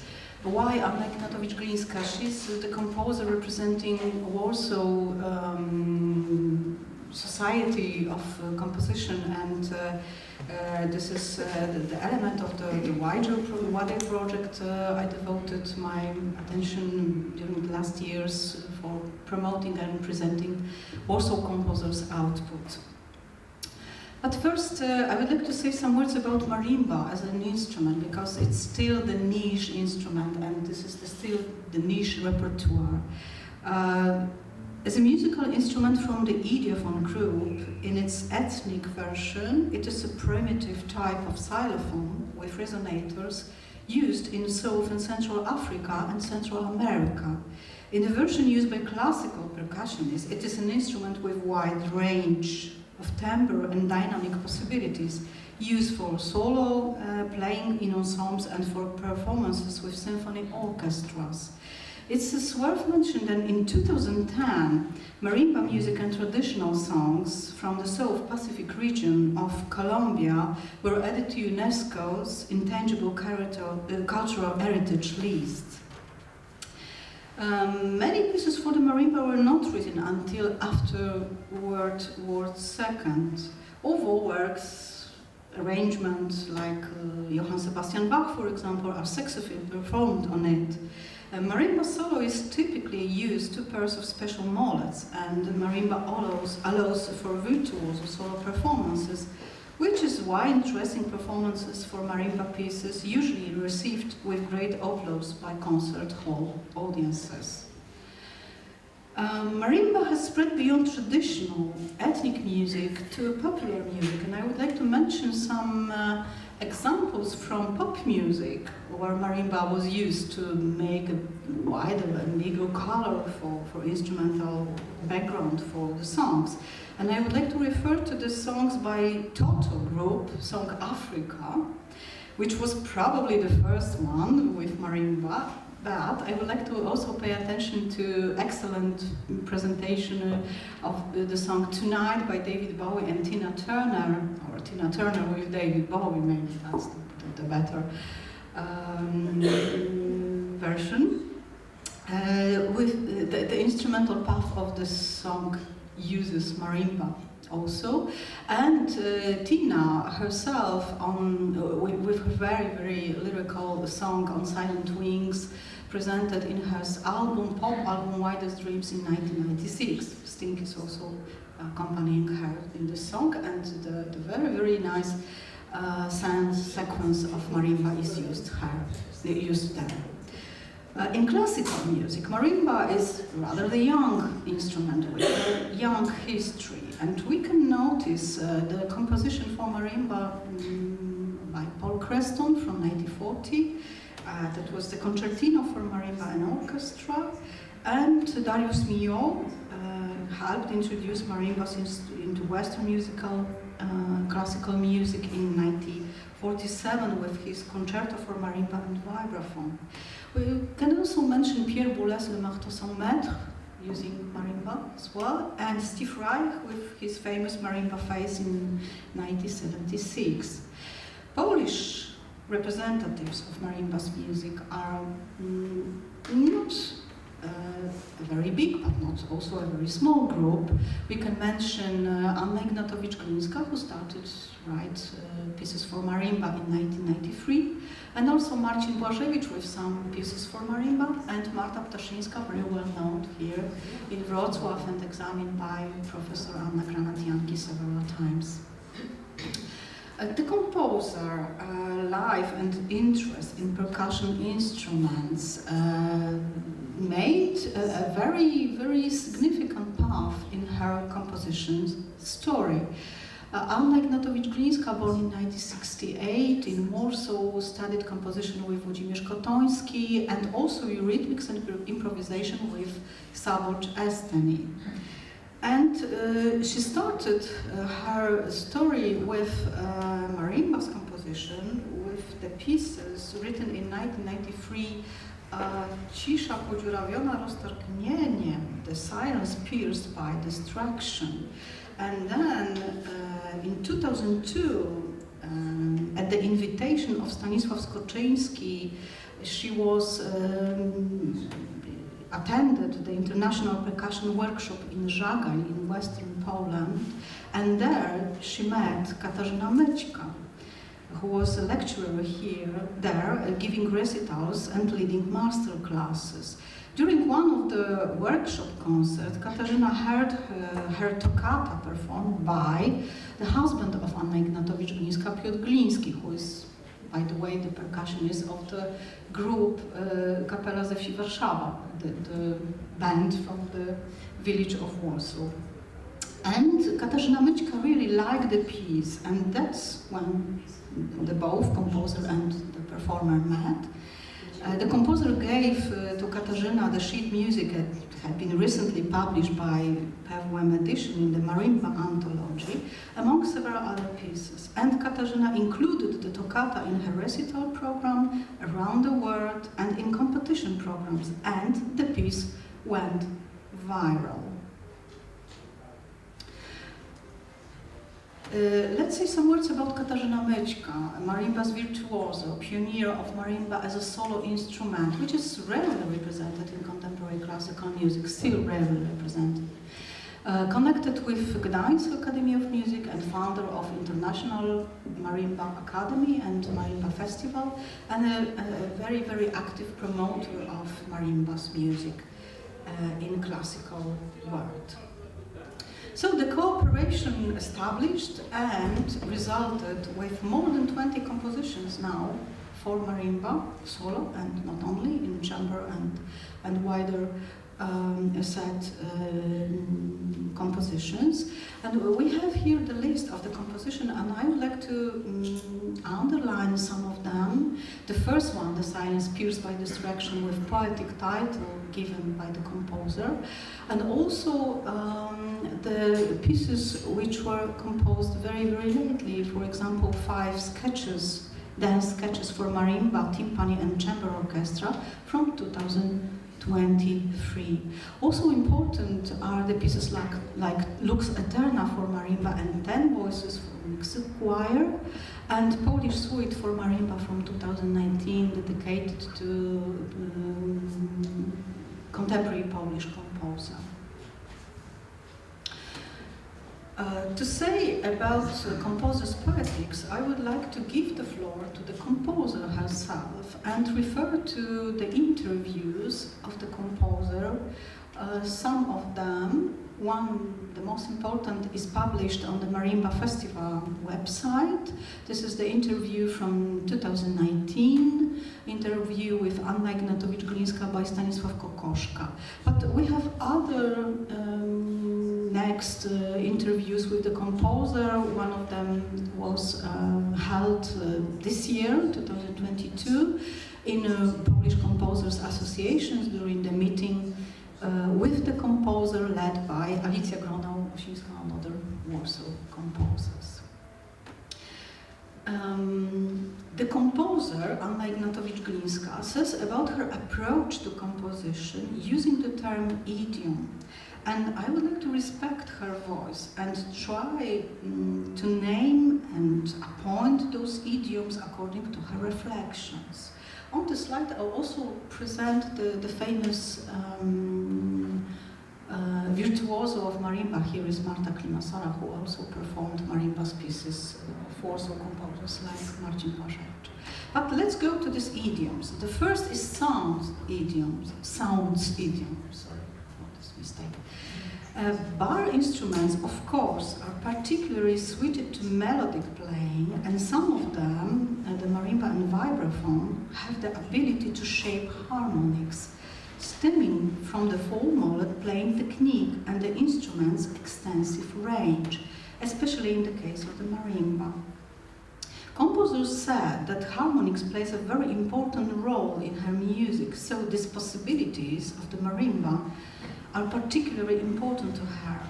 The sonic qualities of bar instruments are also inspiring, creating a rich palette of colors that can be used in a wide variety of instrumental configurations.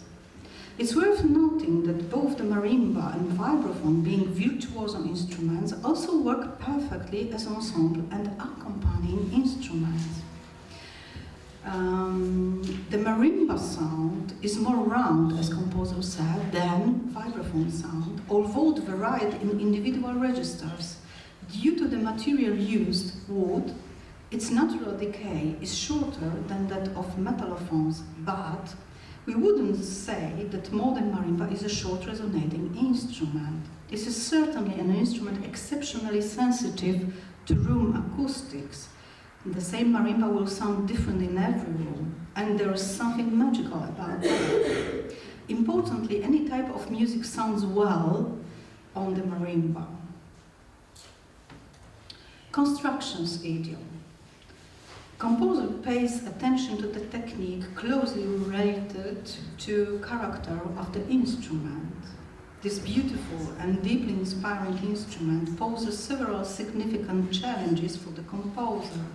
The main ones, she said, are the ability to navigate the instrument's design, large distances between the outer registers, unequal bar widths, the upper row of bars slightly higher than the lower, its acoustic preferences and properties, differences in decay time in individual registers, the dependence of audible overtones on register and articulation, the instrument's tuning to the interior, and also the four-stick playing technique, especially in choral and figurative textures. This requires a certain knowledge and a unique instrumentation imagination from the composer. The marimba has very good sound associations with other instruments. However, we must remember about the dynamic proportions. Changing register modes and articulation, it is possible to correct tuning inaccuracies to a certain extent and weaken or mask the audibility of unwanted overtones and strengthen the desired ones, respectively lower, middle or upper, and correcting inaccuracies. It's enough with sound and construction idioms, and now we pass to some content of music, and I would like to propose the borrowed idioms following the composer's words. Trying to trace my creative path, says the composer, from an idiomatic perspective, I should go back to Passacaglia for marimba and vibraphone from 2003 and Toccata for marimba from 2001. Because there are the examples in general of, while lacking precise identifiable quotations, contains fragments shaped almost like, and this is this key sentence. I also wrote this in Polish because it reflects the specifics of composer's language, poetic and literary language too. It's almost like primarily Bach and Corelli, and this is the significant emancipatory tendency of the composer aimed at limiting the use of other people's idiom in favor of an original organization of the sound material, but is still the balance and still between this almost like someone and something and the original organization of material by herself. The phenomenon of the self-citation appears in her work twice, only twice, and has symbolic dimension referring to the genealogy of the composer, and it is connected with passing away of her parents and reflected in the pieces Toccata and Postludium. I think it's time for the first musical example. I would like to present a fragment of Toccata played by Katarzyna Mećka.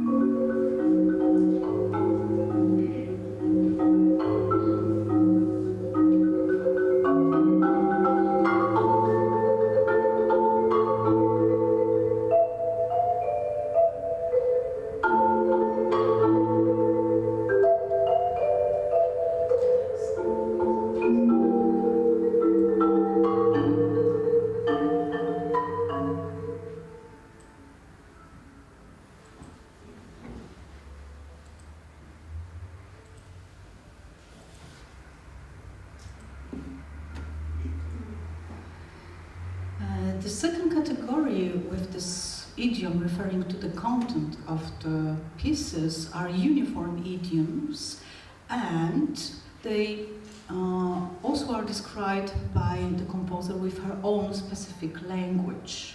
The sort and origin of the idioms used has the most uniform character in Passacaglia for marimba and vibraphone from 2003, says the composer. And she adds, I wrote once about it that it brought me at a dangerous close distance to Bach, especially to Symphonia from Second Harpsichord Partita by Jan Sebastian Bach. And she also analyzed her approach to music in earlier compositions were characterized by scattered idioms and especially referred to melodic harmonic structures, and later compositions, more genetically differentiated, they undergo a dispersion as well as a peculiar multiplication of melorhythmics. And this melorhythmics refer to dances in Balkan rhythms, for example, time organization on the model of African polyrhythmics, and sound color and instrumentation texture also derived from Lutosławski and Mahler's symphonic ideas. Formal idioms can be also named in her output, and they refer to the two-movement symphonic form in concerto for marimba, trumpet, and strings, and the classical double composition, exposition of the soloist and orchestra, or a duo of soloists in the second movement of the concerto for marimba, trumpet, and strings, and in the first movement of the double concerto for two marimbas and strings. We can also observe the classical form in three movements in double concerto, but some new arrangements appears in motoric narration of postludium, which is pointed out by the composer, like the piece where she merged the new solutions, and she described this in the following words. Postludium exemplifies thus the borderline state between a continuous form, a rhythmic harmonic continuum, and a segment form built from clearly discernible sections. It is a result of my last inquiries in the area of the macrophone, initiated in vocal pieces around 2014. And the last one, poetic idiom, refers to the titles of the pieces. That is somewhat another question. Initially, in the 90s, the composer untitled her composition using poetical expressions borrowed from the literature and from her own poetic and literature works, because she also writes poetic, especially for her own compositions, not only. And we can pay attention on this very attractive, intriguing titles like Zapis nieważnych zdarzeń, a record of unimportant events, or Cisza podziurawiona roztargnieniem, already mentioned, The Silence Pierced by Destruction, or Ślady niepewności, The Traces of Interstitute. But starting from toccata, the composer decided to name her compositions with genres titles, and the group of more of the compositions using this title were created, like toccata, passacaglia, partita, sonatina, concerto, and preludes. In the latest time, a group of more free titles appeared, but shorter than the earlier ones.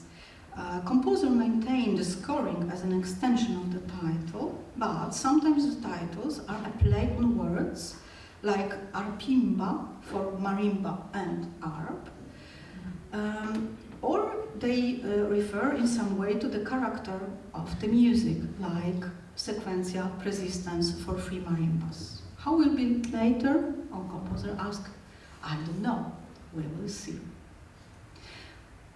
We go to sum up style and influence, and we have some four areas that can be described and underlined: technique and virtuosity, timbre and harmony, dialogue and color, which is the most signifying in the duets, silence and arpimba, and emphasize aspects of interaction and instrumentation contrasts, and history and expression in the piece Polish Suite, but this is the subject for another, probably, paper, not presented today, but it opens the new area of interpretation of Anna Ignatowicz-Blińska music.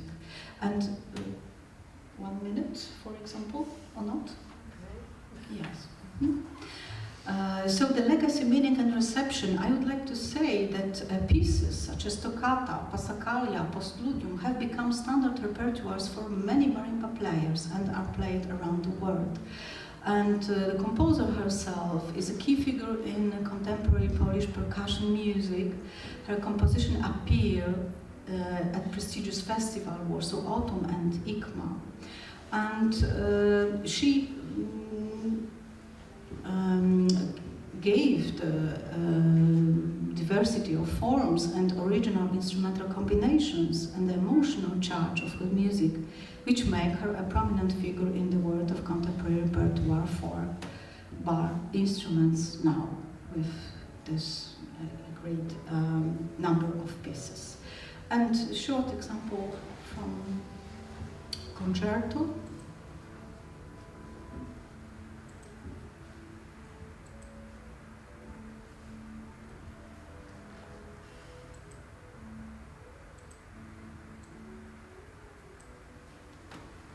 Double concerto for marimba and strings.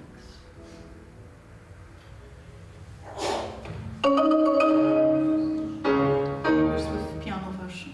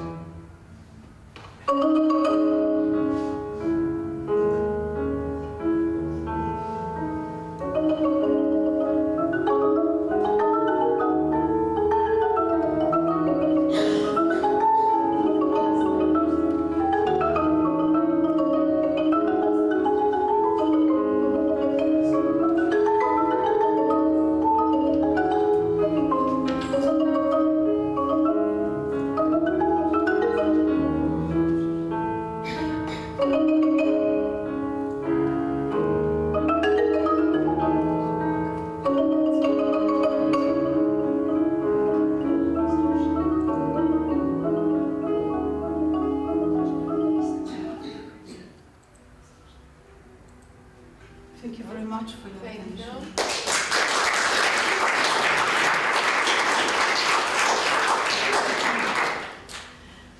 I think that marimba's timbre is so nice for every of us that we like these instruments. And in Gdańsk, of course, there is a long tradition. I remember that it was a new piece presented last year by student of composition, Sandra Tracz, who composed concerto for 4 solo instruments, and one was marimba. Yes, interesting output with marimba as a hero. More than 20 compositions. 20? Yes. 21 or 2. And some of them for 2 marimbas. Yes, in different configurations. For solo, for 2 marimbas, for 3 marimbas, for chamber sets. And maximum 3 marimbas. Sorry? Maximum 3 marimbas together. Yes, 3. Okay. Maybe from audience, comments, questions. Please excuse me for the remarks, but I will have been possible today. So I would like to add to your list of marimba composers, Krystyna Moszumańska-Nazo. Oh, sure, yes. She was the first lady in percussion music. In 1987, she composed Fantasy for marimba solo. Wonderful piece. Thank you very much. Yes, yes, yes. 1987. Yes, but Krystyna Moszumańska, our crack of composers. Probably we have in Poland a very, very big tradition for marimbas pieces. Maybe we should prepared a catalog of compositions Yes. of composers. Maybe the tradition goes from the opera Mr. Marimba by Ptaszyńska, which was performed many times in Poland and also in the USA. Very popular piece, yes, that's right. And children are exposed to listen to this instrument. Gesine Schröder was pioneer in this technique in percussion music. For example, wonderful piece, Music for Five, only for 5 percussion groups. So with I think interesting soundscape. I don't know how to qualify, but Gesine Schröder. So please add to your list. Absolutely, thank you very much. Yes, the list is wider, of course, but it's very important. Yes, that's something that I wanted to say, because in 1985, So 2 years before Moszomańska-Strugańska wrote her piece for marimba, also marimba, but this is not a solo piece. So in 1990, although PWM says it's 1991, she published her concerto for percussion, and one of the pieces is Le Soleil. And there is a part that is played on marimba, the first part of this concerto, and it's inspired by the Monet painting. And there is also El Condor, concerto for 2 marimbas, and it's on. It's hard to say when Strugańska started writing for marimba, but mostly we can see the development of the instruments that were available in Poland in her music, because she was asked by, for example, Professor Wotta to write a piece for them. They were colleagues, they were almost the same age, friends, of course, so there are many pieces that she wrote and we don't know they existed because they were just written and there is no copy of those pieces, so a lot of compositions are lost, but they were performed, and from 70s or 80s she was writing such music for percussion for sure. We have a CD in our academy called Triangle, and it's dedicated only to the percussion pieces by Grażyna Strugańska-Nawratil. So I really strongly encourage you all to listen to that music, because it's just beautiful and very, very innovative. And just as a thing, Strugańska-Nawratil's daughter is a percussion player, so she also was writing pieces with her daughter in mind to have some music that is playable and contemporary. Thank you very much for this contribution, and I think that the role of percussionists, the Polish percussionists, is here important to inspire composers to write these pieces and to make this instrument more popular and to give the path to this for solo music and for classical music, for some experiments of techniques and composition. Thank you very much. Grażyna wrote to his brother Witautas Wacjawiczus from Poland to the United States, if you want to be modern, you must add percussion. Grażyna Balcewicz to Witautas Wacjawiczus in 60s. Modern century. It is interesting how this instrument is popular outside Europe, for example. Yes. Do you know? Yes, yes, yes. No? I don't know exactly. Okay. This is another question. Of course. To develop the subject, maybe. Yes. If there is no question, comment. Thank you very much.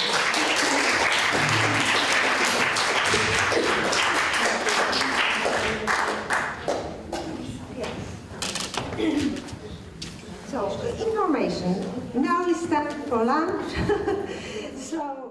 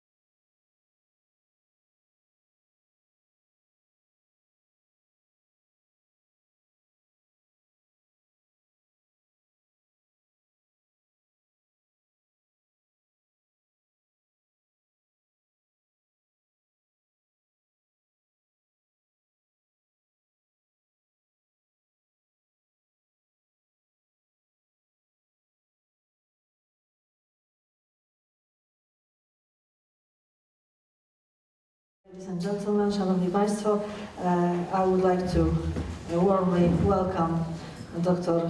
habilitowany Tomasz Kienik, professor of our academy, who is also connected with our chair of music theory and history of Silesian musical culture, and he's the headmaster of the doctoral school and chief of the pedagogical studies. So we are starting the last session with Professor Tomasz Kienik, my dear friend, who will present the paper about the violin concertos by Philip Glass, from analysis to comparativism of minimalist musical works.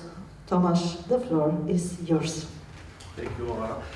Good afternoon, ladies and gentlemen.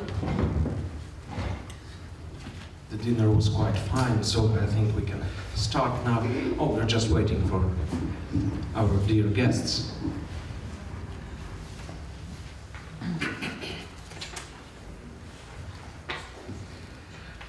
In the monography of Polish minimalism, Joanna Miklaszewska observed that this musical current, which is one of experimental music strands, witnessed significant opposition to total serialism. This antagonism manifested itself in a variety of forms. Serialism was distinguished by the variability of music elements and tonality, while minimalism was characterized by repetition of gradual changes in the music curves and neotonality. These three elements of minimal music mentioned above can be found in the first and second violin concertos by Philip Glass, an outstanding minimalism representative. The attention to those works stemmed from my earlier in-depth studies of the other violin concerto by American composer John Corliano. Let's listen to selected excerpts from both works to know about which music we are talking about.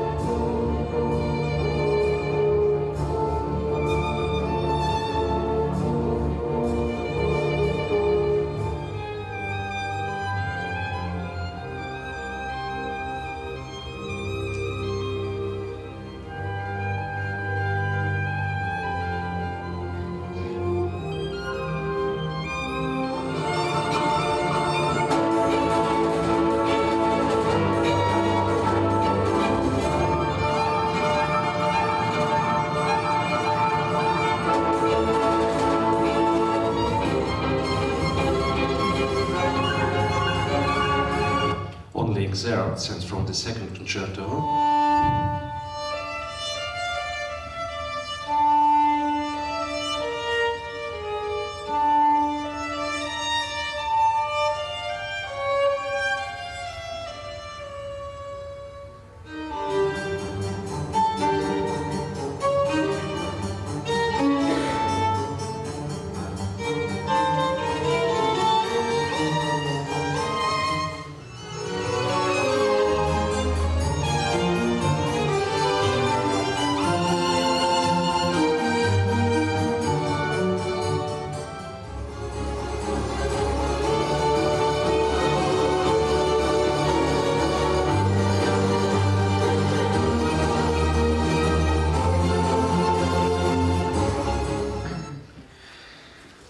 Miklaszewska continues, comparing the development of musical language of Steve Reich and Philip Glass. One can see a certain similarity between the two composers in the transition from strictly minimalist, repetitive works from 1960s and 70s to those with larger instrumentation and characterized by an individual musical style.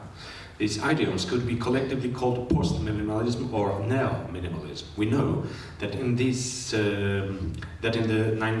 90s and later, Glass drew on the influences of 19th century musical tradition, not only in terms of genre, quartet, symphony, but also in terms of mood, e.g. lyricism. Ethan Smith even called him a blooming romantic composer, and we find proof of this statement in both concertos.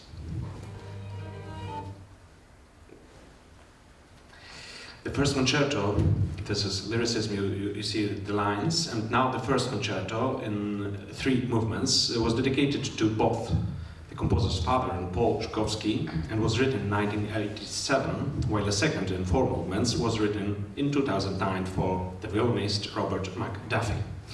The concertos also differ in length, with the first being almost half as long as the second. Let us look at the time proportions and individual movement durations.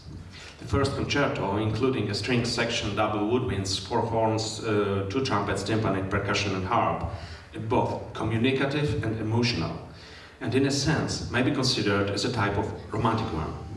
As it suggested by excellent options, the work may be modeled on Mendelssohn's composition, albeit with the absence of cadence and filtered through the composer's experience in minimalism. The composition occurred at a time when Phil Glass, born in 1937, was already achieved a notable degree of recognition and acclaimed within the artistic community. On the official website we can read, Glass' most prolific period was between 1975 and 87. During this time, everything he did seemed unique, different and wonderful. We see such diverse works from Satyagraha and Mishma, from Glassworks to Violin Concerto No. 1. The first concerto is based on the repetition of rhythmical and harmonical cells established on specific vertical patterns, expressive bass lines, percussion interventions, and numerous figurations and cantilenas. The first movement is built on a rhythmic pulse, creating a changing harmonic background, accompanied after a long wait for appearance of an identifiable main theme by a lyrical violin melody in red color on the slide. Second movement brings a feeling of calm, introspection and spiritual focus. It's music of contemplation based on basso ostinato in blue, maintained in the adagio syndrome.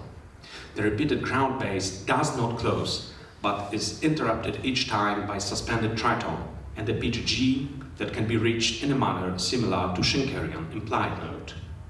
The third movement, a virtuoso one, is not, however, a brilliant piece, but rather a celebration of sound and return to original pulse, also in coda.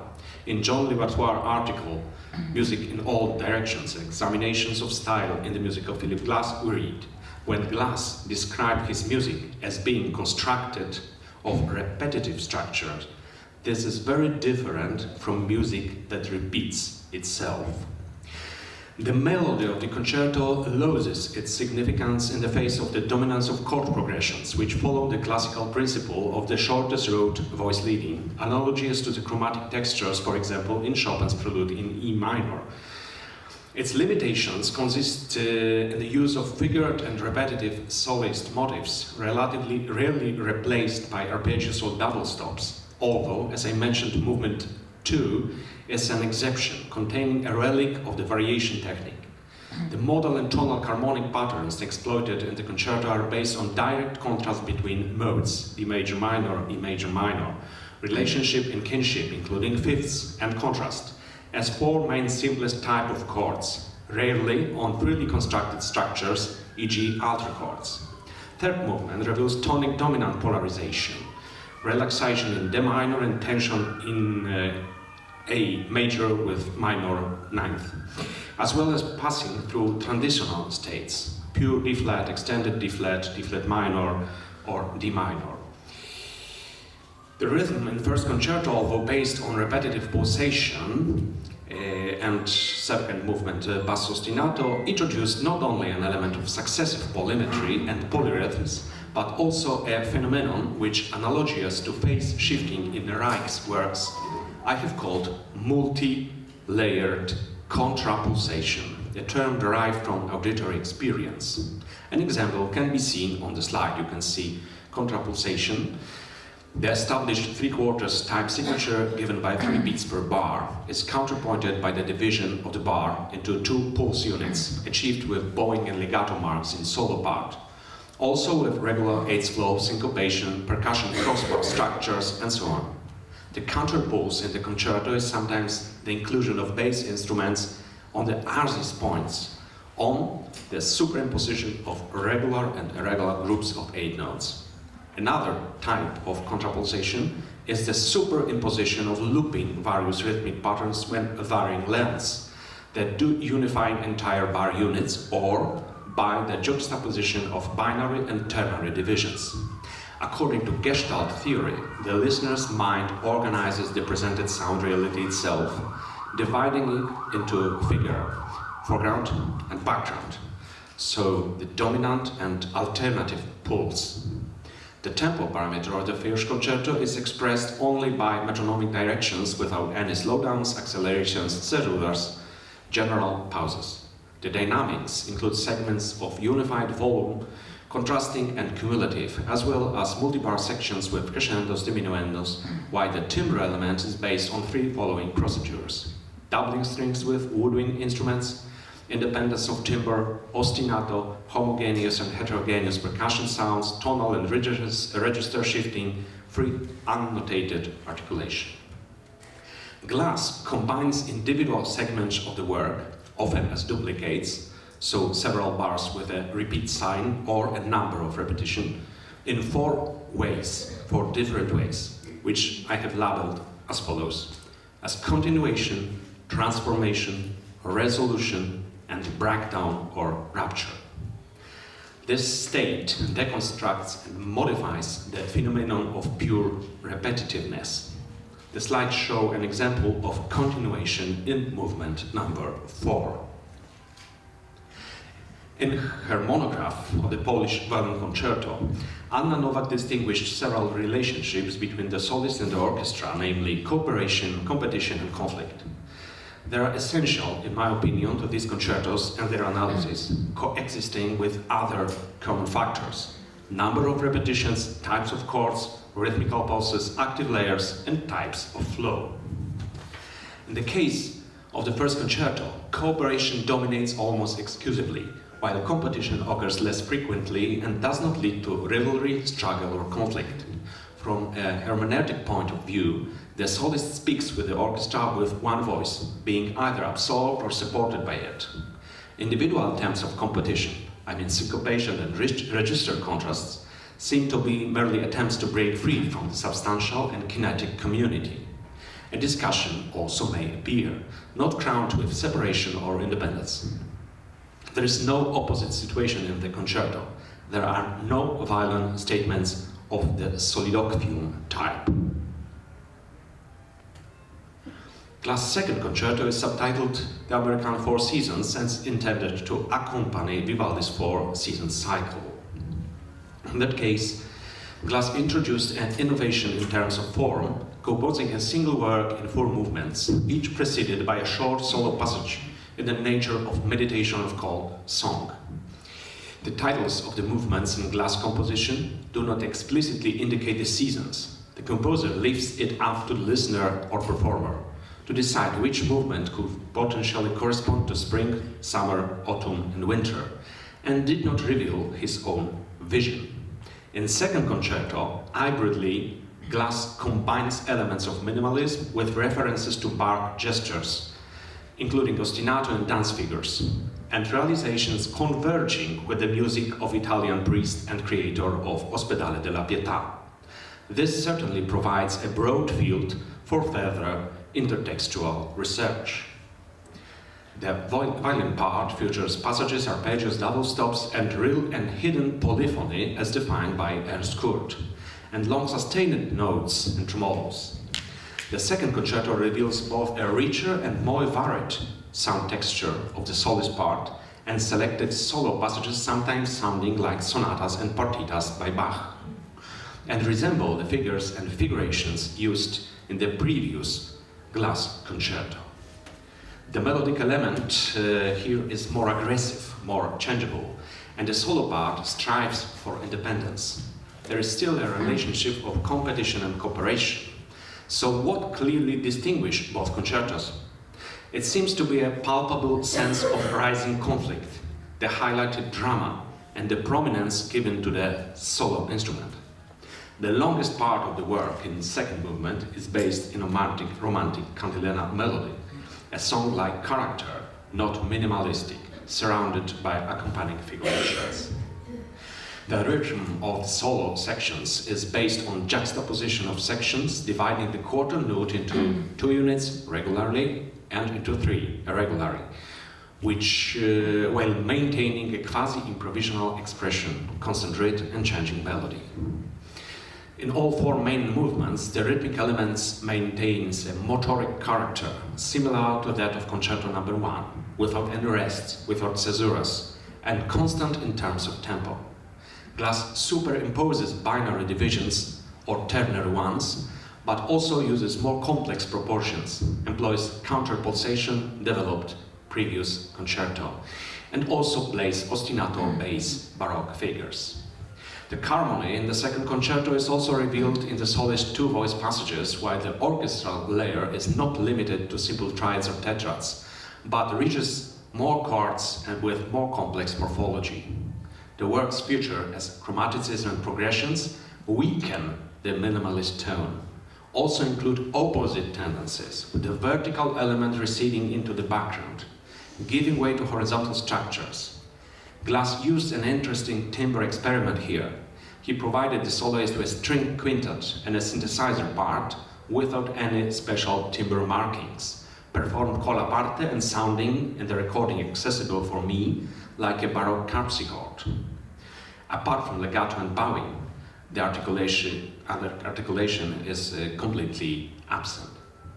String instrument reveals sound patterns that vary in terms of pulsation, rhythm and tempo, and selected solo parts have interpretative suggestions.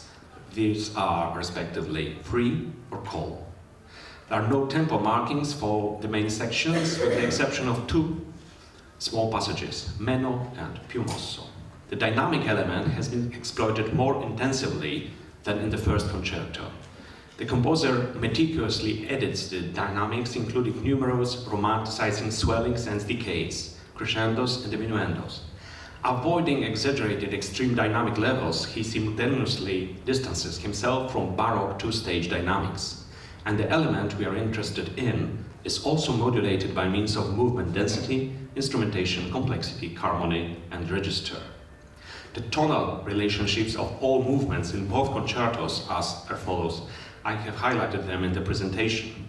In the first concerto, we notice significant tensions, dominant relationships, while in the second, we observe a stable E minor tonality with sub and dominance deviations. Both concertos are characterized by intensification in technique and sonic qualities in relation to each other and collectively to the traditionally understood set of minimalist gestures. Miklaszewska argues that Glass' later works feature the simultaneous occurrence of one or more melodies together with harmonic grouping, polymetry, and presence of variation techniques, such as in 6th movement of the Kyros Symphony by Glass. Her observation from 2003, as my findings reveal, remains now valid in the context of 2 concertos in the question.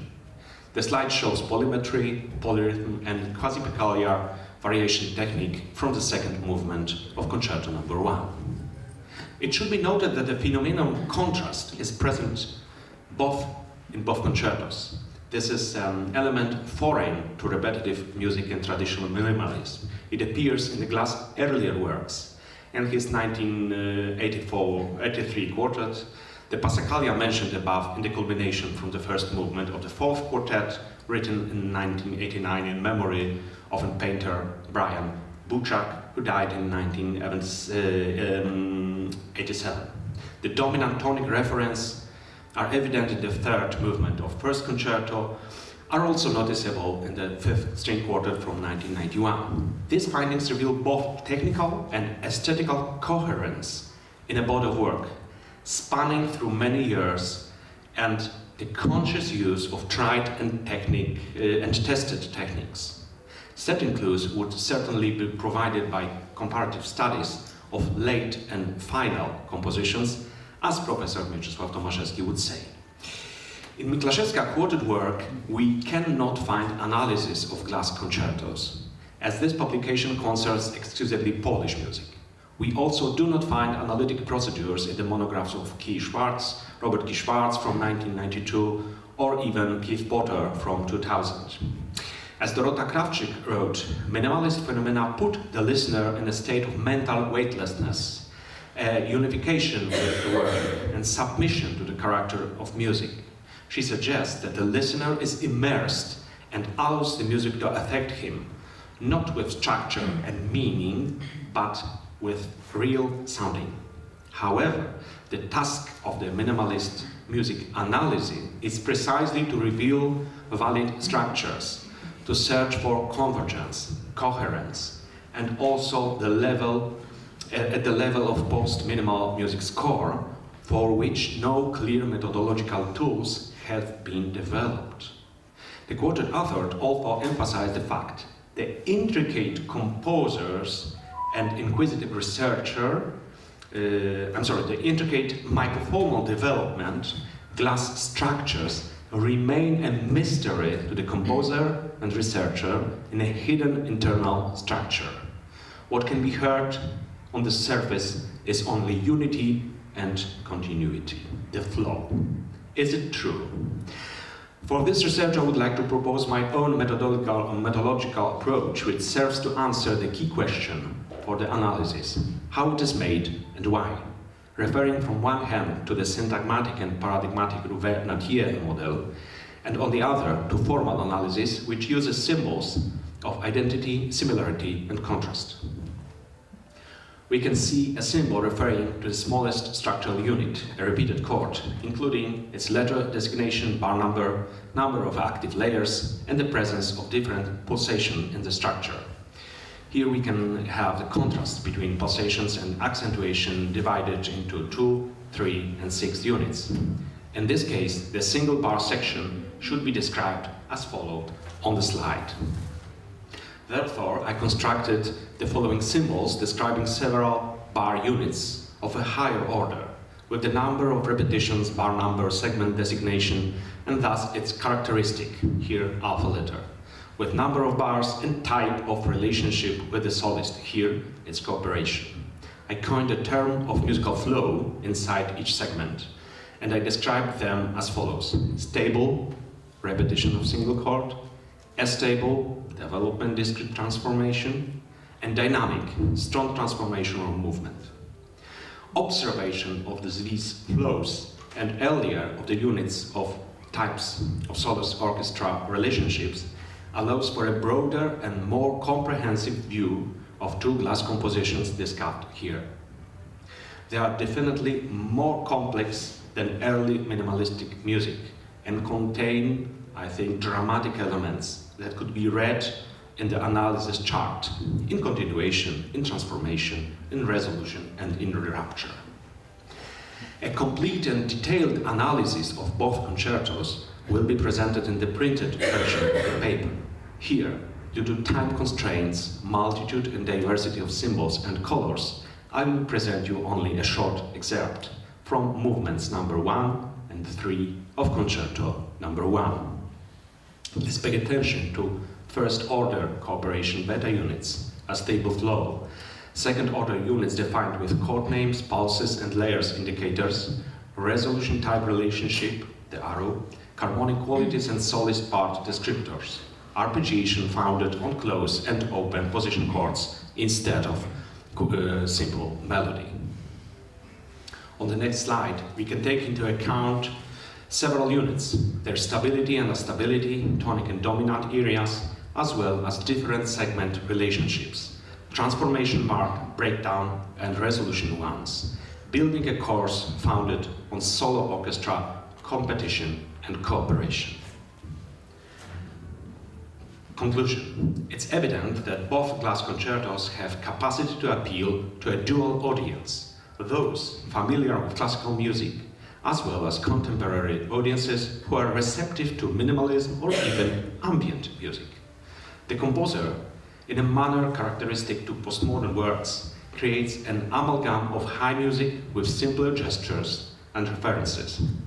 Composer's approach does not appear to be a reconstruction, but rather a deliberate utilization of traces, a historical echo transferred into the new dramatized context of post-minimalist music.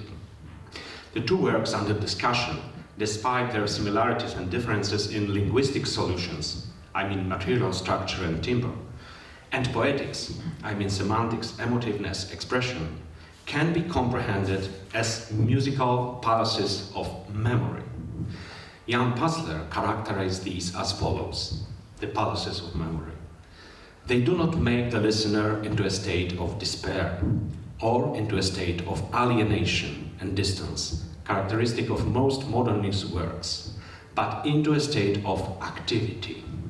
I add, not only the passive meditation or even liquefaction.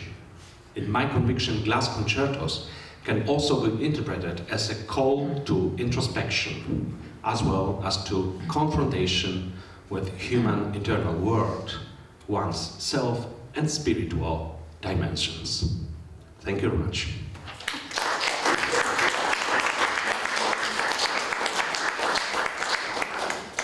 Thank you, Tomek, very much for the inspiring and interesting paper. Are there any questions or remarks to Tomasz?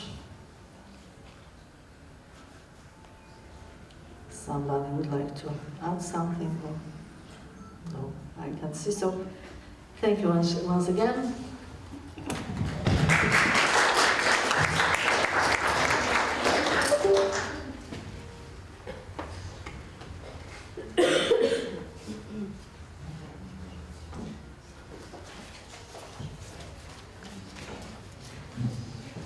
And now I would like to warmly welcome and invite Dr. Katarzyna Dziewiątkowska, theoretician and composer, who is, I think, well known from her compositions, and we had an opportunity to hear something about her music yesterday and today. Katarzyna, who's also a vocalist, will have a paper about Richard Wagner's Ride of the Valkyries as a cultural code, its reception and functions in film music. Kasia, the floor is yours. Good afternoon.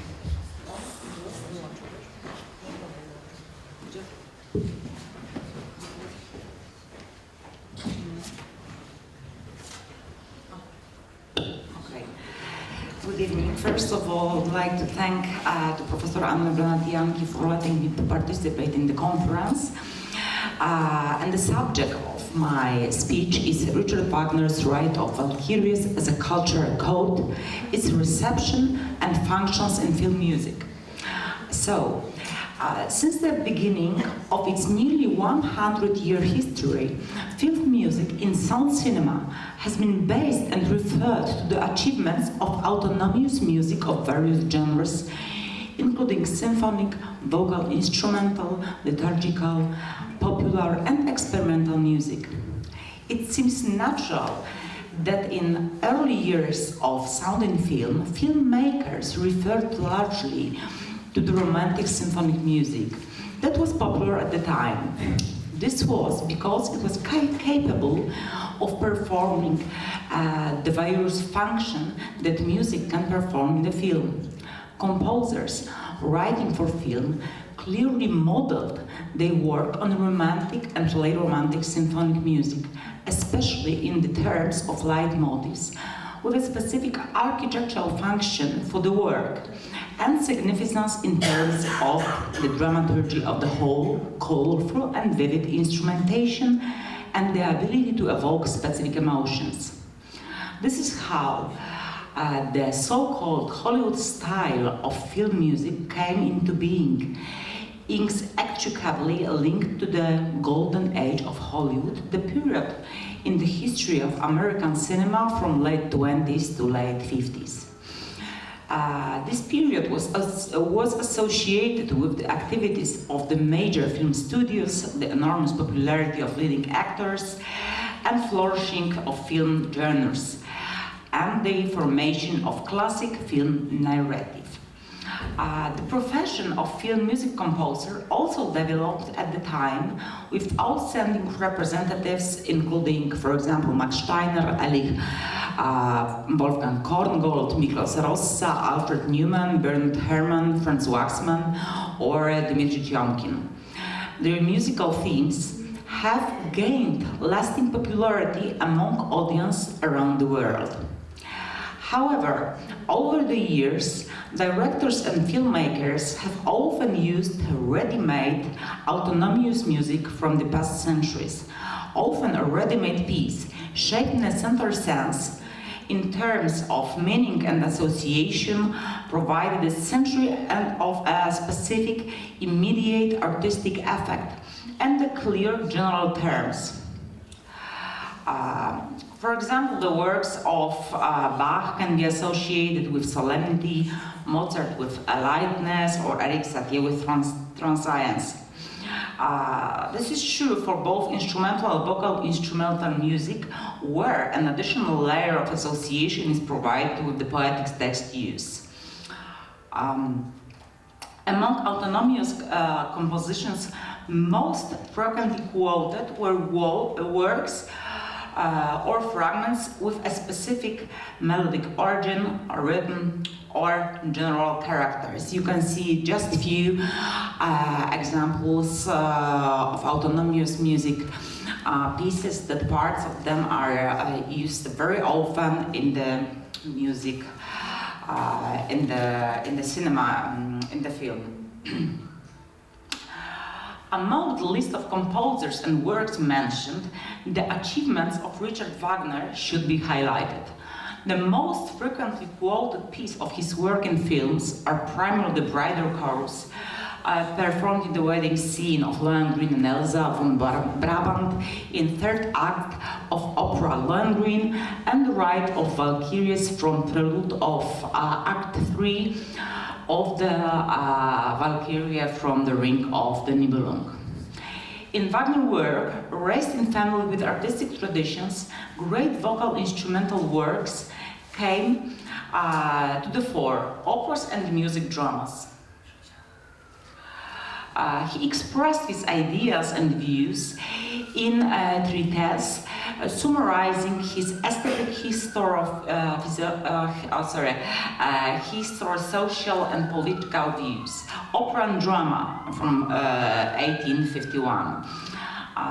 In that publication, Wagner presents his vision of opera as an integrated work of art in which music serves drama, and each element, I mean libretto, orchestra, stage, contributes to the artistic whole.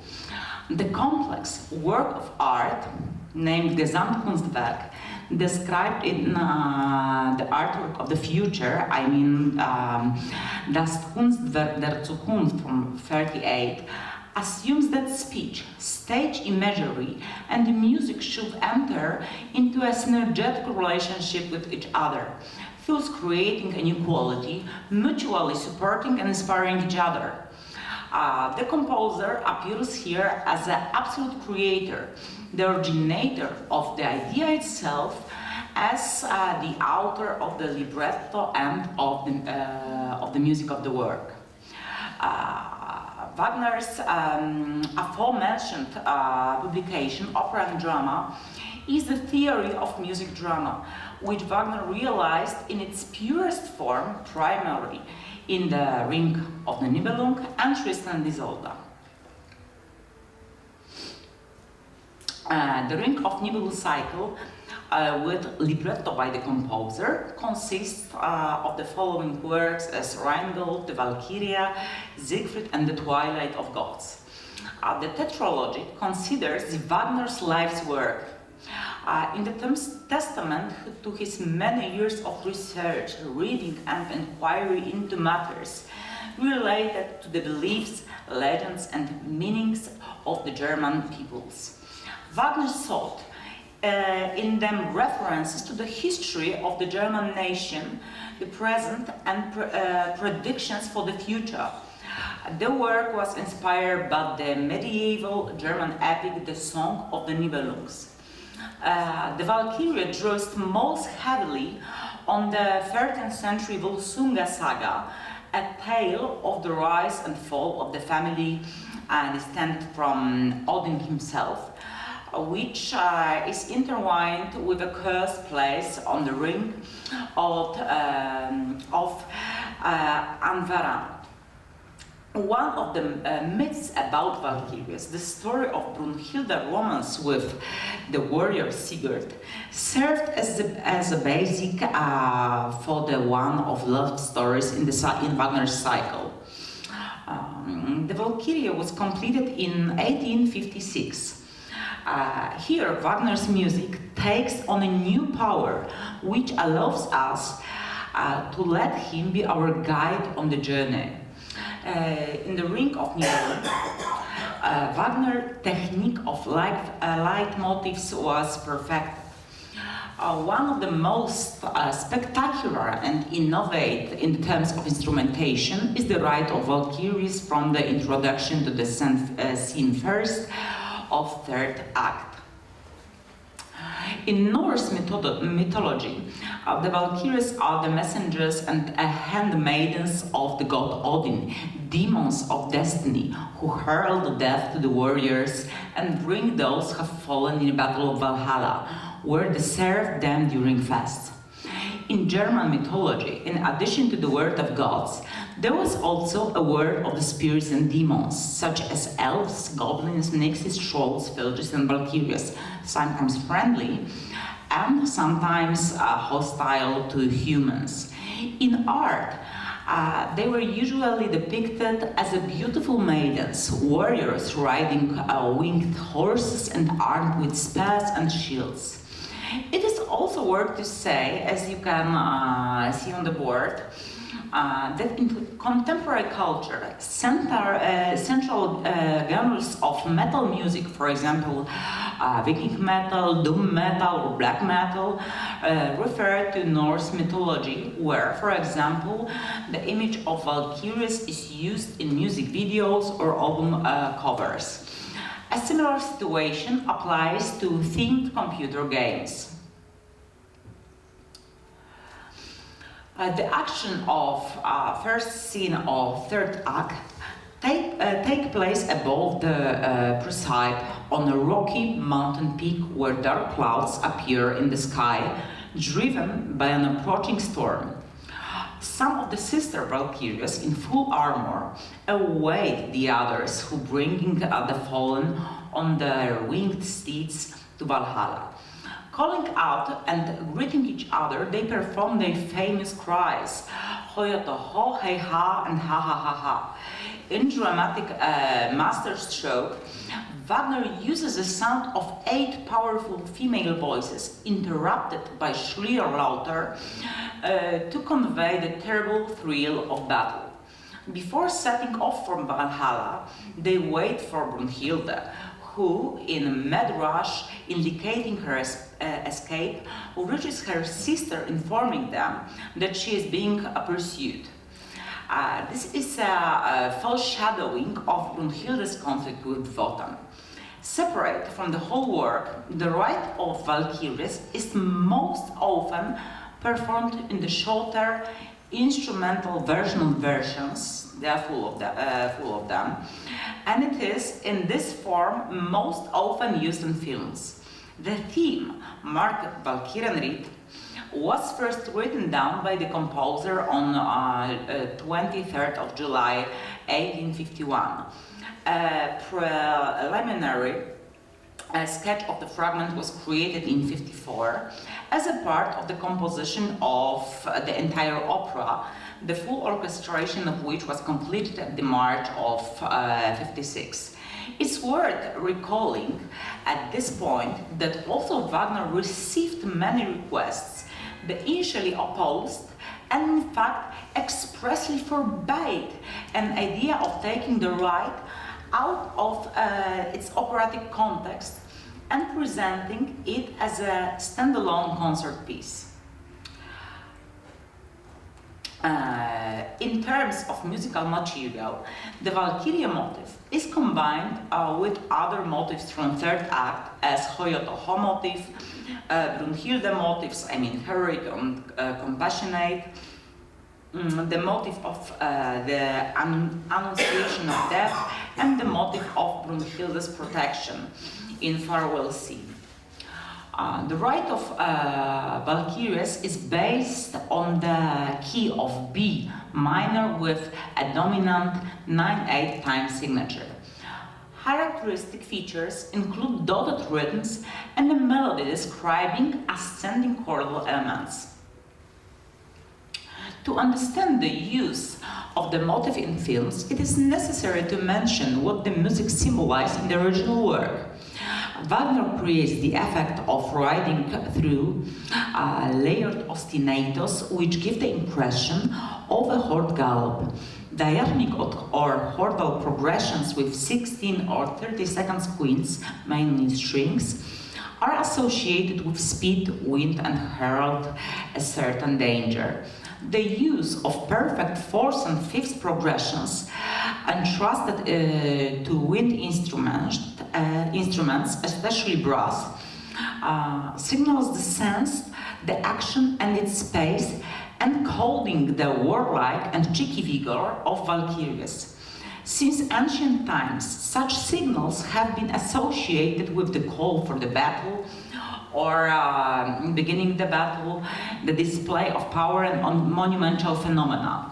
In addition, the harmonic progression that you can see on the board is the modulation to stabilize a major dominant of the main key, what creates a sense of the victory. And here is the list of many years in free boards. I will show in the moment. And the list of uses of the rite as a film music has been compiled on the basis of the most professional sources and information presented on FilmWeb or imdb.com. It's worth to say that both websites indicate over 1,600 films using some experts of music from various works by Wagner. This list includes international film produced after introducing sounds to the cinema in 1927. It includes feature films of various genres, excluding documentaries, television productions and series, commercials, and computer games. Most of these films use a purely orchestral, abridged version of the rite. Looking at the list, we can see that Valkyria appears in a variety of film genres. It's not always directly related to use of the piece in a specific and unambiguous context. Nevertheless, it is worth pointing out a few cases. Here you have the years from I guess the first is from 1932 to 79.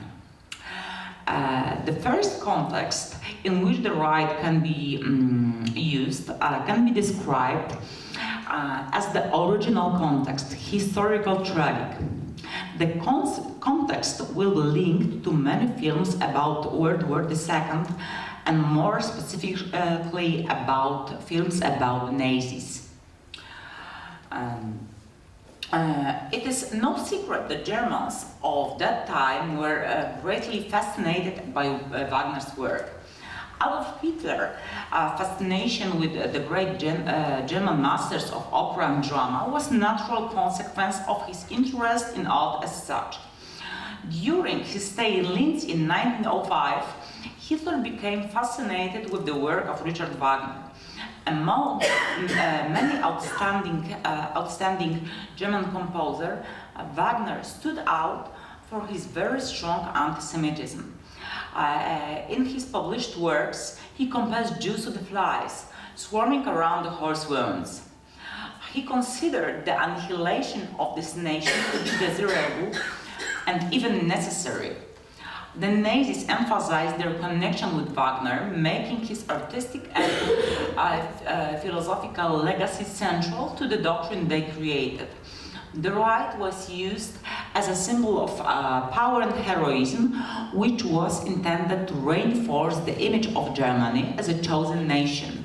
In addition, there were orchestras in concentration camps that played military music and other pieces for SS. At Auschwitz, for example, some of Wagner's works, such as famous March from Opera Tannhäuser, were played by prisoners' bands to give rhythm to the marching prisoners, other prisoners. As a result of above facts, it is obvious that the composer's music is used repeatedly in films about the world to, in a sense, be a musical representative of the reality of the time. It is also worth mentioning dozens of documentaries which are not, however, the subject of this paper. One of the most recent examples of the use of the right in this context is the film Valkyria, directed by Bryan Singer. The plot concerns real events that took place during Operation Valkyria. This was a plan devised by Wehrmacht to ensure continuity of power in the event of internal unrest used by conspirators led by Klaus von Stauffenberg in a failed attempt to reseize power in Germany in the context of assassination attempt on Adolf Hitler on 20th July 1944. In this case, the piece accompanies the thoughts of the main character, Stauffenberg, whose mind is constantly preoccupied with the implementation of the operation's objective. In this case, the music appears as non-diegetic, defining the actual action of the film. In addition, it is served as the sound link and introduction to the next scene. Another famous example of use of the right is the war film Apocalypse Now, directed by Francis Ford Coppola. This context can be described as original dramatic. The plot of the film refers to the Vietnam War and is a loose adaptation of Joseph Conrad's short story Heart of Darkness.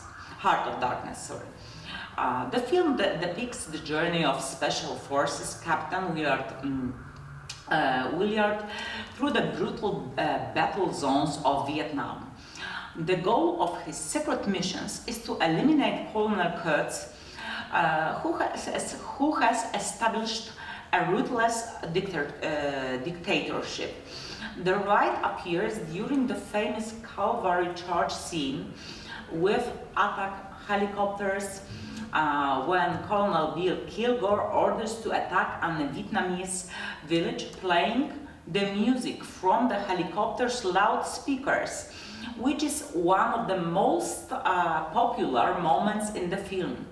Wagner's music, Diegetic, is played from the helicopter speakers to drown out the noise and at the same time give the attack an apocalyptic psychedelic character. Kilgore used his music to instill fear in the Vietnamese soldiers, but also to boost his own morale during the attack, emphasizing the madness of war. And here we have an example. We don't sign war out, make it loud. And the Romeo Praxis cry, shall we dance?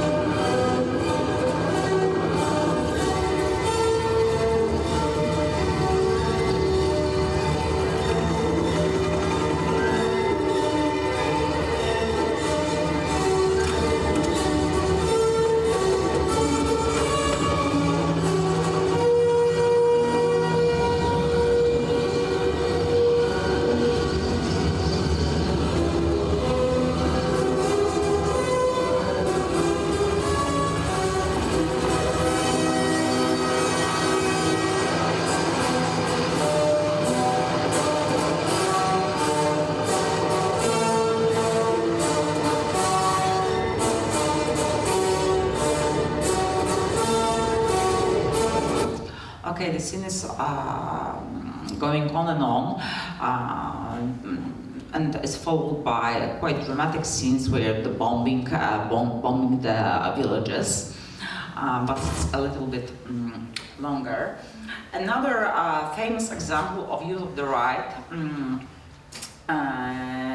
is the comedy action film The Blues Brothers, directed by John Landis. After being released from the prison, the titular brothers receive a mission from God to save the orphanage where they grew up. To earn money, they decide to reactivate their old band and give a concert. Unfortunately, something that sounds easy, it's not easy to do, especially when you have your ex-fiancé, the police and country musicians on your tail. The right appears during the big chase at the end of the film when Blues Brothers flee from the police and the army through the streets of Chicago. The piece is used to emphasize the scale of chaos of one of the most iconic chase scenes in cinema history. The music plays a key role in building the atmosphere of a desperate escape and emphasize the comedic aspect of the chase.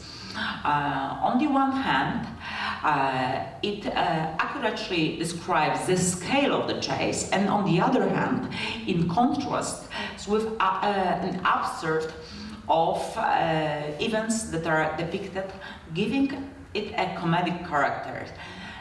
We can therefore describe this context as original comedic. They are.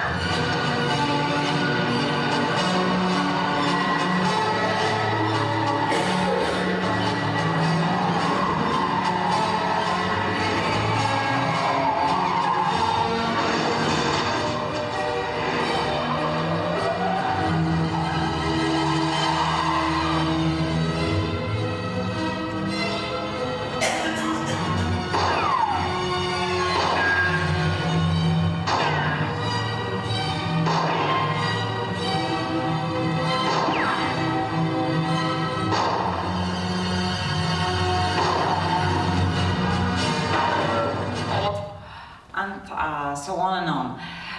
And the last example is connected with animated films.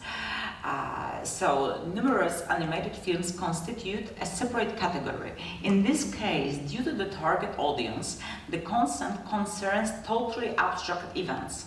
Wagner's music is usually used in the moments of struggle, conflict, or successful endeavors of the main character. In this case, the music emphasizes, of course, the action, but due to its monumental and sublime character, it gives the scene a humorous comedic expression.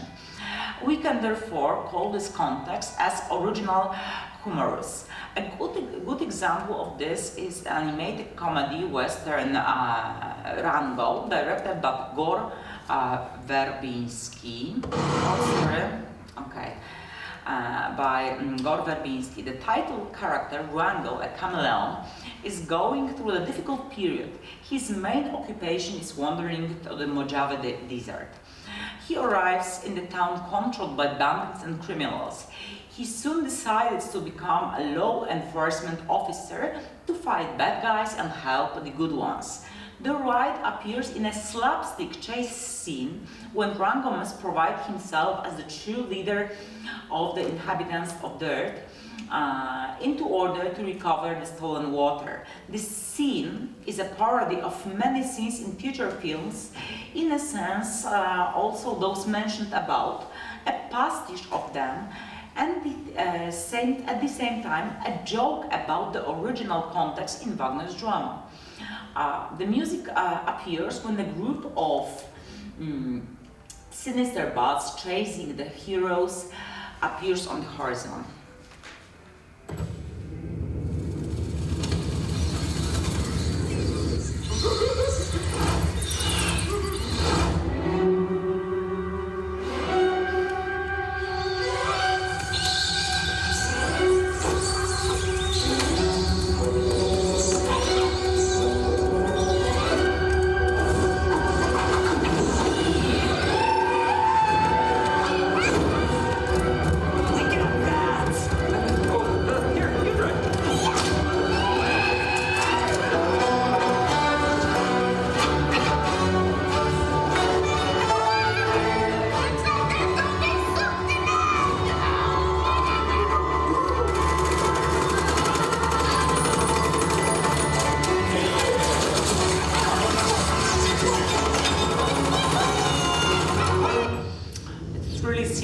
to the bad scene of Apocalypse Now, two examples I showed you before.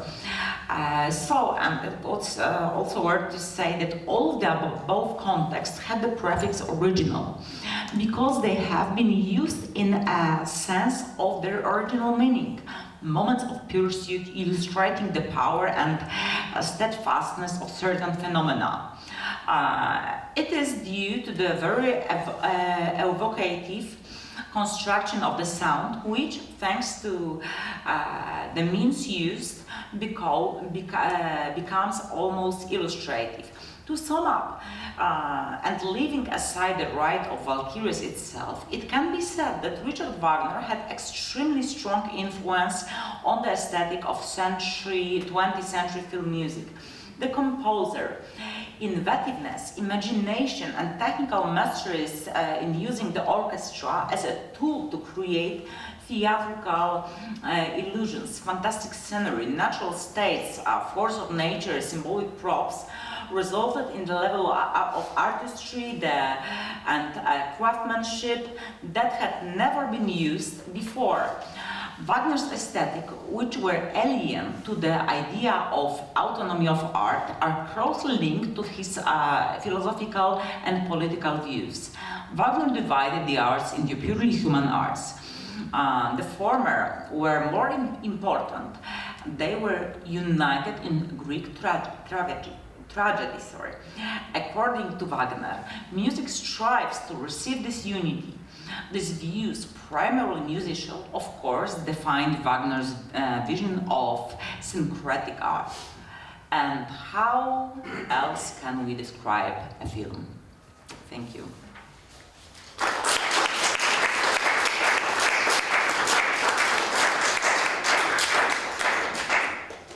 Thank you very much, Katarzyna, for an interesting paper and for the very impressive list of films where the rice is used.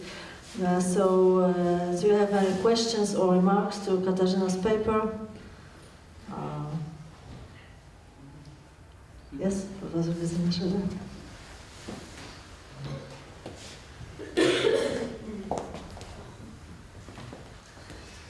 Thank you very much. I would really like to see this list later. I can't remember exactly, but I think in Tarantino's film Django Unchained, there we have also this Valkyrie, but it is in contrast to your three examples.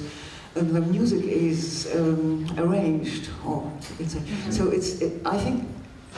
It is played only by one solo instrument, so very small, not this great, overwhelming orchestra, but one instrument, so that it has an ironic aspect. Perhaps one comment on that point, but another point is, in Wagner, so in the original, especially in my interpretation, it's a piece where you have these 8 strong women and these 8 horses, and the women are going forward, and the old man Wotan, he is an old man without any power anymore. So, and in this constellation, we cannot find it in these examples. So there are no women. This is all very masculine, and no power of women in all these films. Or is there any in these long list of examples where this aspect of Wagner is? Yes, actually in those examples there are no women, because as I told you, the most popular version of the ride that is used in the cinema and known for the wide public is the few of instrumental versions. They are shortened and the voices are cut out from it, sometimes with the other instrumentation. And Right now, when I'm thinking about all of the movies, I guess that maybe not all, but most of them that I know that I mentioned, there is really no woman. But according to Quentin Tarantino, this is his style of building the movies, to use some autonomic music of the composers. Sometimes the original composer, I mean not original, but classical composers. Sometimes it is popular music, and sometimes it is well-known film music with some context. For example, the music of Ennio Morricone. So are there any other questions or no? So I think that every one of us have got some films which are important, or remember that films about the ride of Valkyria. So I think that everyone can find in the memory such films. So once again, thank you very much. Thank you.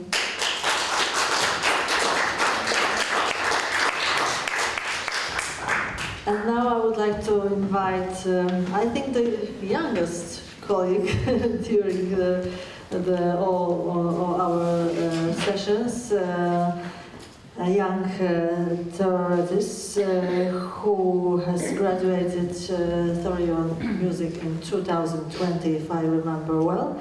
And now she's preparing her doctoral dissertation, Martyna Krymska-Dręg from our Wrocław Academy of Music, who's working with Professor Tomasz Kienik, and she is focused on the Wrocław-based composer Leszek Wisłocki, and the doctoral dissertation will be about this composer, but today's speech, today's paper will be about Andrew Norman's Sustain. So, because Martyna is under the supervision of Professor Tomasz Kienik, I would like to ask Tomasz Kienik to take care of Martyna on the floor. So, Martyna, the floor is yours, and I invite Tomasz to take care of Martyna. Thank you so much for this kind introduction.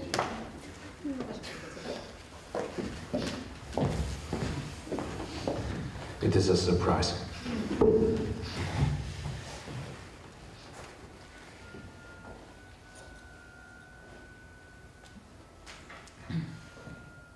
I will need just one moment, please.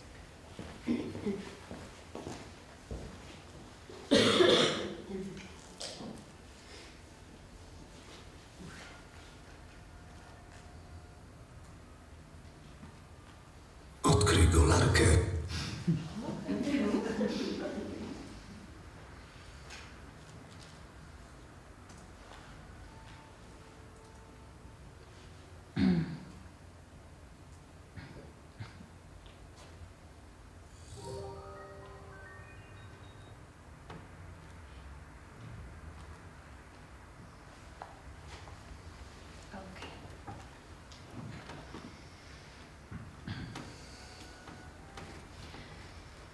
Once again, thank you for this introduction, and I thank you, Professor Anna Galtianki, for invitation for this conference.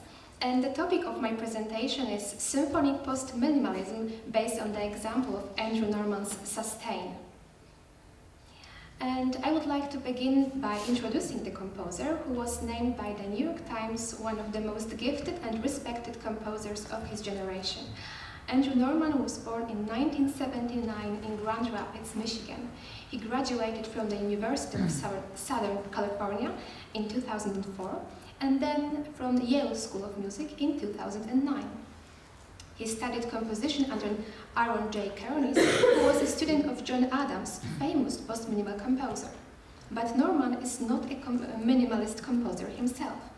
His works embodies an eclectic music sounds and performance practices, by turns experimental, avant-garde and traditional, structured and free.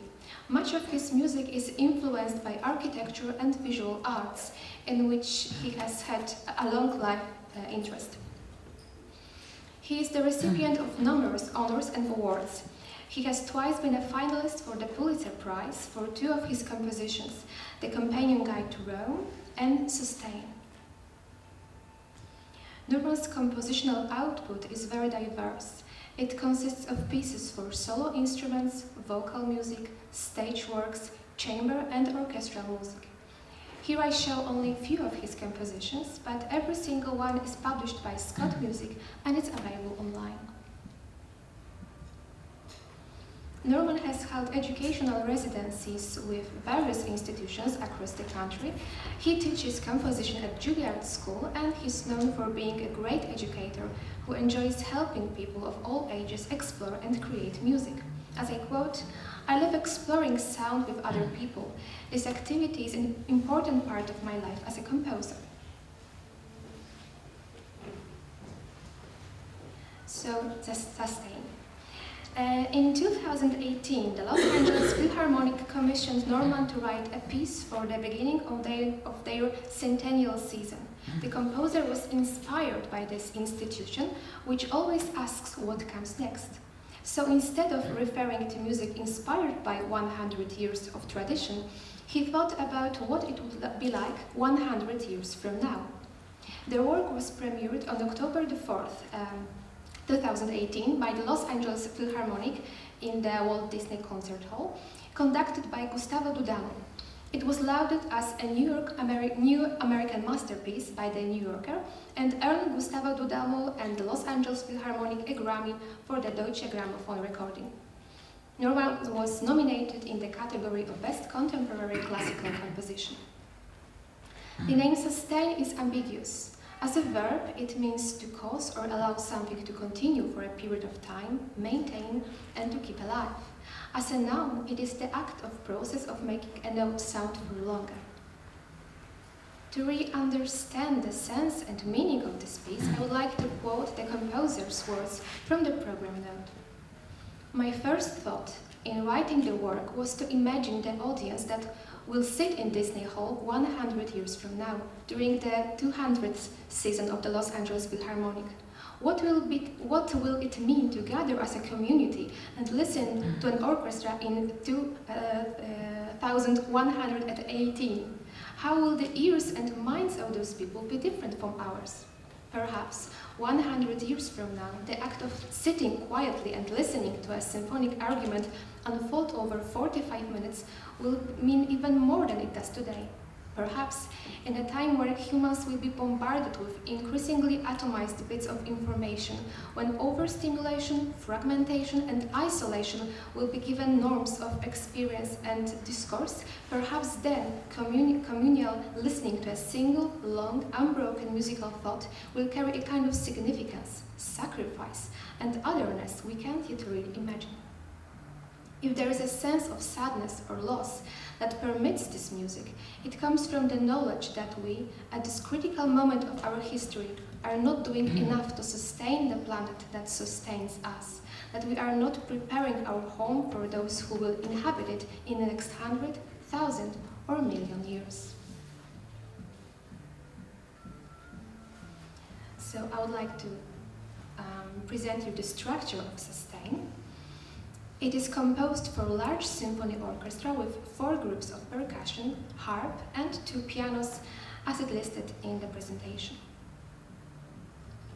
It has the form of constructing spiral because it repeats the same music material in each of the 10 cycles, and each time in the reduced way. I added some colors to better show the spiral form. And what takes so much as 70 minutes to unfold at the beginning flies by in 2 seconds or 1 second towards the work's end. Each cycle begins with motif played by 2 pianos tuned a quarter tone apart.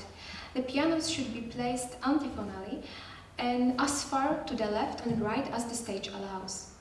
They are followed by waves of sound of strings and winds. After the last cycle, the orchestra is left in an unconducted, semi-improvisational section that slowly dies out, leaving the 2 pianos. The piece concludes with air sound with no pitch in the wind section and an air bow with no sound in the string section, so they are mimicking the sound, making the sustained sound eternal. And I create this little graph so you can see that each cycle is shortened. First 17 minutes, they 8, 2, 1, 20 seconds, 10, 2, 1, 1. And the last is 1 second plus the ending, so it sums to 5 minutes. And to analyze the form of the piece more deeply, I broke down the first cycle in which we can see 4 distinctive parts, A, B, C, and A1. Each part is approached differently with other dominant instruments, rhythms, and motives, but all are guided and united by one idea, repetition. So, the next question, is it a post-minimalistic music? So the main question is this a post-minimal music? And to answer it, I need to focus for a moment on the minimal music. So Michael Nyman is credited with using the term minimalism borrowed from visual arts for the first time in reference to music. After that, many authors have attempted to define minimalism. Among them, Paul Griffiths describes minimalism as a term normally applied not to music in which the material actually is minimal, but rather to works based on the repetition of short figures. Glenn Watkins presents a similar view as the general reduction of material and emphasis of repetitive schemes and stasis. It can be understood as musical style, aesthetic, or technique. Wim Martens wrote that it's repetitive music, nature of the repetition as a structural principle. And Keith Potter said that it's a style of composition characterized by an intellectually simplified rhythm, melodic and harmonic vocabulary. Many similar definitions are presented in Joanna Miklaszewska, Minimalism in Polish Music, in which the author concludes her research with these 9 characteristics and features. Multiple repetition as a feature of compositional technique, limitation of music material and techniques used, static form, slow, gradual changes in musical narration, neotonality, the presence of long notes and long-lasting chords, the disappearance of melody, the presence of small musical motifs, and contemplative and meditative character. Post-minimal music is the term used for describing compositions that evolved from minimalism but presented a more diverse musical language. Here you can see some definitions. For example, K. Robert Schwartz said that this term was used to describe John Adams' music, which combines minimalist techniques with romantic influences manifested in the high expressiveness of his works. Kyle Gunn said that post-minimalism staked out a pleasant halfway position between minimalism and the repertoire of music encompassed by both serialism and chance techniques. Dimitri Servo said that works depart from minimalism in some aspect, technical, stylistic, aesthetical, or altogether, and eclectically mix it with other techniques, other stylistic elements, reaching original artist results, but in which minimalism is still felt. Azaria Felton wrote that the emphasis on repetition is a central uniting factor, although the methods of repetition have expanded in both range and complexity. And for the last, Nicholas Williams said that post-minimalism is music written by composers after minimalism, which shows continuity with minimalism styles, aesthetic, and technique.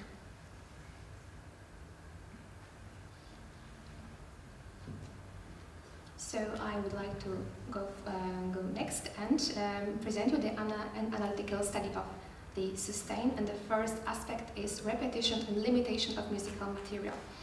The first type of repetition is that of the same note throughout extended period of time.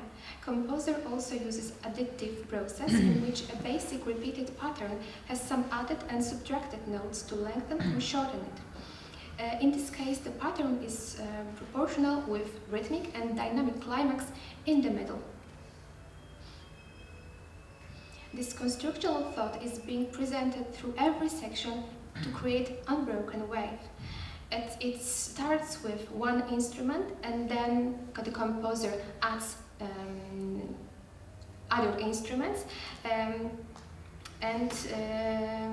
like it's present in the presentation. And it's important that they are not playing one sound altogether; they are playing different sounds, which creates chords of perfect fourth.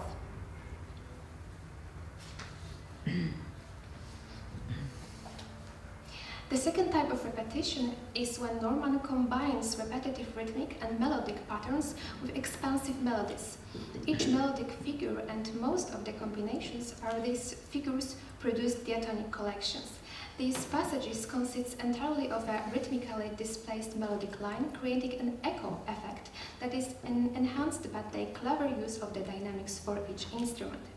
And I think it can orally it can be connected with phase shifting, typical of minimalism. Next aspect is the presence of small musical motifs. For the part A of the cycle, the composer uses a single motif, which he then shifts by a certain rhythmic value. It is shown in the whole orchestra, creating unbroken wave of sound. And it starts with the first violin, goes down to the cellos, and then you can see the next part when the double basses are starting this pattern and goes up to the first violins.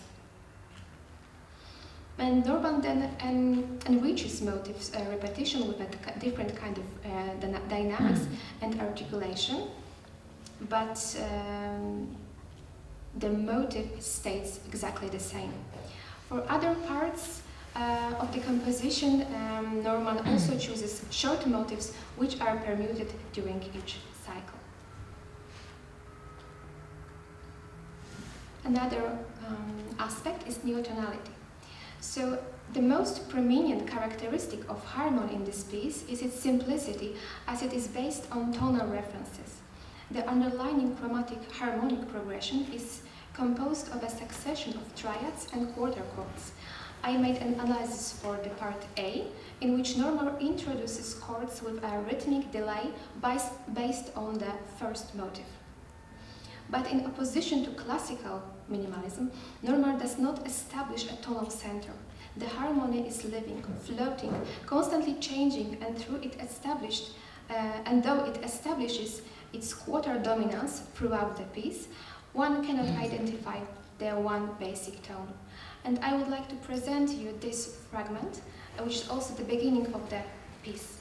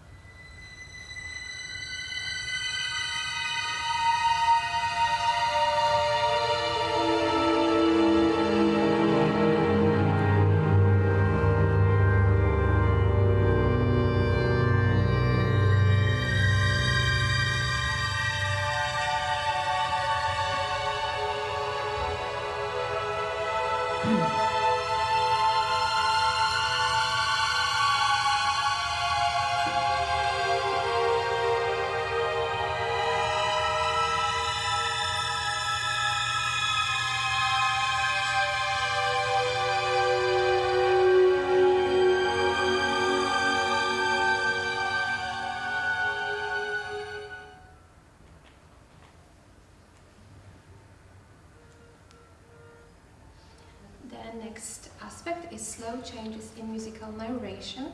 The changes that Norman is using in sustain are subtle and they are connected with gradually reducing the material and shortening rhythmic values within a phrase, as you can see in the first violin part.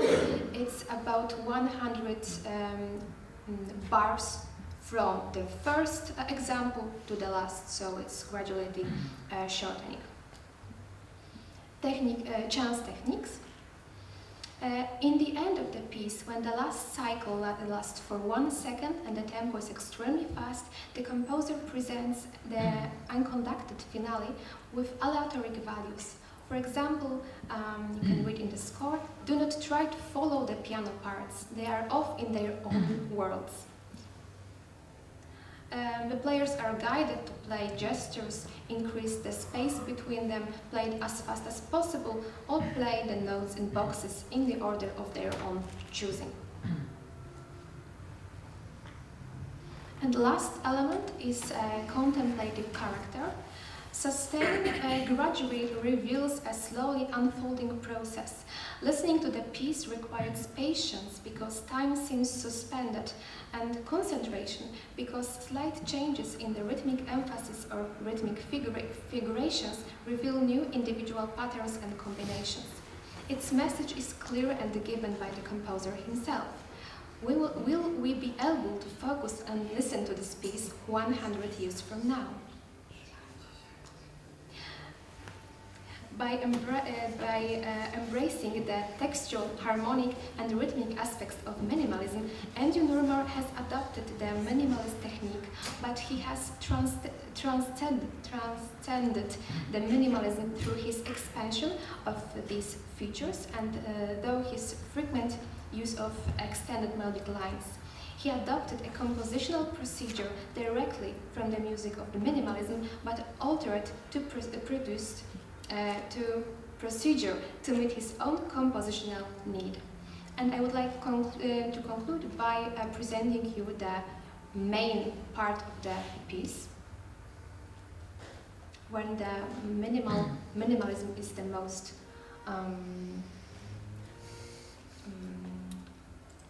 audible.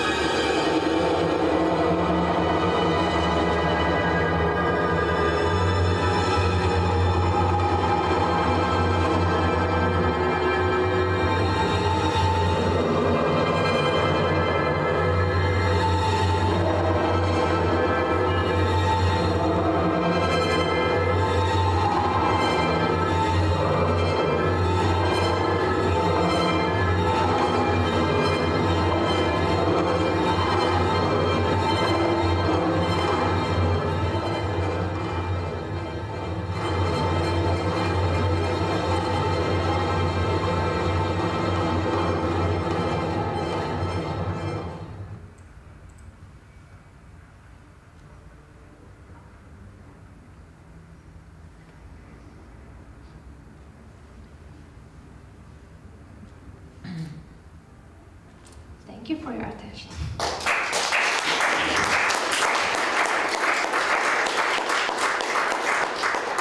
Thank you, Martina. Are there any questions or remarks? Maybe one question about the other compositions of this composer, because I completely don't know anything about his output, and as far as I know, the composition was written in 1918, so minimalism is still alive, and the other compositions are also minimal, or could you describe his output in a few words if you can? Yes, no, he's not a minimalist at all. This is, I think this piece is created like this to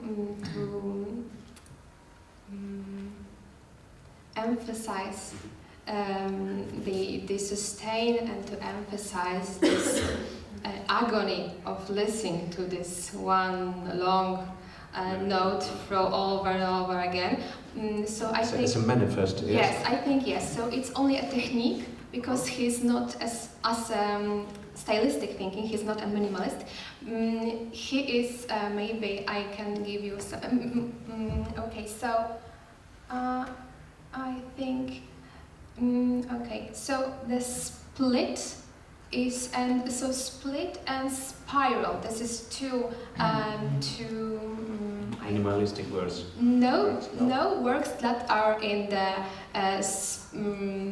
spiral form.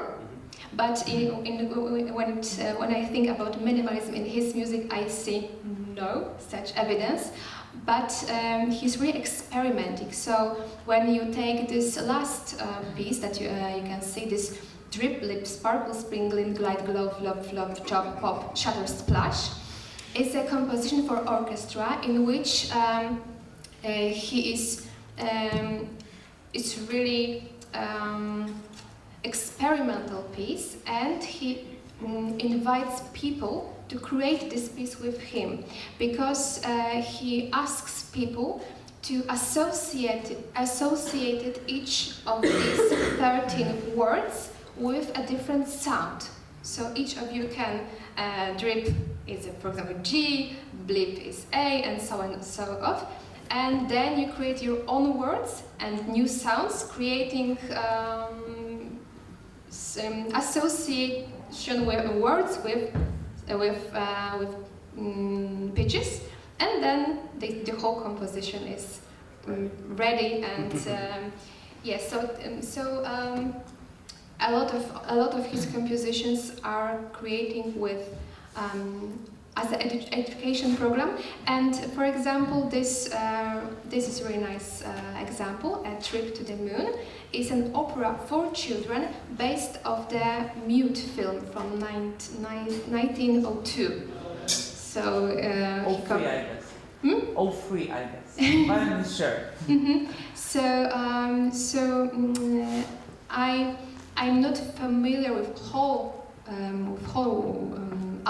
composition output of this composer, but he is really avant-garde. He is also mixing his works with some visual presentations, but the sustain interests me the most because of its form and structure. Thank you very much. I love this title, Drip Blip. It could be maybe a hashtag for our conference. Drip Blip Sparkles, Spin, Glint, Glide, Glow, Float, Flop, Chop, Pop, Flutter, Shutter, Splash. So it could be a good coda for our diverse theoretic researchers and works presented here. So let me thank Marcina, and let me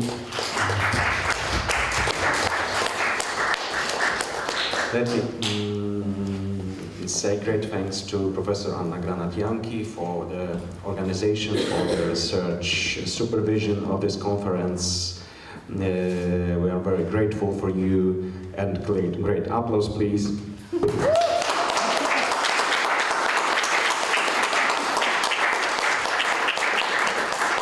and giving the microphone to you, please close the conference.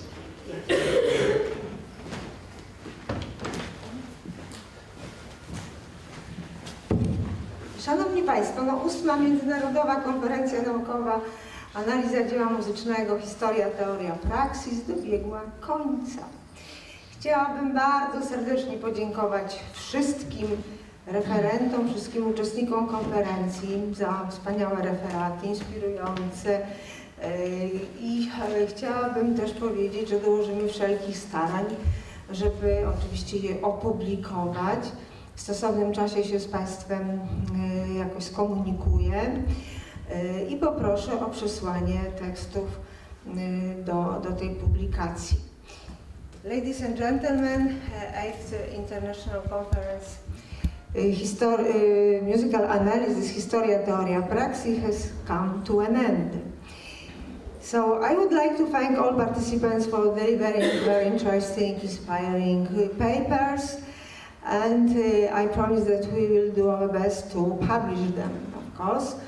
So I will be asking you soon to send the paper for this publication. Pragnę także wyrazić wdzięczność wszystkim osobom, które przyczyniły się do zorganizowania tej konferencji. A są to kierownicy i pracownicy takich działów jak Centrum Promocji i Organizacji Wydarzeń, jak dział informatyczny, jak Studio Technik Multimedialnych ze studiem nagrań, a także dyrektor Instytutu Kompozycji, pan doktor habilitowany Adam Poremski i członkowie jego instytutu, zwłaszcza doktor Katarzyna Dziewiątkowska. Te brawa się nadają.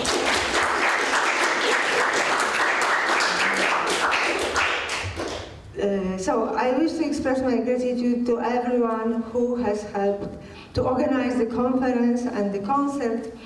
They are managers and employees of department such as Center of Promotion and Events Organization, IT Department, Multimedia Technique Studio, as well as Director of the Institute of Composition, Dr.